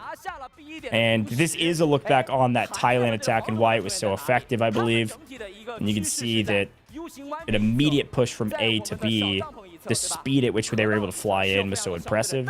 And the defense was set up for the counterattack that most teams do, which is on that far right-hand side, Taylor, where you see he had circled them at the top of the screen instead of being ready for the immediate push over to B1. And so because of that numbers advantage, the attack was able to take it. You notice Thailand sent their tank over to the right-hand side, and like you mentioned, obviously, that's where the counter defense was set up from Korea's perspective, but they all had to face against that tank. And let's not forget that the game one stats from our tank operator, the commander, was brilliant. He had the most. And where he's currently sitting at on the right-hand side was constantly peppering shells into B1 non-stop. So every time Korea would send their reinforcements in there, they couldn't do anything because they were getting peppered not only by bullets, the Sneva's also being annoying up close and personal, the tank shots inside the trench lines, which is very unorthodox. You don't see that too often, but this tank battle was the coup de grace. This was the final fight, the final push onto E. Notice, at this point, Thailand has already lost, or only lost, excuse me, 5 tickets So at this point, and I love that he drew that line, you see the tank coming from the right-hand side of the building. You also have the left-hand side tank, so they lose their middle, but no worries. They still have a fatal funnel from the two tanks on the right and left side to focus, and they both do focus. The tank on the right on streets, and then the tank on the left-hand side from Korea's perspective has no choice but to retreat down. Eventually, it will get destroyed. But while all of this is taking place, Korea's, hopeful attack with the tanks, they can't pepper in shells into the east side anymore. So while this tank fight is going down, now the full push from Thailand is taking place onto E. They're getting real estate inside the hardcover POIs. They're getting real estate into E. Now that the tanks are out of the picture, they can win their gunfights. The Sanivas can then push forward and distract the frontline players of Korea, and ultimately it results in a big win from Thailand's perspective, a dominant win, and they only lose about 10 or total lives. In fact, actually, from the 3 consecutive points leading up from B1, B2 onwards, ultimately to E, I think they lose like 43 total lives, which is huge. I mean, come on, that is a big win on trench lines when normally you see a large push and pull fight, not only in B1, B2, but also in future points. So yeah, Thailand played it perfectly. Their aggression was in, their defense is here. Attack, defense, both flawless. Yeah, a great breakdown and a big shout to all of our Shanghai members over there. We love you. You're doing a fantastic job, analysts, casters, etc. We are live all over the place, folks, and in winners finals right around the corner. It's going to be Thailand versus China. What map will we go to? Well, you got to stay tuned to find out. You're not going to want to miss it here in the booth. We're going to be live in just a moment. We're going to take a very short break and get our players ready to go. Don't miss it. Tune back in. We'll be back in just a moment for our winners finals here with the ACL.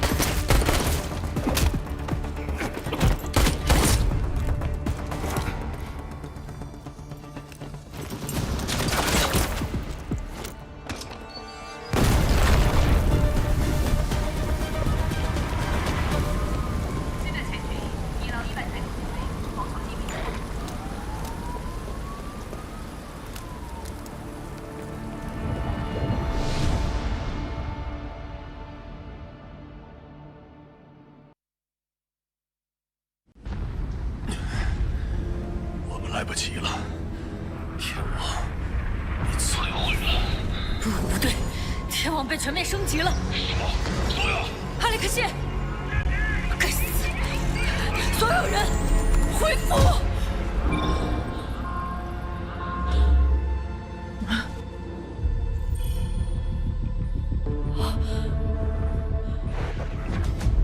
无名，确认位置。听着，我们的交易很清楚，我帮你摘除脑机，摆脱哈福克，而你必须入侵天网终端，恢复 GTI 通讯。现在，立刻恢复。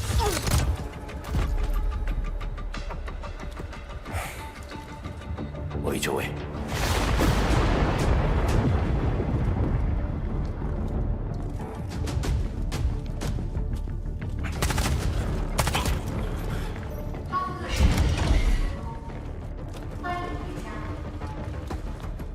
资料是安全。找到天网计划的终端，快速入侵。欢迎回家。你和瑞丽塔讲的是对我是最高，你是某种不同的，不要抗拒，接受它。还出我的脑子！手吹响。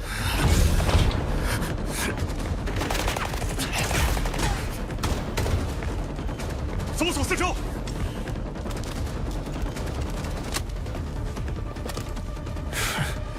来制造一点恐慌吧。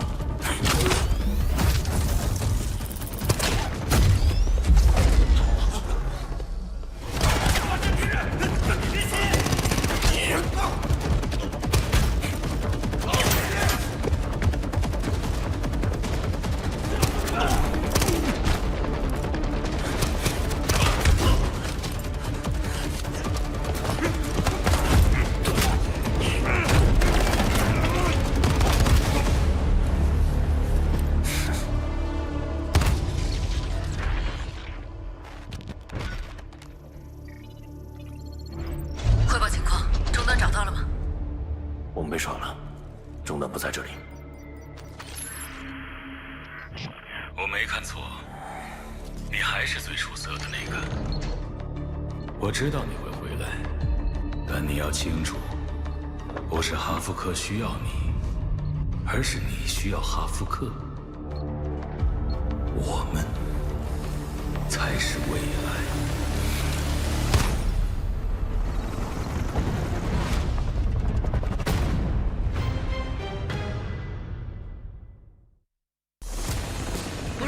掉队，让战火止于利剑和尖盾。这里是 Delta Force 守望者营地。哈夫克不但拒绝一切可能停火的谈判，还暗中升级天网。战争的天平已在剧烈摇摆。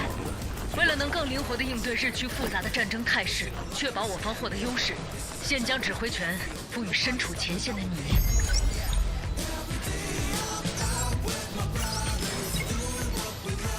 众望所归，你现在是我们的指挥官了。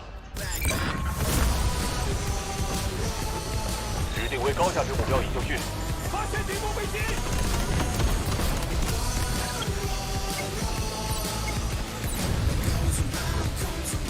发现敌方坦克。已标记敌方高位接单位。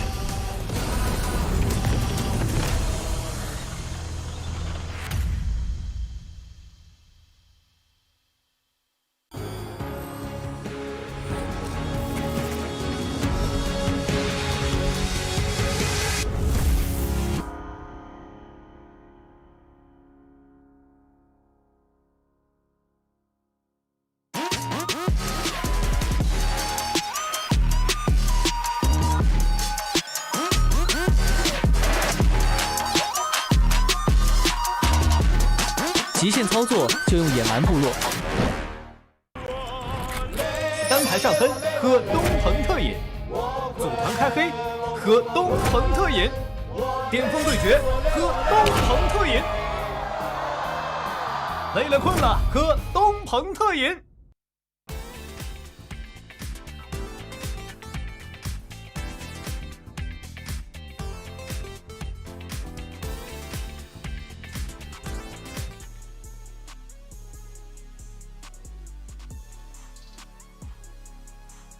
Welcome back to the Delta Force Asian Champions League. This is day one of our 2-day LAN Grand Finals here at DreamHack Shanghai. This is our English broadcast and winners finals right around the corner. The last best of 3 of the night or the midday or the morning, depending on where you are watching, Taylor. I'm so pumped about this best of 3. It's going to be China versus Thailand. Both heavy hitters, both dominating 2 up, 2 down in their first round semifinals matchup. I think this is going to be a battle of the finest here in winners finals. Battle of the finest is a great way to put it. I was thinking on the break, we're about to watch 2 of the best teams, Delta Force has to bring. And you're about to see some of the best warfare you've ever seen played out on stream. And take notes, because I really think both not only China, but also Thailand, during this winners final matchup is about to put on a master's clinic of how warfare is designed to be played. They both have similar play styles. They both have superstars on their respective rosters. Paper Cut, right? When it comes to the overall healing, he's going to be the one who's going to be getting the revives, not only on the attack, but also on the defensive side. If you look at the China side, though, let's not forget, of course, Kiss Shot. Kiss Shot, just as impactful in the revive category. But I'll be honest, I really think at this point, Paper Cut actually edges him out in the revive category. But then you can't forget, though, the 2 tank operators on both sides. We're talking about Hot JB Cat, who was just dominant when it came to not only the slaying, but also driving the tank. But on the opposite side, right, you can't forget Thailand, because Thailand, I believe, had, who was it? It was oh gosh. It was was it Yezra for the tank, or NTPP with the tank? Yeah, NTPP. Either way, yeah. NTPP with the tank. So you've got JB on one side, you got NTPP on the other side, both respective. And let's not forget the playing styles, Goj. Both of them have similar play styles. They both wolfpack together. They utilize smokes quite well. Like, I think we have a mirror matchup that we're about to watch, and I'm here for it. Yeah, I think, again, the first point here is going to be a true distinction for which is the better team, and you're going to be able to pick it up very quickly, or if they're very even. I don't know that we have a clear understanding if this is going to go the distance, if this is going to go to that 3rd round in our best of 3s, or if one of these teams is that superior, because they both dominated their first game. So logic would tell us, sure, it's going to go to a 3rd round matchup. It might, absolutely, but there's a chance that one team is just that much better. And I think you and I were talking during the break, which team looked more dominant between the 2? China probably on paper, but you got to remember the matchup and what map we were using, right? Cracked is a totally different beast than something like Trench Lines. And so, yes, they were dominant on Cracked, a 3-point map, a 3-sector map, but would they have been dominant on Trench Lines? I don't know. I think that's a conversation to be had. Here's a quick look yet again at this Thailand roster. As a reminder, Dark Star was dominant on this roster as well. Yes.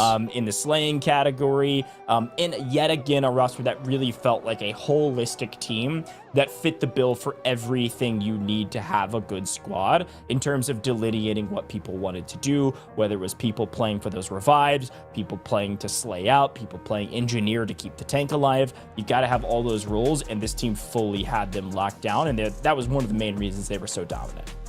Yeah, and Dark Star was the one I wanted to point out. NTBB was incredible, but Dark Star, especially during their attacking side, was utilizing the tank very, very well on the Thailand side against Korea.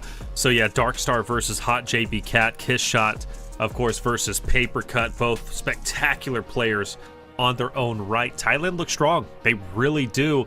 Obviously, China, though, they are the top dogs. They are on their home turf. And let's not forget, chat, just to remind you, China was the most dominant team during the qualifiers. And from what I'm hearing, they were undefeated.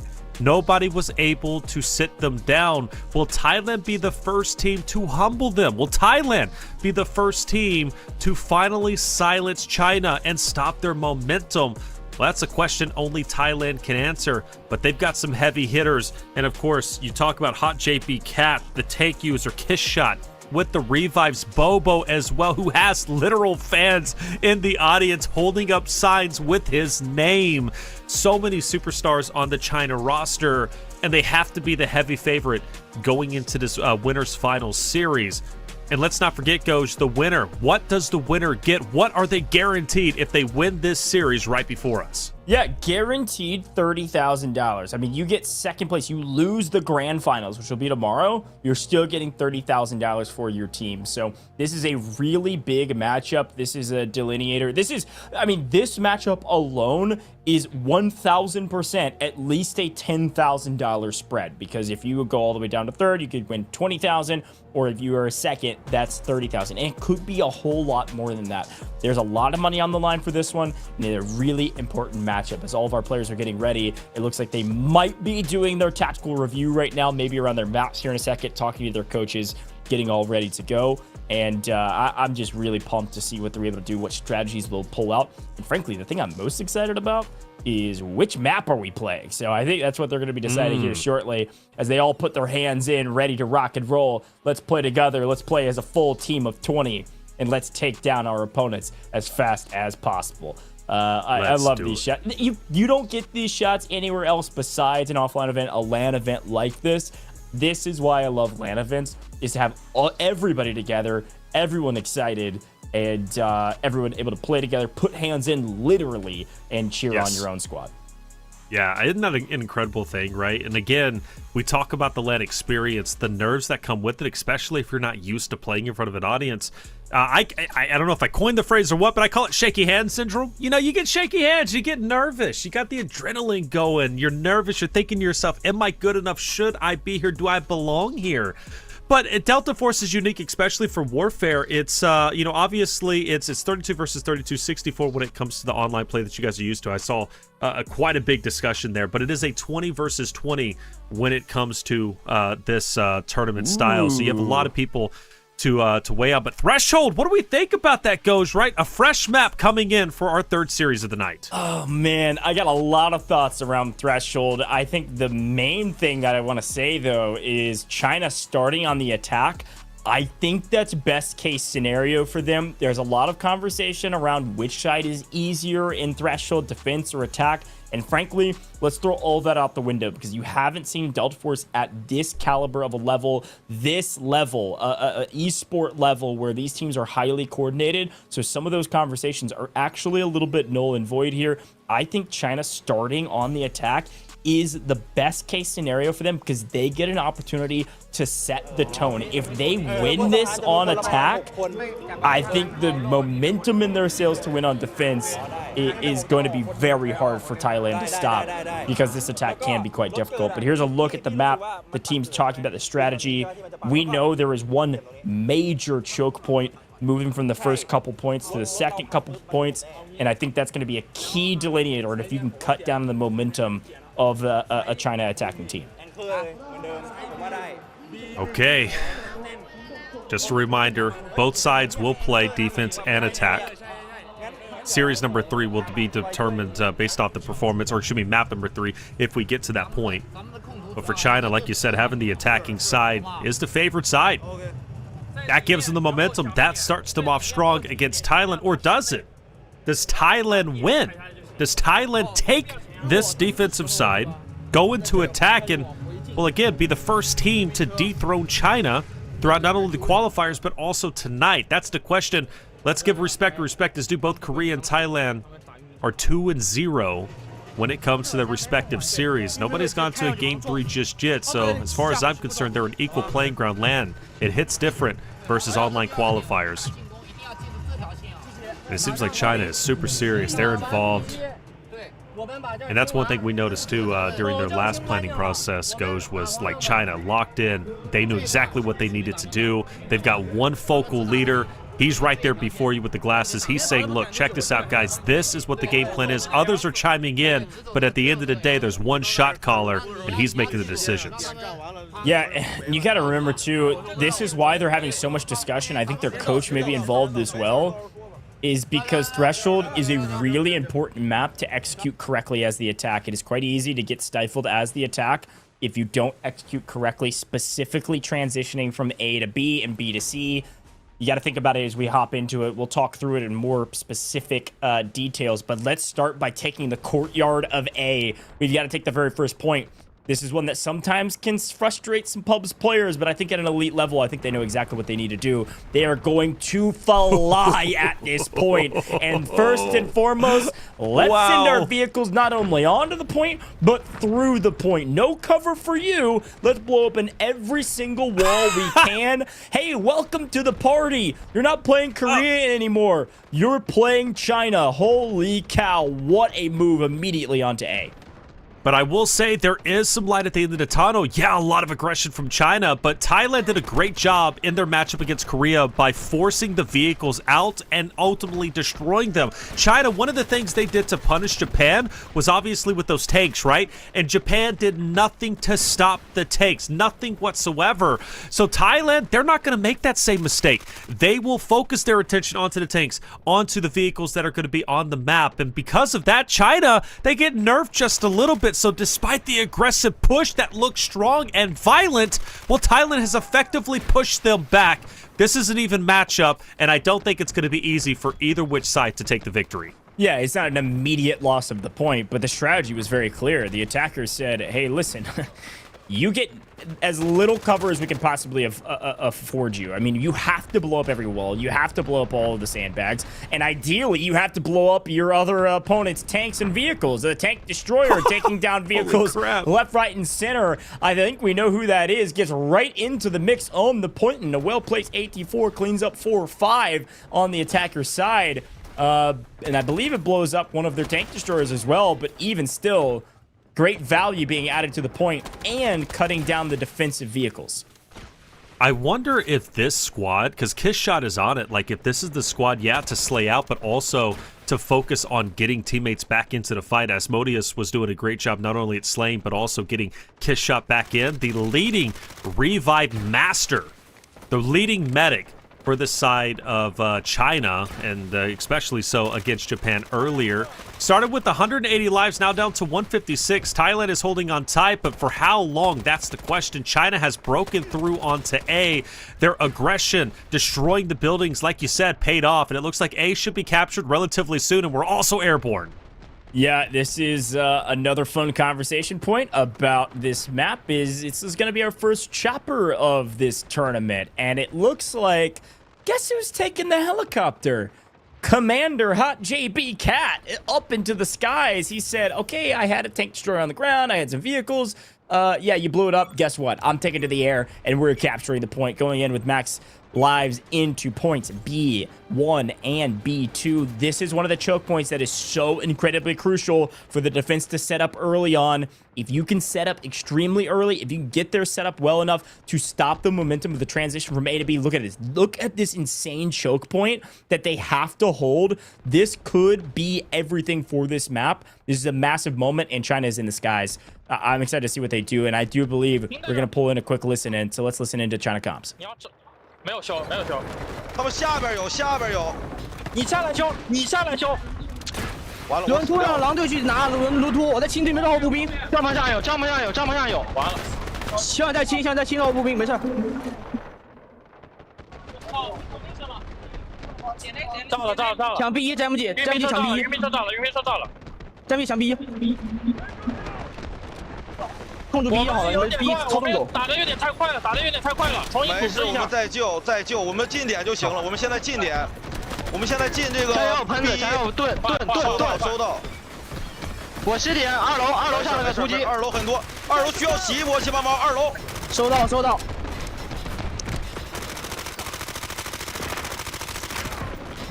Great team comms from that squad and the commander's squad. A lot of good communication across the board. And I will say a little bit slower communication for the most part with Hot JB Cat because he's up in the air. And one of the main things they knew they had to do was get through this choke point onto B1 as fast as possible.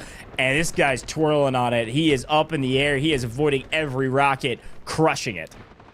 Bro, that thing was flying. Hot JB is going for it. when we pulled up the scoreboard after transitioning from obviously A to B1, B2, Hot JB, no surprise, was leading the charge in the slaying category. And I mean, that's exactly what he was doing against Japan with the tanks this time around.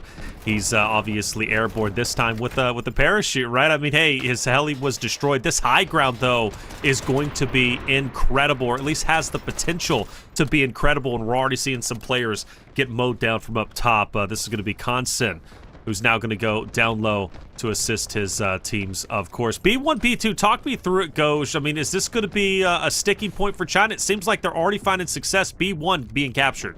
Well, I mean, that's the key about this point in Threshold, though. It's like you have to take B1 quickly or you're just going to be stifled at that choke point forever. I mean, they're still fighting for position on this point. They're able to take it, B2. It's difficult, but it's not quite as difficult as this first one. A well-timed defense and a great execution of the setup, especially if you can get the helicopter out of the air faster. B1 is actually insanely difficult to grab, but the attackers are doing just a really good job of making sure they got bodies on the point, and one of the reasons for that is because they've got an eye in the sky. Oh my goodness! Jin Fu said, hold on, Goj. I need you to relax about Mr. Cat in the air.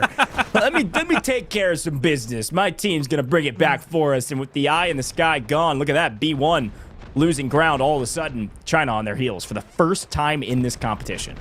That's right, first time, isn't it? Thailand has a chance to make history when it comes to this entire tournament series, to defeat China for the first time. Nobody's been able to do it. Can Thailand be the first? Well, they're making a great effort. 138 lives last for China. Speaking of which, Thailand, what are they up to? Let's listen into the comms.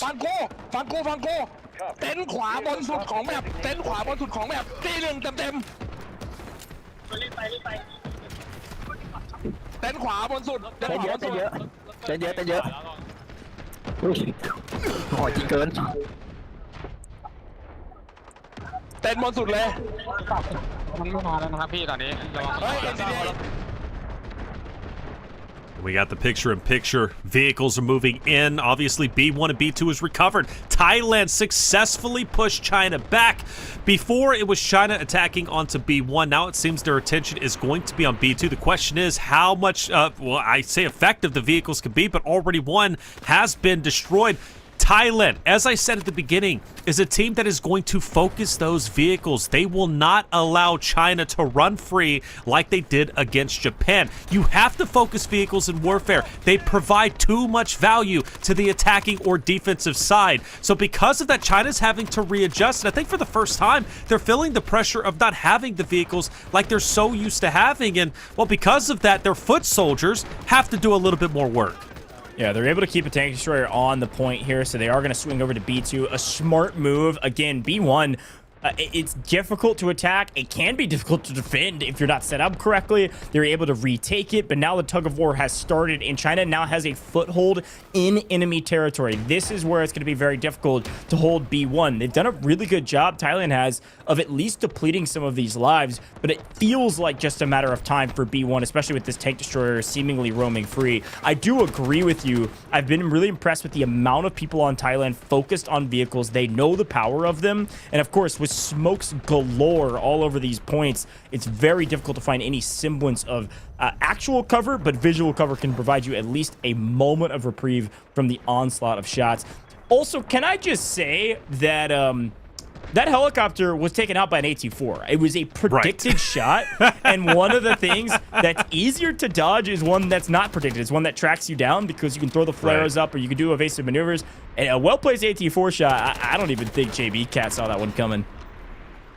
Well, I know we didn't for sure, and chat didn't either. That was nuts. Again, I said it coming into this, Goj. We were going to see some of the best warfare you could possibly imagine, and it is not disappointing, and I don't think either of us was wrong in that regard. Thailand is holding on tight to B1 and B2. They really are. They are trying to push China back as far to the brink as humanly possible. And they've done a great job holding them back, at least on B2. But the thing is, China's unrelenting. They continually come back with the vehicles. But again, they're getting destroyed left and right. China, let's listen in and hear what they have to say. 再重复，给你们的位置调整好。我们要去打吗？打吧，点点。不着急，往边上推，这地方敌方战略方向反我。我吃不消。收到。船仔快杀完了。AG 在 B 点附近游龙，清信标。我们皇家模到了。左手，杀完魔。OK， 直接进点。皇家们进吗？不会进点吗？不会进点。敌方防盗墓清空，敌方防盗墓。皇家们再跟你们推，不然跟你们推，人出房子之后。OK， 后点撤。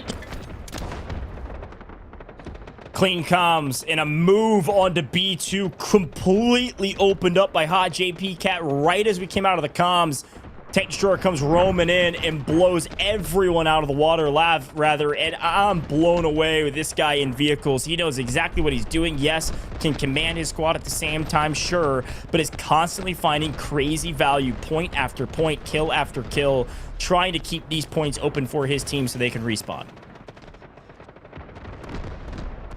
China finally making headway onto B1. They get the full capture. Now the question is, can they have enough pressure onto B2? It looks as if yes. I think they might be able. Thailand, though, however, has pushed them back momentarily. You got to question, does Thailand now want to put attention back onto B1? Can they even do so? I don't think so. China has pushed too far forward. Their attention has to be on turtling up onto B2, which... You know, Thailand is a team, though, that has shown that they are not scared to push straight into the opposing forces. But let's face it, China is no Korea at this moment in time. They're not going to be easy to push back onto B1. And again, I think the focus has to be on defending B2, where China is ultimately going to be going next. Yeah, I do like the setup on B1 quite a bit better than the setup on B2. If anything, they likely traded B2 for B1 because it's a more optimal position for them. Able to spawn a hair closer if they get some tactical respawn beacons down. A trading of blows here.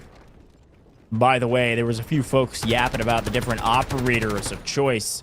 Some folks were saying, why no assault operators? Well, here they are, a full squad of assault operators, D-Wolf in the mix for likely several reasons.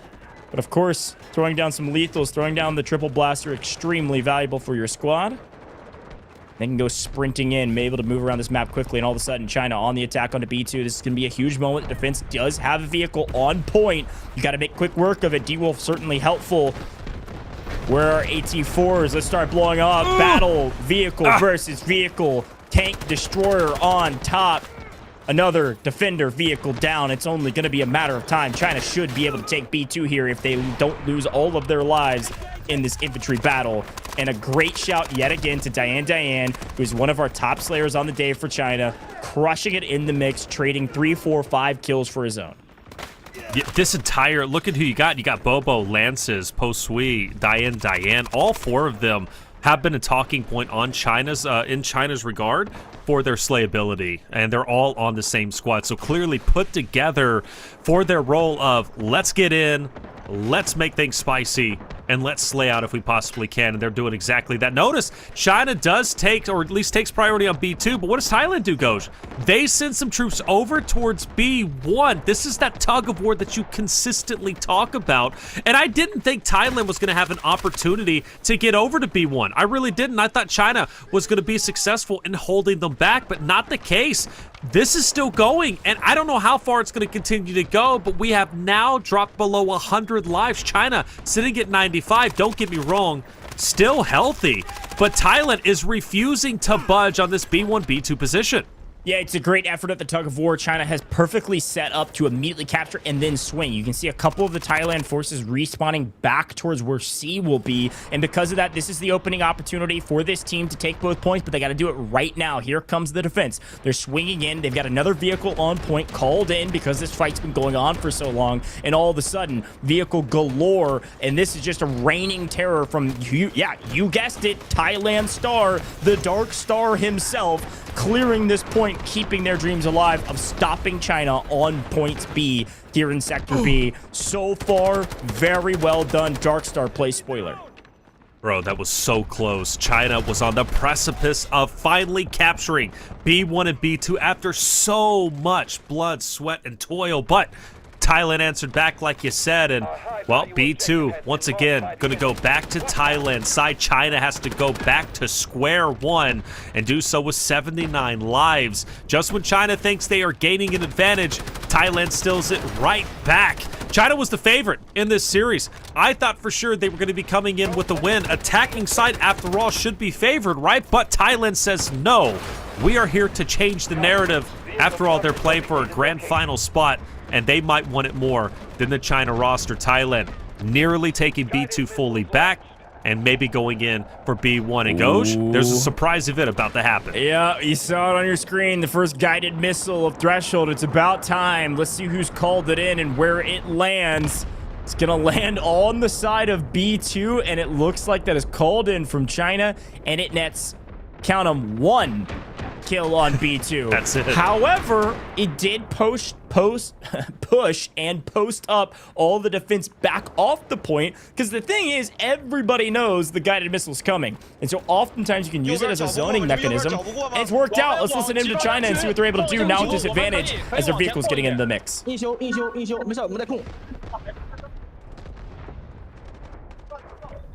OK， 慢慢来，慢慢来。慢慢来，慢慢来，慢慢来，慢慢来，都不要急，都不要急。把点踩下来，慢慢来。英雄，这边黄正面打，正面打，正面打的。没有，正面，左边，左边。没有，黄正面。杨帆队长，左边很多，左边被人进了很多。3个你给个活，3个给个活，别着急。边上左边没有，我找。没事，不要管正面，你们不要管正面，好吗？边能找住吗？边，我快炸了。等我5秒钟，等我5秒钟。这样会赶紧买，赶紧买，赶紧买。走，没事，走。B 应该清空了，应该对面全在 B 2，应该对面全在 B 2已经 all in 了。步兵又散开了。没事，等我步战车，不急。步兵可以不要进吗？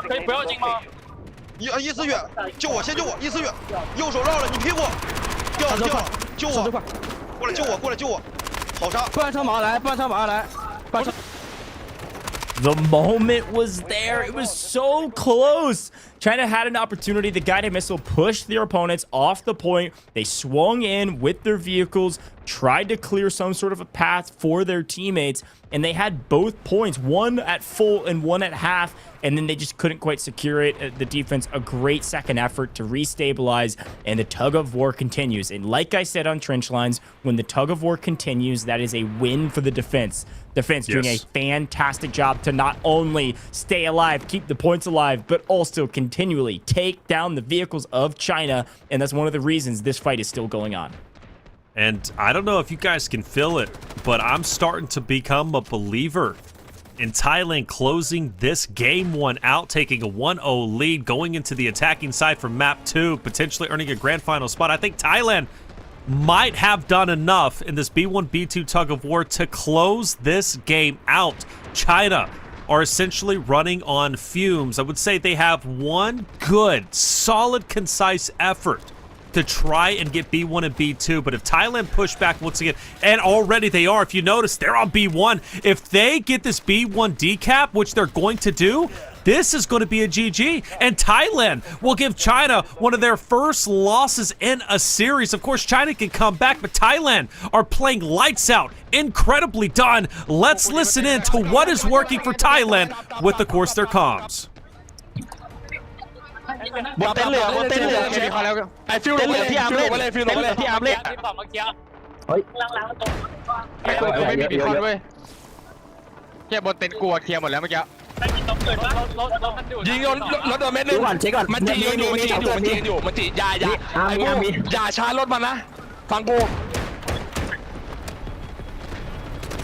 ลงมิเชลี่นะลงมิเชลี่บีกันนะมิเชลี่อ่ะใครมีลงเลยการมี2ได้การมี2ไว้จะต้องตัวสแกนให้นิด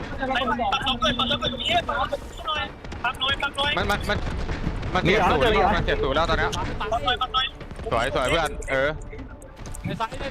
กู Clear, calm, concise. That's what Thailand is in this moment. And take a look at 36 lives remaining for China. It's do or die goes. China has to get serious.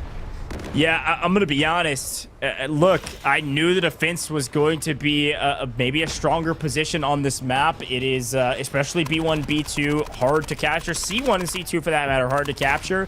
But I thought at this level, especially with where China was positioned, how they've been playing, their speed and their aggression was going to be enough for them to win it all and be able to push through this defense. what this means is, of course, that if Thailand's able to hold here, which honestly, so far, across the board, they look as strong, if not better, than China. Even if China is able to capture on this last-ditch effort, a monumental effort to capture with less than 100 lives going into C1 and C2. I don't know that I foresee them able to do it. China should be able to maybe try to get one good push here. Look at all the bodies pushing up. The question is, how much value was this defense for Thailand moving into C? And we do have another guided missile. Where will it land? Who called it in? Will we see more value? Could it be a moment of reprieve? If it's China's, it better land on B1, and it better land right now. But instead, it's going to land on B2 and get absolutely nothing for it. Oh, but they got it. Capture in the final seconds. I think a mistake, a misstep maybe from Thailand, backed off of B1 just for a moment. What in the world just happened? The game is afoot. This game is still alive, but only 83 lives for C1 and C2. And that's it, 83 lives. But, I mean, China on the brink of destruction, on the brink of losing, have managed to come back. 95 eliminations for Hot JB Cat.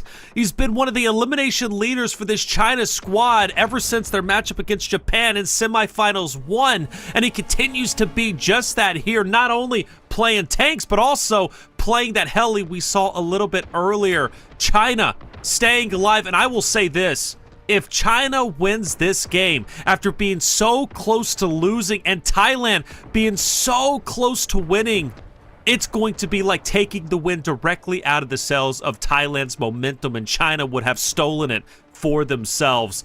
This is a big moment for China. Now they've got to grab it. I'm going to be honest. I don't know how that was possible. How did they lose both points? Because Thailand had, you see how many bodies were pushing for B1 there, and we saw it begin to tick down. And I think that they just backed off. Maybe there was some force, maybe another missile we missed, or maybe some other artillery barrage that was called on it that pushed them off just for a moment, just long enough that there was a brief iota of a second where both were captured by the attack. But regardless, still a great effort from Thailand. They've slowed things down. But here's where the rubber meets the road. We're going to see a lot more missiles, and we're going to see a lot more streaks called in, and even more vehicles, because this is a long game. Here's another guided missile. Let's see where it lands. What value does it get? On the backside of C1, at least maybe pushing people off, but not a kill going their way. This is standard, by the way, at high level. We saw this in other region esports, that the missiles are better used as a zoning technique than actually netting a crazy amount of kills. Of course, unless it's a crazy moment where everybody's stacked and they can't clear the point in time. But more guided missiles galore. We're going to be seeing a ton of them. Just be ready and watching that kill feed. These guys from Thailand up top, ultimate high ground. Another nuke comes in. Oh, and they were able to trigger the threshold event to collapse C1. This is the new event that is a part of the update. It's a great call from the attack to completely collapse C1's building. A great shot. Haven't seen this on esports broadcast yet, and the ACL's locked in. Down goes C1. Time to capture C2. Wow, how many are we going to get? That is insane. Oh. And yeah, that's going to be solid, at least from Thailand's perspective. A couple members from China will fall, but the question is, can you get the finishes? Are you going to be successful in doing so? You got to push up. You've got to get those downs in. C1 being recaptured from Thailand. The missile ends up paying off for them. 66 lives remaining for China. Still, an opportunity to win. I can't count them out, especially after that capture on B1, B2. I thought China for sure had lost to Thailand. But no, not so quickly. They're pushing in. They're going for it. Of course, Hot Cat is going to be up top.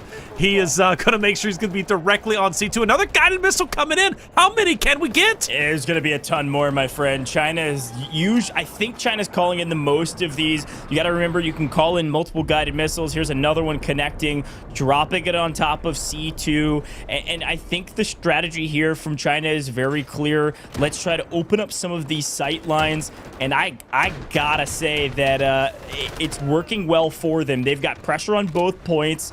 This is with the new update, they added this threshold event, and it's one way to clear C effectively. Thailand is kicking themselves for even having an opportunity to lose this first map. They were so close on B, and all of a sudden, the tug of war is active, sure, but it looks like Thailand's on their heels.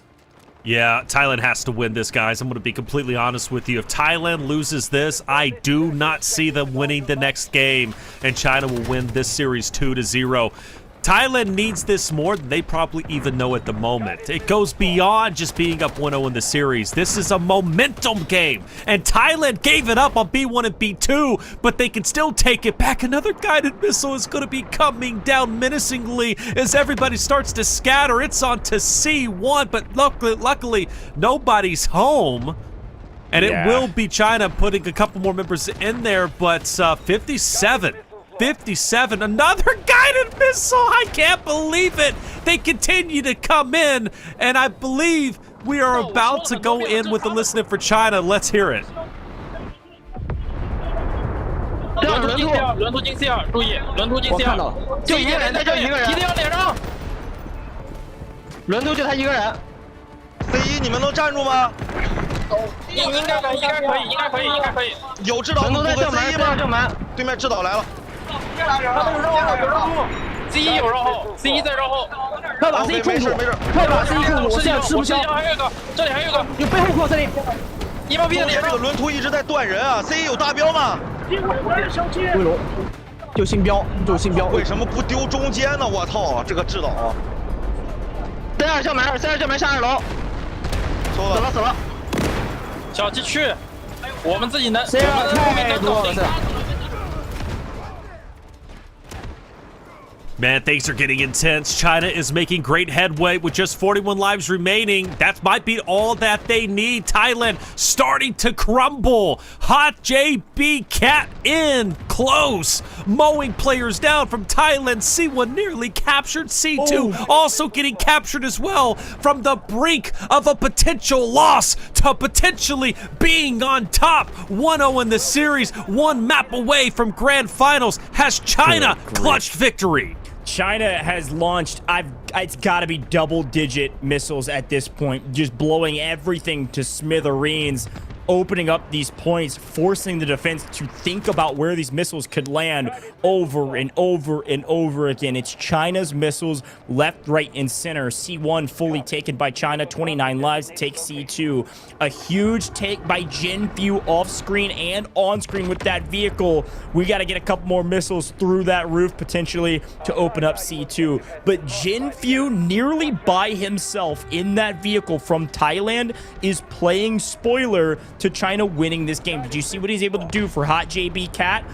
Big things. Finally, a Thailand missile lands, taking out 3. That's Nui BBC, who's able to take down 3 on C1. Not enough to really change things up, but more will follow. Constant barrage, constantly through the roof, and China able to find another 3 kills with another missile, this time on C2. Could be a small opening, but the question is, where do you go from here, and how do you push onto this point with only 20 lives remaining? You've got to remember, these guided missiles are being stacked by everyone. You can call in multiple. They double in cost every time you call them in per team, but missile after missile, especially if you can get them through the roof, and that one will pick up 1 player on the inside, but still the chink of the armor, a moment for China to make a move as they are capturing both points with 12 lives remaining. This is a nail biter. It literally could not be any closer, as all of a sudden the tug of war has started, and a select few, a mighty few, Paper Cut, the Revive King, the Battlefield Medic on C1 is keeping players on point as missiles land over and over, and China picks up the entire squad, the entire lobby. Paper Cut, you can revive 5, 10, 15 people, but sometimes a missile lands on your head and opens up the point. China has won the map with 8 lives remaining. China's missiles are unbeatable. They are insurmountable. There is nothing you can do. I am floored. Are you serious? China nearly losing the game twice to Thailand. On B1 and B2, they nearly lose. At the very end, they nearly lose. But a missile comes in and takes the entirety of the team out from Thailand, and they clutch victory against all odds. China, with their back against the wall twice, comes out victorious. And now Thailand has to feel defeated because they had the win. They had it won at B1 and B2. But China somehow came back and took the victory away from Thailand and now lead 1-0. Incredible performance. China seems like they cannot be beat. That got me sweaty. I'm not going to lie. That was a nail biter through and through. That is the ACL right there. Our Delta Force Asian Champions League is bringing us some crazy heavy hitting action. And what a way. That's not to finish it. That's to start things off. And this isn't even the grand finals. We're in the winners finals with two heavy hitting teams battling it out. This is unreal and a chance for Thailand to get a bit of revenge. Man, I'm brought back, though, to B1, B2, how close it was there, and just a small misstep, obviously changing the game. But the thing that was really interesting to me when we were looking at the fight on B1 and B2, there was about 30 lives left. And if you remember, Taylor, we took a look at that leaderboard when they were able to take the point. One thing I saw that was very apparent is that the China side had way more kills. I mean, it wasn't even close. And because of that, all of their score lines way, way higher. Did that pay off? Yeah, I think so. They called in like 15 guided missiles, and there's only so much you can do. Great vehicle gameplay from Thailand and Jinfu. Great play to maintain point control. They couldn't keep up. They didn't have enough score, and just perfectly executed in the final moments. Ice in the veins is the lowest form of a compliment I can give to China. Dude, and let's give a shout out to Hot JB Cat, right? Not only the commander, but the leading slayer. I mean, the last time we had a chance to look at his stats, he was at 98 or 96 eliminations. He obviously will finish with 100 plus, which is a record for the broadcast today. You mentioned China having the most eliminations. Yeah, no surprise. China did the same thing against Japan. You know, the screenshot that I took, at least looking at the stats after the game one with China versus Japan, there was no comparison. Nobody from Japan was able to touch the stat line of China. They've got too many heavy hitters, too many slayers, and of course you can't forget they also have the revives coming in with the man, of course, of Kiss Shot. But not only is their vehicle usage incredible, but their eliminations are incredible. And I mean, 140. Are you kidding me? 140 for Hot JB Cat. I mean, that is just nutty. But let's shout out some others. I mean, Diane comes out with 57 revives. Ezo as well with 71. So believe it or not, we have a new healer leader, a new revive leader of Ezo. But make no mistake, Kiss Shot was still active at 47. But gosh, 140. I mean, that's the highest I've seen on broadcast in probably ever. I think it is the highest kill total I've ever seen in any of the Delta Force Warfare broadcasts we've done, which frankly is a ton.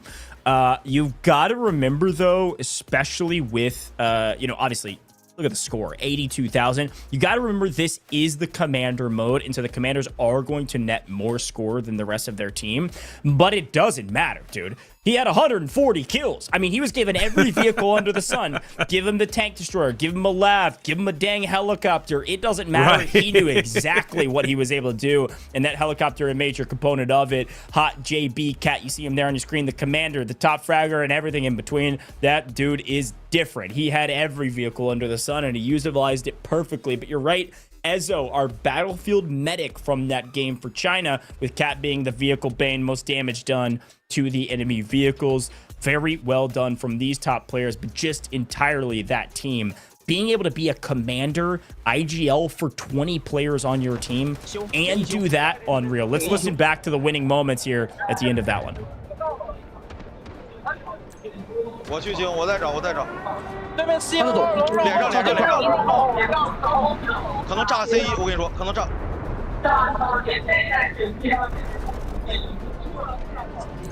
往 C1 丢，知道？往 C1 丢，快，往 C1 丢，炸 C1。C1 被合了 ，C2 没了，C2 没了。我们清楚，直接进 C1 没事儿，直接进 C1，刚才78猫在后面顶着呢。这么快，上车！直接去进 C1，直接进 C1。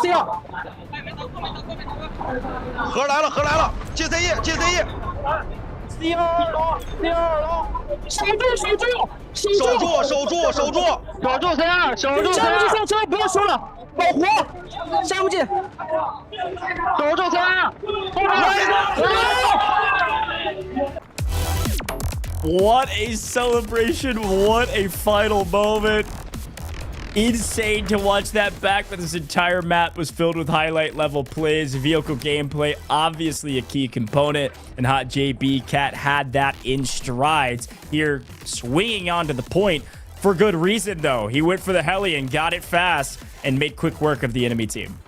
Yeah, that celebration, you could tell it meant a lot that they got that win with 8 lives remaining. They understood how close it was. China, you know, they thought they could win. They were in it the whole way, but let's not kid ourselves. That reaction tells me, Goes, that they were very happy they got it. That 84 kill, by the way, was insane. Chat was talking about that for the longest time, but this is where things started to get a bit hectic. B1, B2, thinking Thailand, they've got the win here, but all of a sudden, China finds a way to break in on the precipice of defeat and take back what is theirs.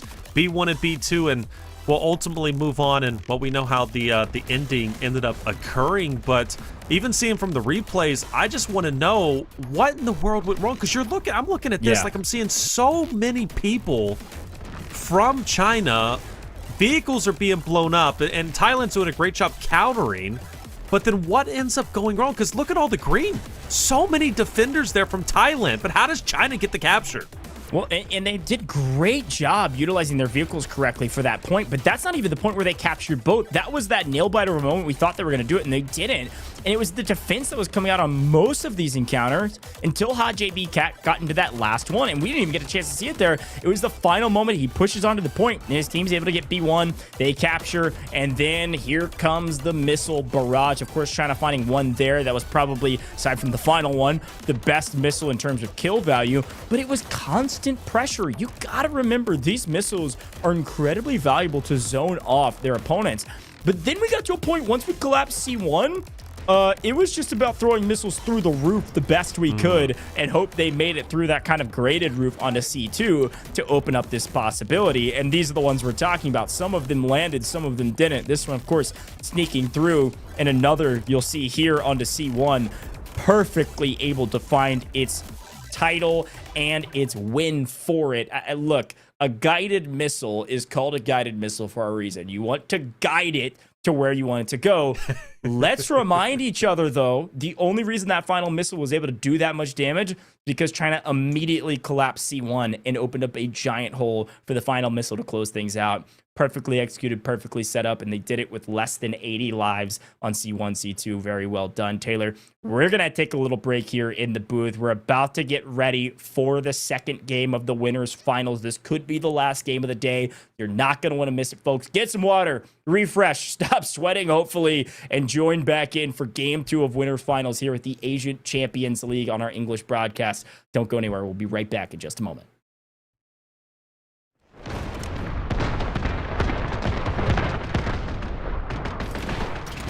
Tango down!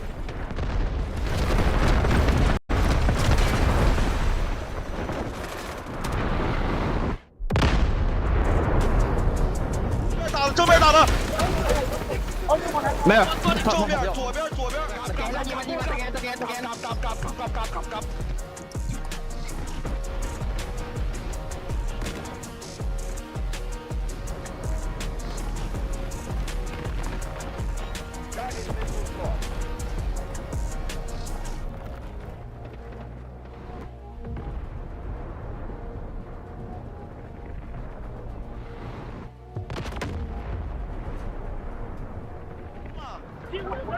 归龙，就新标，为什么不丢中间？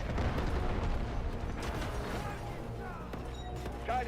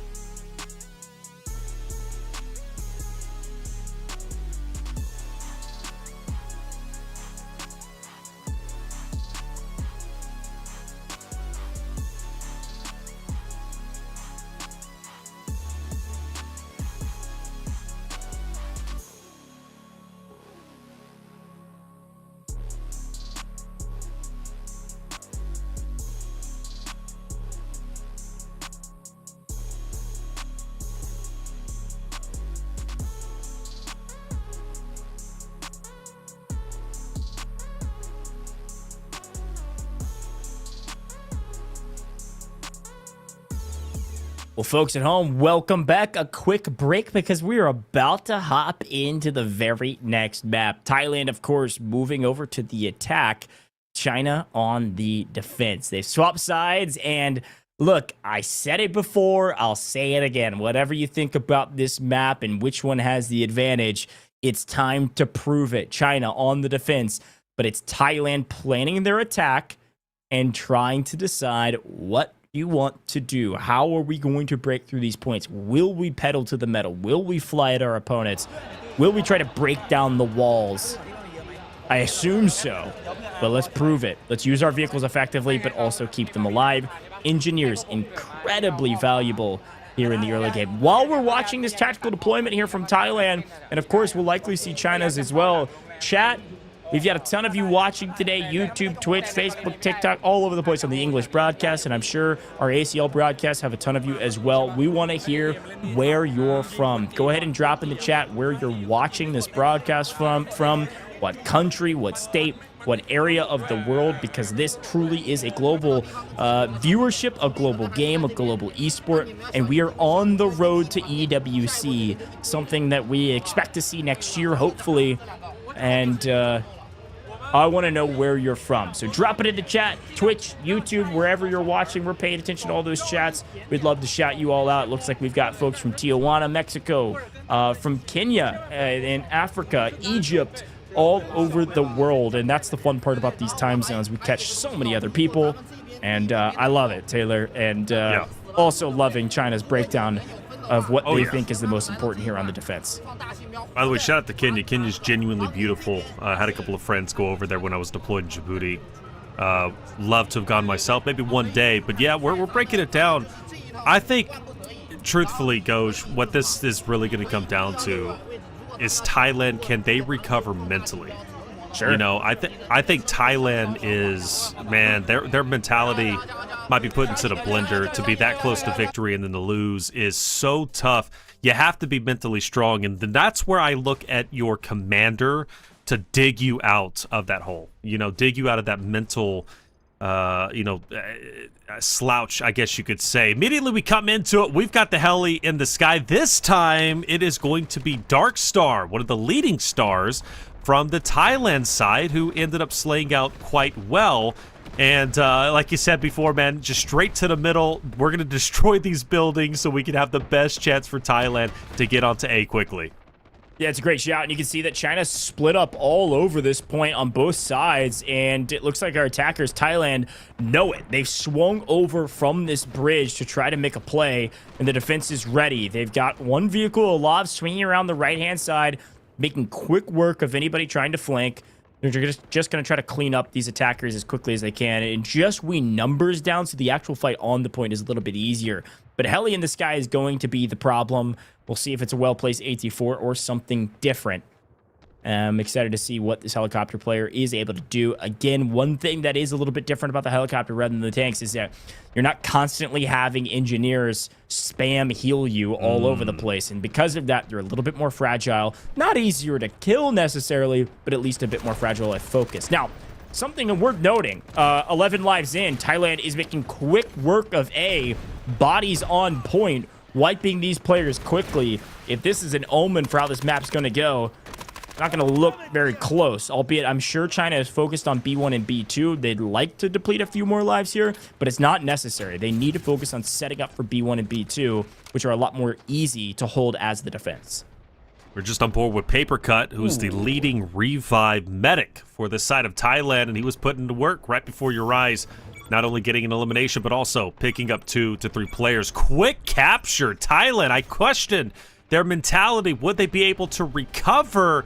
But clearly they have. But B1, B2 is the sticking point. That was the difficult moment for China, even after they did such a great job on the original A point. Question is, will Thailand have the same struggles China did just a little bit earlier? Obviously, we're going to find all that out and more. For China, though, themselves, they were breaking down their game plans, saw them obviously circling some defensive points. They're going to be setting up quite nicely. And we start off with the China perspective and immediately into a Sonova and managed to get the elimination. But yeah, things are going to start getting tense, and Thailand's already off to work on B1.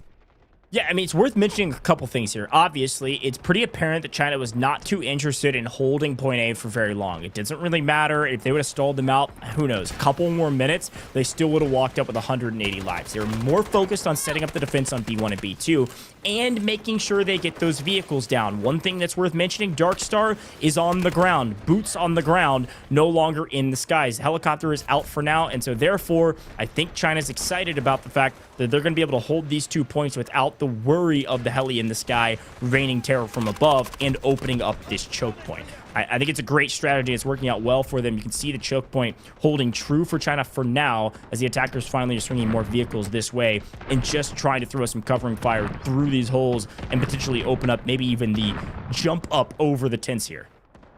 Yeah, that's where China's putting a ton of effort onto the defensive side. Thailand a bit spread out, but again, most effort over on the B1 side.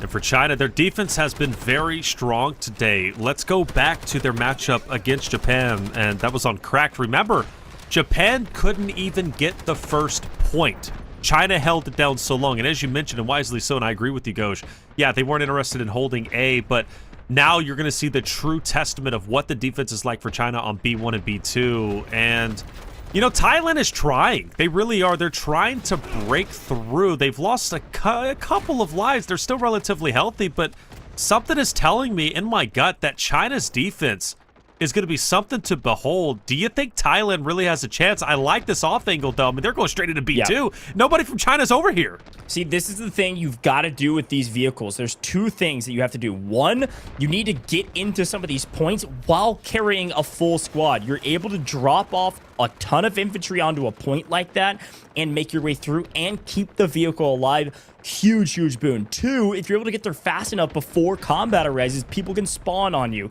So you can even get more people onto that point more quickly. This is a great way to enter onto B2 effectively if they're able to hold it. The defense has answered back, and I think they're able to recap it, but you should see that strategy at least one more time, probably a couple more times, if they're able to keep their vehicles alive. I'm impressed, Coach. That's a brilliant strategy. It really is, and it took me off guard. Luckily, it didn't take Thailand off guard like I thought it was. Or China, excuse me. They hold on tight, but brilliantly done from Thailand. I love the effort. Like you said, one more time, but the question is, will it even work the next time? Because China was clearly all over it. They managed to successfully recover B1 and B2 very well. Thailand, though, does get a couple of ticks onto B1, forcing China to then rotate back and, well, obviously, and try and get it for themselves. They do have a couple of vehicles, but they don't have the manpower on foot up close and personal. So because, oh, there is going to be one on the flank, though, but how much of an impact can he have? Well, not too much, but are those individuals, sometimes it's really risky, but if it pays off, you could do a lot of damage to the attacking side. Luckily, though, it is going to be Thailand who sniffs it out and therefore can continue to start the capture onto B, which might be successful. So far, China hasn't have an answer. Yeah, I mean, it's honestly a great shout. Sometimes we like to say this in a lot of our games, and I continue to say it here with Delta Force because it's actually so true. The route man gets paid. Sometimes you make the right route, and you're able to pick up 3-4 that are holding down a choke point, and it's just enough for your team to have player advantage. It's a huge boon, and there was a moment there where Thailand had a great value on B1 for two reasons. One, that I just said, a heroic play. It opened up the choke point. They were able to get on the point. And then secondly, because they had distracted so much on B2 earlier, the problem is China has fully restabilized, and they're able to lock down now both points as it looks like Thailand is reassessing and trying to regroup for another push. As a reminder, this is a fully functioning esports team of 20 people, and so you don't just see these players sprinting to the point and closing their eyes and hoping they make it and can make a difference. They're not trying to be heroes. They're trying to play as a team, and so you're seeing more coordinated pushes, which is why this is a lot more of a tug-of-war than maybe you would see in pubs. Yeah, it's a constant back and forth. You know, China, obviously their defense is great, so Thailand tries. The route man, like you said, the route man gets paid. They take the vehicle. They drop somebody off over on B2, which theoretically should transfer China's defensive forces over into the B2 area, therefore leaving B1 exposed. Then you put your efforts on the attacking side for Thailand, you put your effort on B1, and vice versa. That doesn't work. Okay, let's go back to the drawing board. Let's try something else. Well, so Thailand, what do? They send their effort and their full forces onto B1 to try and capture it. It does work a little bit, but then China takes it back. Okay, no problem. Let's try it again. And now it's starting to pay off. B1 is now close to being captured. And China, now they have to go back to the drawing board. How do we retake it? And ultimately, how do we push Thailand back? It's constant give and take. That's why we constantly say, you know, tug of war. And that's what we're seeing. It's a great example of that. But this is the first true progress Thailand is really making. B1, though, is going to be taken back by China. But they've also managed, Thailand has managed to get onto B2. So I'm liking the moving pieces for Thailand, Goj. I mean, it seems like it's starting to pay off a bit. I think they're making headway. Yeah, and able to take down vehicles as well. Able to pick up a couple of the Chinese vehicles. Let's tune in with China and see what they're thinking. Here they come. 2秒。还有，知道吗？后面，这边有，趴一个，左里趴一个。 快趴一个，这铁丝往里。没事，我们人在活。点就这里面，二楼一个，对面烟里，对面在烟里。二楼一队，点2楼一队 ，OK。你们看这里，二楼 ，B 2楼。叫开了，叫我们自己上车，叫切老喵不要往前开了，让往后开。老喵往后开。正面上车。我们右点打，没事。不用救我，他们去海墙了。 Back against the wall. They were so close to sitting this already to C1 and C2. I say already, I mean 76 lives isn't a crazy amount, but compared to last round where they swung over with I think it was around 30 or so to push it to the new, it would have been quite a bit earlier. But a great hold yet again. China comes back in with some defensive vehicles, and they're able to provide enough covering fire to get bodies on points. They're trading, but they're still up. And again, when the tug of war is happening, you don't have to win the tug of war. You just need to keep it going when you're on the defense. Very well done. Here's a nice push here from Thailand to cap B1 and send a full force to B2. They have to win with player disadvantage. I think it's difficult. Saniva's still constant and such a bother on both sides, beating people down and just tanking a ton of bullets for their team. I'm loving how many Siniva operators we're seeing right now, and this is a big moment for Thailand. This is not make or break, but one of the few remaining pushes they have where they have fully stabilized on a point and can swing on the second point to try to take it. 2 vehicles on that point, though, going to be difficult to overcome. You can already see it in the kill feed. Good grief. Hot JB Cat and his successor on the other side, if you will, and another vehicle raining terror and holding the line. Holding the line is it. Winter, a beautiful off angle from Thailand. Trying to just get any amount of damage he can. Unfortunately, he's just shooting his teammates. No worries, though. He'll find an opportunity to get his hands onto China for sure. But in the meantime, he'll stay into the back lines and will now transfer over, of course, to the overhead view. Thailand needs to be serious, and they've got to come back. Let's listen to the comms. Okay. ผมตายบนเต็นท์นะในเต็นท์เยอะในเต็นท์มีเต็นท์ต้องมี2 ขวายมือเยอะมากพี่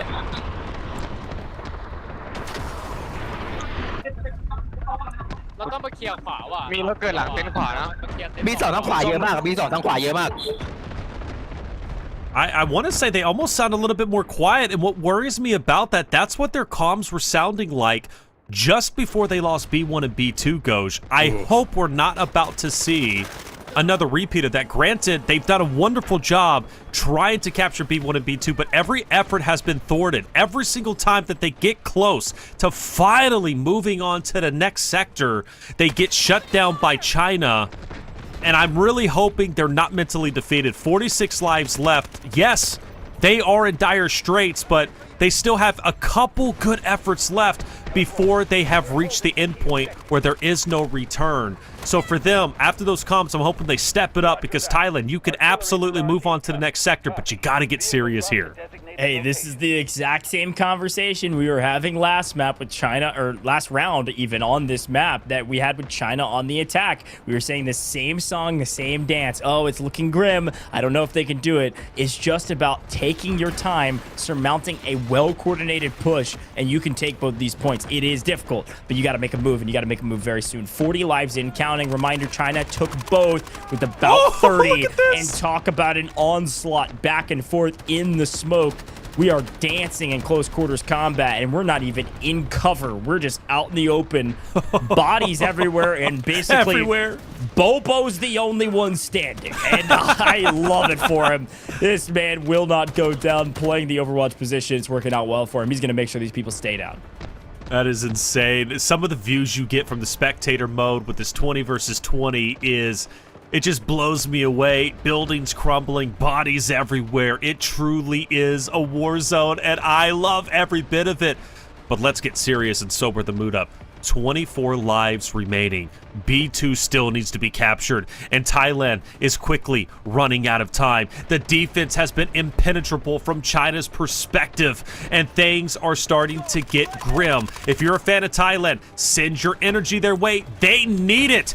But China, they're looking to take away all hope. Not only do they have B2, they're also starting to recapture B1, down to 13 lives. China has the vehicles and the positioning, and Thailand might be over with. I think this is it. Gee whiz. Like I said, we rang the alarm bells right earlier, but I think this time the alarm bells are finally ringing.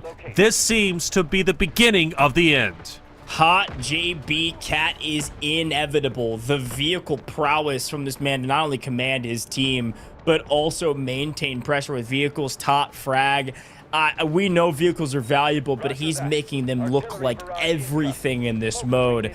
You can see him, Hot JB Cat, situated inside of B2, just sitting there barraging these players. He said, you want B1? Fine. I've got cover. I can dodge missiles inside, but I still have sight lines. Come and get a taste of this medicine, which is a shell right to the face.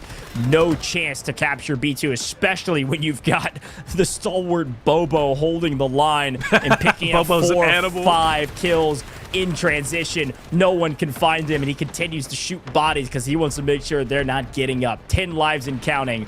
Bobo is a menace, and he can't be stopped either. Man, Bobo is a menace without question. He's been a menace all tournament long, not only against Japan, but also against Thailand. Ladies and gentlemen, China is 9 lives away from securing a grand final spot. Not only a chance to play for $40,000, but a guaranteed $30,000 going their way. Now 8 lives away. Thailand, last-ditch effort. A last-ditch effort, a miracle push, a miracle run. But even if they do pull off the miracle play, they still have to capture the next sector with a limited amount of lives. I hate to say it. Thailand put up a wonderful fight, but they just weren't able to get it done. And all they could do is just get a quick little tag onto B2 before quickly being shut down and overrun. Look at all the green on your screen. That's China. That's the defense mowing down each and every player from Thailand and quickly and inevitably taking all 6 lives away and ultimately taking victory. Coach, it was a great effort. Thailand put up a wonderful fight. I loved it, but China's just too strong. Putting a vehicle on B2 like that on the low side, it's just so difficult to break through, and because of that, China has made it to the grand finals. They've won the winter finals. Have they won it all? No, not yet, but they have assuredly won at the base minimum $30,000 because they might get second tomorrow. You never know what happens, but we're going to be seeing them in the grand finals. Congratulations to this team. They've done it. And I know that Thailand is frustrated. It's not over, though. It's double elimination. You never know what could happen tomorrow, but that is the last round of the last game today as we went through both semifinals and then the winners finals. A close match in round 1. The first game was great. The second one, China was able to win it, and they were able to win it in great fashion. We're going to see a couple quick interviews here, Taylor, but overall, a great matchup. You got a question, though, for Thailand's side, for Thailand's perspective. What does this series look like if they hold China off of the B1, B2, if they don't allow them to get the capture? Naturally, that's a win. They're up 1-0 in the series, but what does their momentum look like? What does their mentality look like going into the rest of the series? And Well, that's a question we'll never know the answer to, but tomorrow is a different day, and Thailand still needs to hold their heads up high. I think they played incredibly well today. They managed to at least 2-0 their previous opponent. Of course, we're talking about Korea. They did so in a very dominant fashion. But China, I cannot deny their success. Undefeated through the qualifiers, they come into today, day number 1 of the Delta Force Asian Championship League, and they win both of their series against Japan as well as Thailand, respectively, 2-0. Wonderful job. Yeah, I love that. 因为在 B 点发现了泰国队放了很多大星标，如果 B 点他们被攻下来的话 ，C 点会将陷入一个很尴尬的情况，就是没有制导跟我们进行对位，所以我们就用制导把点清攻，我们步兵直接进点。直接进点。其实当时的 It 情 looks 况 like 下， we 这 got 个 a 多 chance 制导的 to 话，队 again 内怎 hear 么 from 样 both 进行沟 China 通，来不同 and 顺序 Thailand. 的 I 去释 believe 放制 Thailand 导。 set up a different representative for their 我会 team, 以 but 我的指 all eyes on 令， this guy 我 right here. 说往哪个点丢，会往哪个点丢。大家的指令做得非常好。那想问一下，最后空想森林的那个制导怎么评价？非常的帅气。 非常的帅气啊！那同样的，问一下我们这边的 A lot of strategy coming in. China knows it. They've got their game 在第 plans. 一张图的最后的关键时刻，在 C 点的附近， The 他们 Thailand 是怎 side 么 of 进行沟 things, 通的 though. 呢？ ก็คือในแผนที่แรกนะครับในเป้าหมาย C ตอนนั้นได้สื่อสารยังไงครับเป้าหมาย C เป็นฝั่งบุกใช่ไหมครับใช่เป้าหมาย C ก็เราสื่อสารเป็นการ switching site ครับผมแล้วก็เราให้ความสำคัญของcommander เขาแล้วก็รถเป็นหลักครับ I will say, based on kind of the demeanor here of, our Thailand team, they know they won a round. They know that they've moved on to what we'll call lower bracket finals, right? 那说到以载具为 And 主，就要问一下 because of that, 凯这里了。上 they 一 don't 把 look totally 举当 defeated. 中 Like 拿到 they know 140 they've got a 多的 job 击 to 杀 do, and they 当 know 时是 that 怎么 they 做 need to 到 get 的 better. 压 But 力非 overall, 常的大， spirits high. 因为确实这个图的进攻方比较偏向 Yeah, I don't know how 载 you 具 could 的 feel 节奏。 defeated if you're Thailand. 确实 I 啊，那其 really 实，在 don't. B 点当中，对面有进 I 行一 mean, 些 at 拉 this 扯 point, 嘛。当 I 时 mean, B you 点是 played 怎么样进行突破的？ so incredibly well today. B 点主要 You 是 pushed 进行了一波 China 控图吧， to 因 the 为对 closest I 面 think 经 they've 常在我们 been, 的后方 at 插 least 大 on 信标 broadcast for 进行一 sure, 波 right? 集体的后 On the precipice 他 of 们 losing. 多次使用重 I think 建 it's 信 something 标， to be 就会 very 导致他 proud 们的 of. 分数不足。所以 As 我 far 们 as 就 I'm 通过这一 concerned, 点 after 来 watching 消耗 Japan, 敌方的 Korea, 分数。 Thailand, and China, 说到关键点上 I 了， still 那 put 其实在第 Thailand 一 back 把 in 当 grand 中 final, or 可 should 以 be 看得 back 出 with the 来， rematch 泰 against 式 China 代 in 表 grand 队在 finals. B 点的防 That's 守 my 当中 early 做得特 prediction. 别好。 Granted, 想问一下 B 点 tomorrow's 的 a 防守怎么 totally 样 new 进行 day, 安排的？ a fresh chance for anybody, but Thailand clearly is the, at least at this point in my eyes, goes the number 2 best team in this tournament. แล้วในเป้าหมาย B Yeah, I agree with that. I think you're going to see a rematch of these two teams. ตอนนี้อยากถามว่าป้องกันยังไง Apparently, the storms outside of my house also agree. เป็นการ Loud thunder strike here, lightning strike right as you said Oh, that. you're getting the storms I got. We had a tornado 10 minutes away from me earlier. ได้แบบว่า A good omen, a bad omen, whatever omen you want it to be. I think you're right. I think we're going to see these two teams in the grand finals for sure.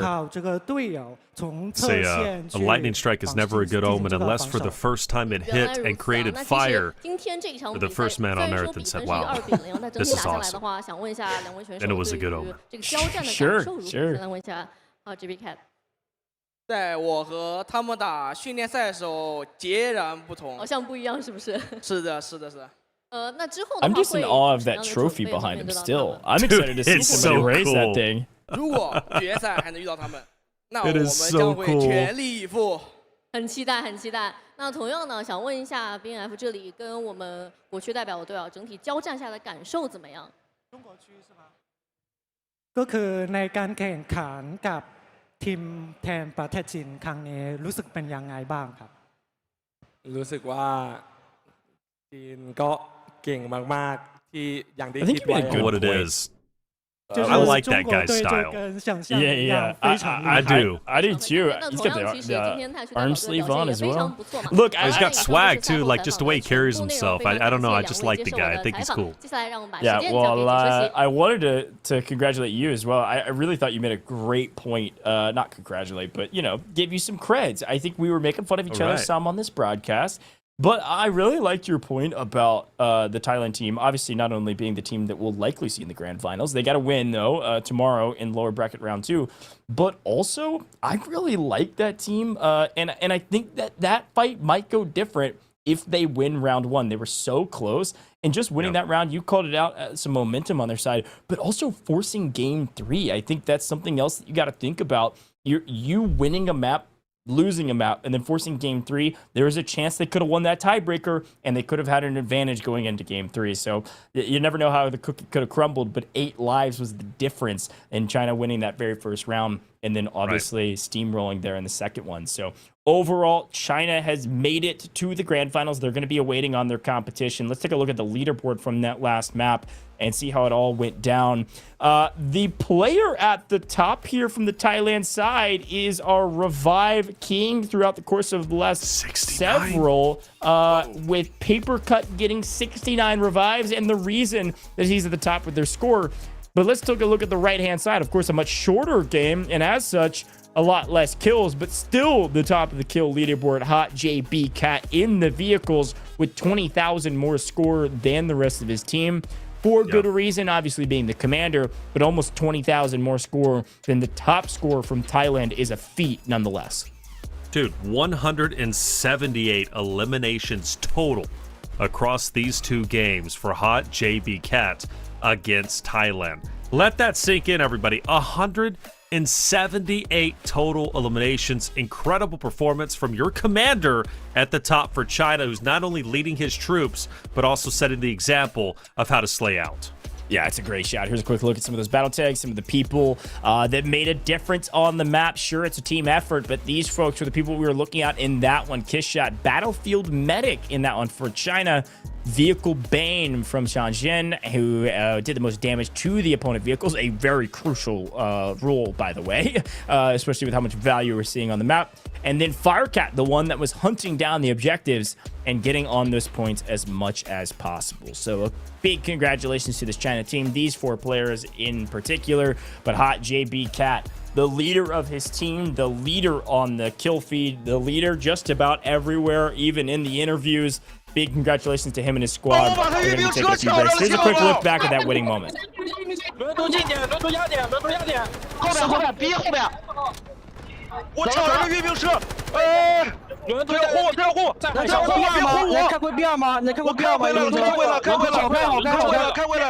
不要下车，不要下车！我没下车，我没下车。小七来接一下运兵车，让小七来。不要急，不要急，各小队，没事，我们优势很大。收到，没事，我们优势很大。压力还有很多，B 压力还有很多。回 B2， 看你了。沉默跟我说。回 B2， 回 B2， 回 B2， 回 B2。敌方集合人区已经拿下了，我们要收缩防线。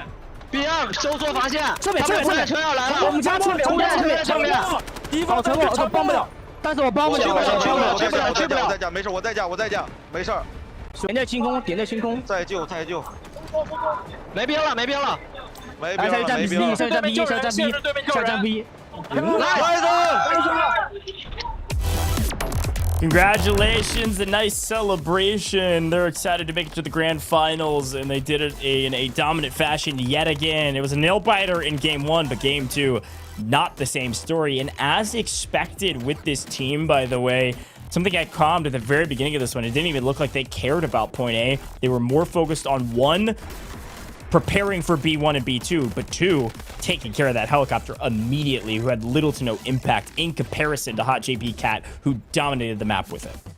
Yeah, that's a great point. Again, China has done an excellent job at isolating vehicles, whether they be tanks or, of course, in this case, a heli. Isolating those vehicles, taking them out early on, getting rid of that advantage. And let's not forget how much value certain teams put into those vehicles. Maybe they develop their entire strategy about having the heli or having certain vehicles. You take them out early on, now we've got to go to plan B immediately. So Well done from China. I think they did a lot of things right. Again, though, shout out to Thailand. I sincerely feel they played very, very well. They take China to the brink of defeat. They are the first team to do that on broadcast. I can't wait to see what tomorrow is going to bring. But China, so good in so many moments. And one thing about them, and this, take this into effect, winning, it's like being rich, right? If you're rich, you've got a lot of money, you can make a lot more money. And whenever you win and you consistently win, you continue to win because it's a lot easier. You know what it feels like, you know what it's like, and you don't feel the pressure as much as somebody who has not won just yet. They haven't won a big event, and now all of a sudden they're like, hey, okay, now it's our chance to take a victory. You have to taste a win first before you truly gain that confidence. And China right now has that overall confidence. So they're going to continue to win as far as I'm concerned unless somebody can shut them down. And Thailand is the team to do it. Yeah, shout out to Keen here with the Telestrator to break down all of the action from the last couple plays. Some big moments, of course, we're going to talk over here on our side of things. But I really like some of these free cam shots because it's highlighting how much value and how much real estate you could work with as Hot JB Cat in the air in the heli. I mean, 140 kills in the first map. Obviously an impressive feat. Everybody's chalking it up to, oh, he had vehicles. Well, he was able to keep the vehicles alive, or maybe better yet, his teammates on the ground were harrying enough people where they couldn't look up to the skies, at least not for a while. So here's a quick look at some of those clips and overall some fun replays to take a look at across the board.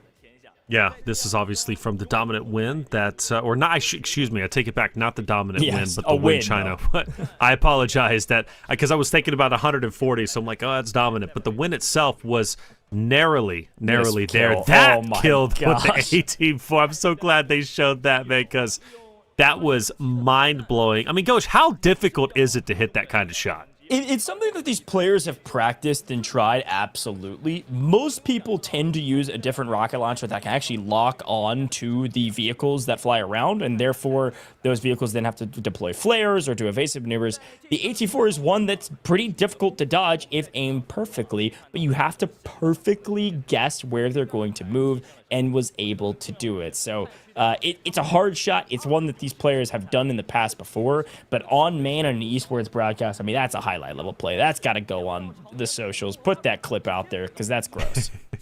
I agree. I think it's one of the best plays of the game and of the tournament, as far as I'm concerned. It takes a lot of skill and effort to pull that off and to pull it off successfully and take down such a valuable asset of China, obviously, who was utilizing that so incredibly well. Obviously, we're talking about Hot JB Cat, who was mowing players down. I think by the time it gets destroyed, he's already at 60+. And, well, let's not forget the takes that ended up rolling in. This was that push-and-pull fight between B1 and B2 with China down to 102 lives. At this point, not worried still. Like, I'm like, okay, things are all right. You know, you're thinking the same thing goes. 102, they can still work with that, right? But even though they start gaining B2, things are looking a little bit more decent. China loses it, right? Thailand retakes it for themselves. And finally, there's a glimmer of hope that Thailand can actually do this. Yeah, it's a great shout. And this truly was a back and forth. I mean, you got to remember, we went down to 20 lives, I think, on B1 and B2 until China finally was able to sneak a win. And here's a look again at some of those moments, some of the vehicle gameplay. It was a constant harrying of vehicles versus vehicles to make sure the attackers didn't have an advantage at any moment. 42 lives. B2 still fully defended. Of course, new vehicle rolls in. Now you start to worry for China. This is about where I started the narrative that, hey, Thailand could do this. Thailand's going to give China their first loss, right? I'm starting to ring the alarm bells. I love to do that early on. And, well, it's not too early, I guess, at 42. But, of course, the vehicles start fighting back and forth. At this point, it is necessary and absolutely essential that China takes down Thailand's vehicles. Get rid of them because they are devastating, especially on B2, which has the cover, right? B1's already captured. B2 is where the focal point is going to be.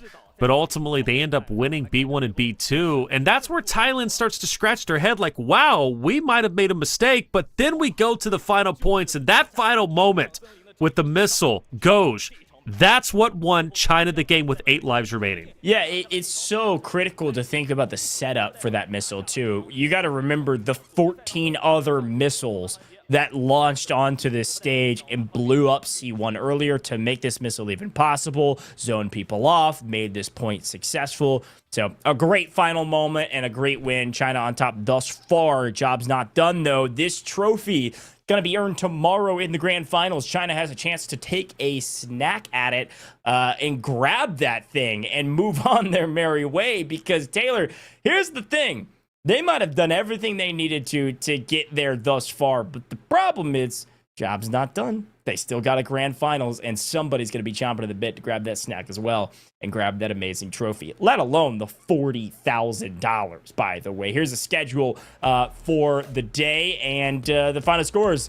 Didn't see a game 3 the entirety of the day. It went 2-0, 2-0, 2-0, but this doesn't tell the full story. That last matchup, quite close, obviously, even though China went 2-0 in the day. And again, you got to remember, China did deal Thailand their first loss of the day after a dominant performance. And here's a look at that bracket, Taylor.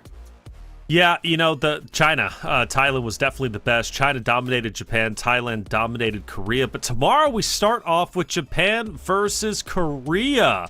Both of those teams suffering heavy, quick losses against China and Thailand, respectively. But who wants to move forward? And when they do, well, they've got to go against Thailand, who looks to be the number 2. Not going to be easy for either or, but the exciting prospect of that is we could obviously see a bit of a rematch, right? Korea versus Thailand, lessons learned. But I will say, I would be remiss if I didn't get a chance to watch Japan versus Thailand. But either way, I'm looking at 1930, match 6. China versus who? That's the question. Who wants the $40,000? Who's going to earn it? That grand finals will determine it.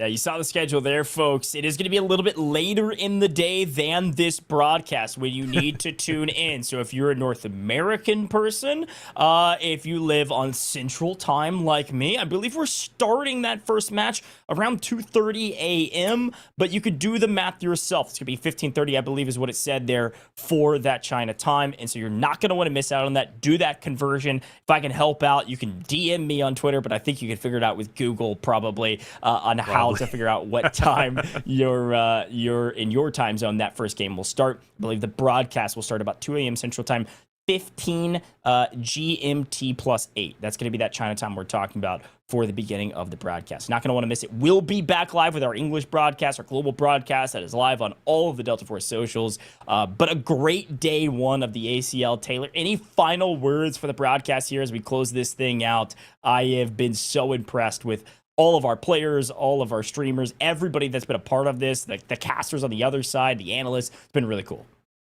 Yeah, and shout out to you all in the chat. I loved how active the chat was, not only letting us know where you were from, but also letting us know where you discovered Delta Force, what it means to you, and really getting into the gameplay. That was exciting. You guys make it worth it. When I look over at chat during exciting moments and you guys are going nuts, I'm like, okay, cool. We're here for a reason. You clearly enjoy this, and I did too. I mean, Delta Force is incredible, but Warfare is awesome, and I think we have seen some of the best Warfare that Delta Force has to offer between every single match. So many great moments. I've learned a ton as it is, but one thing is for certain, this is just the start, the first LAN event for esports when it comes to Delta Force. So much still to come, including tomorrow, but I loved every single moment, all the matches. Warfare is exciting. Delta Force, it's only to start. So much more still to happen. A beautiful summary and a great day in the office. Thank you, Taylor. We'll see you tomorrow for another great broadcast. Again, 15 GMT plus 8s when you need to tune in. All going to be live here on all major socials for Delta Force, folks. You're not going to want to miss the games. And maybe if you're in North America, you should just hang out with us. Stay up late, get some gamer DJ hours, and get it going because it is going to be nonstop action. We got lower bracket round 1, then round 2, then grand finals for all the marbles. Make sure you go follow us on all major socials all across the board. We are live all over the place, and we will be tomorrow as well. And I've got to remind you at home, We couldn't do it without you, the viewers. So thanks for tuning in. Thanks for staying up late, waking up early, or just watching during your lunch break, wherever you are in the world. It was a pleasure hanging out with you. And make sure you tune in tomorrow for day 2 of Delta Force's Asian Champions League. It's going to be a lot of fun. DreamHack Shanghai. You're not going to want to miss it.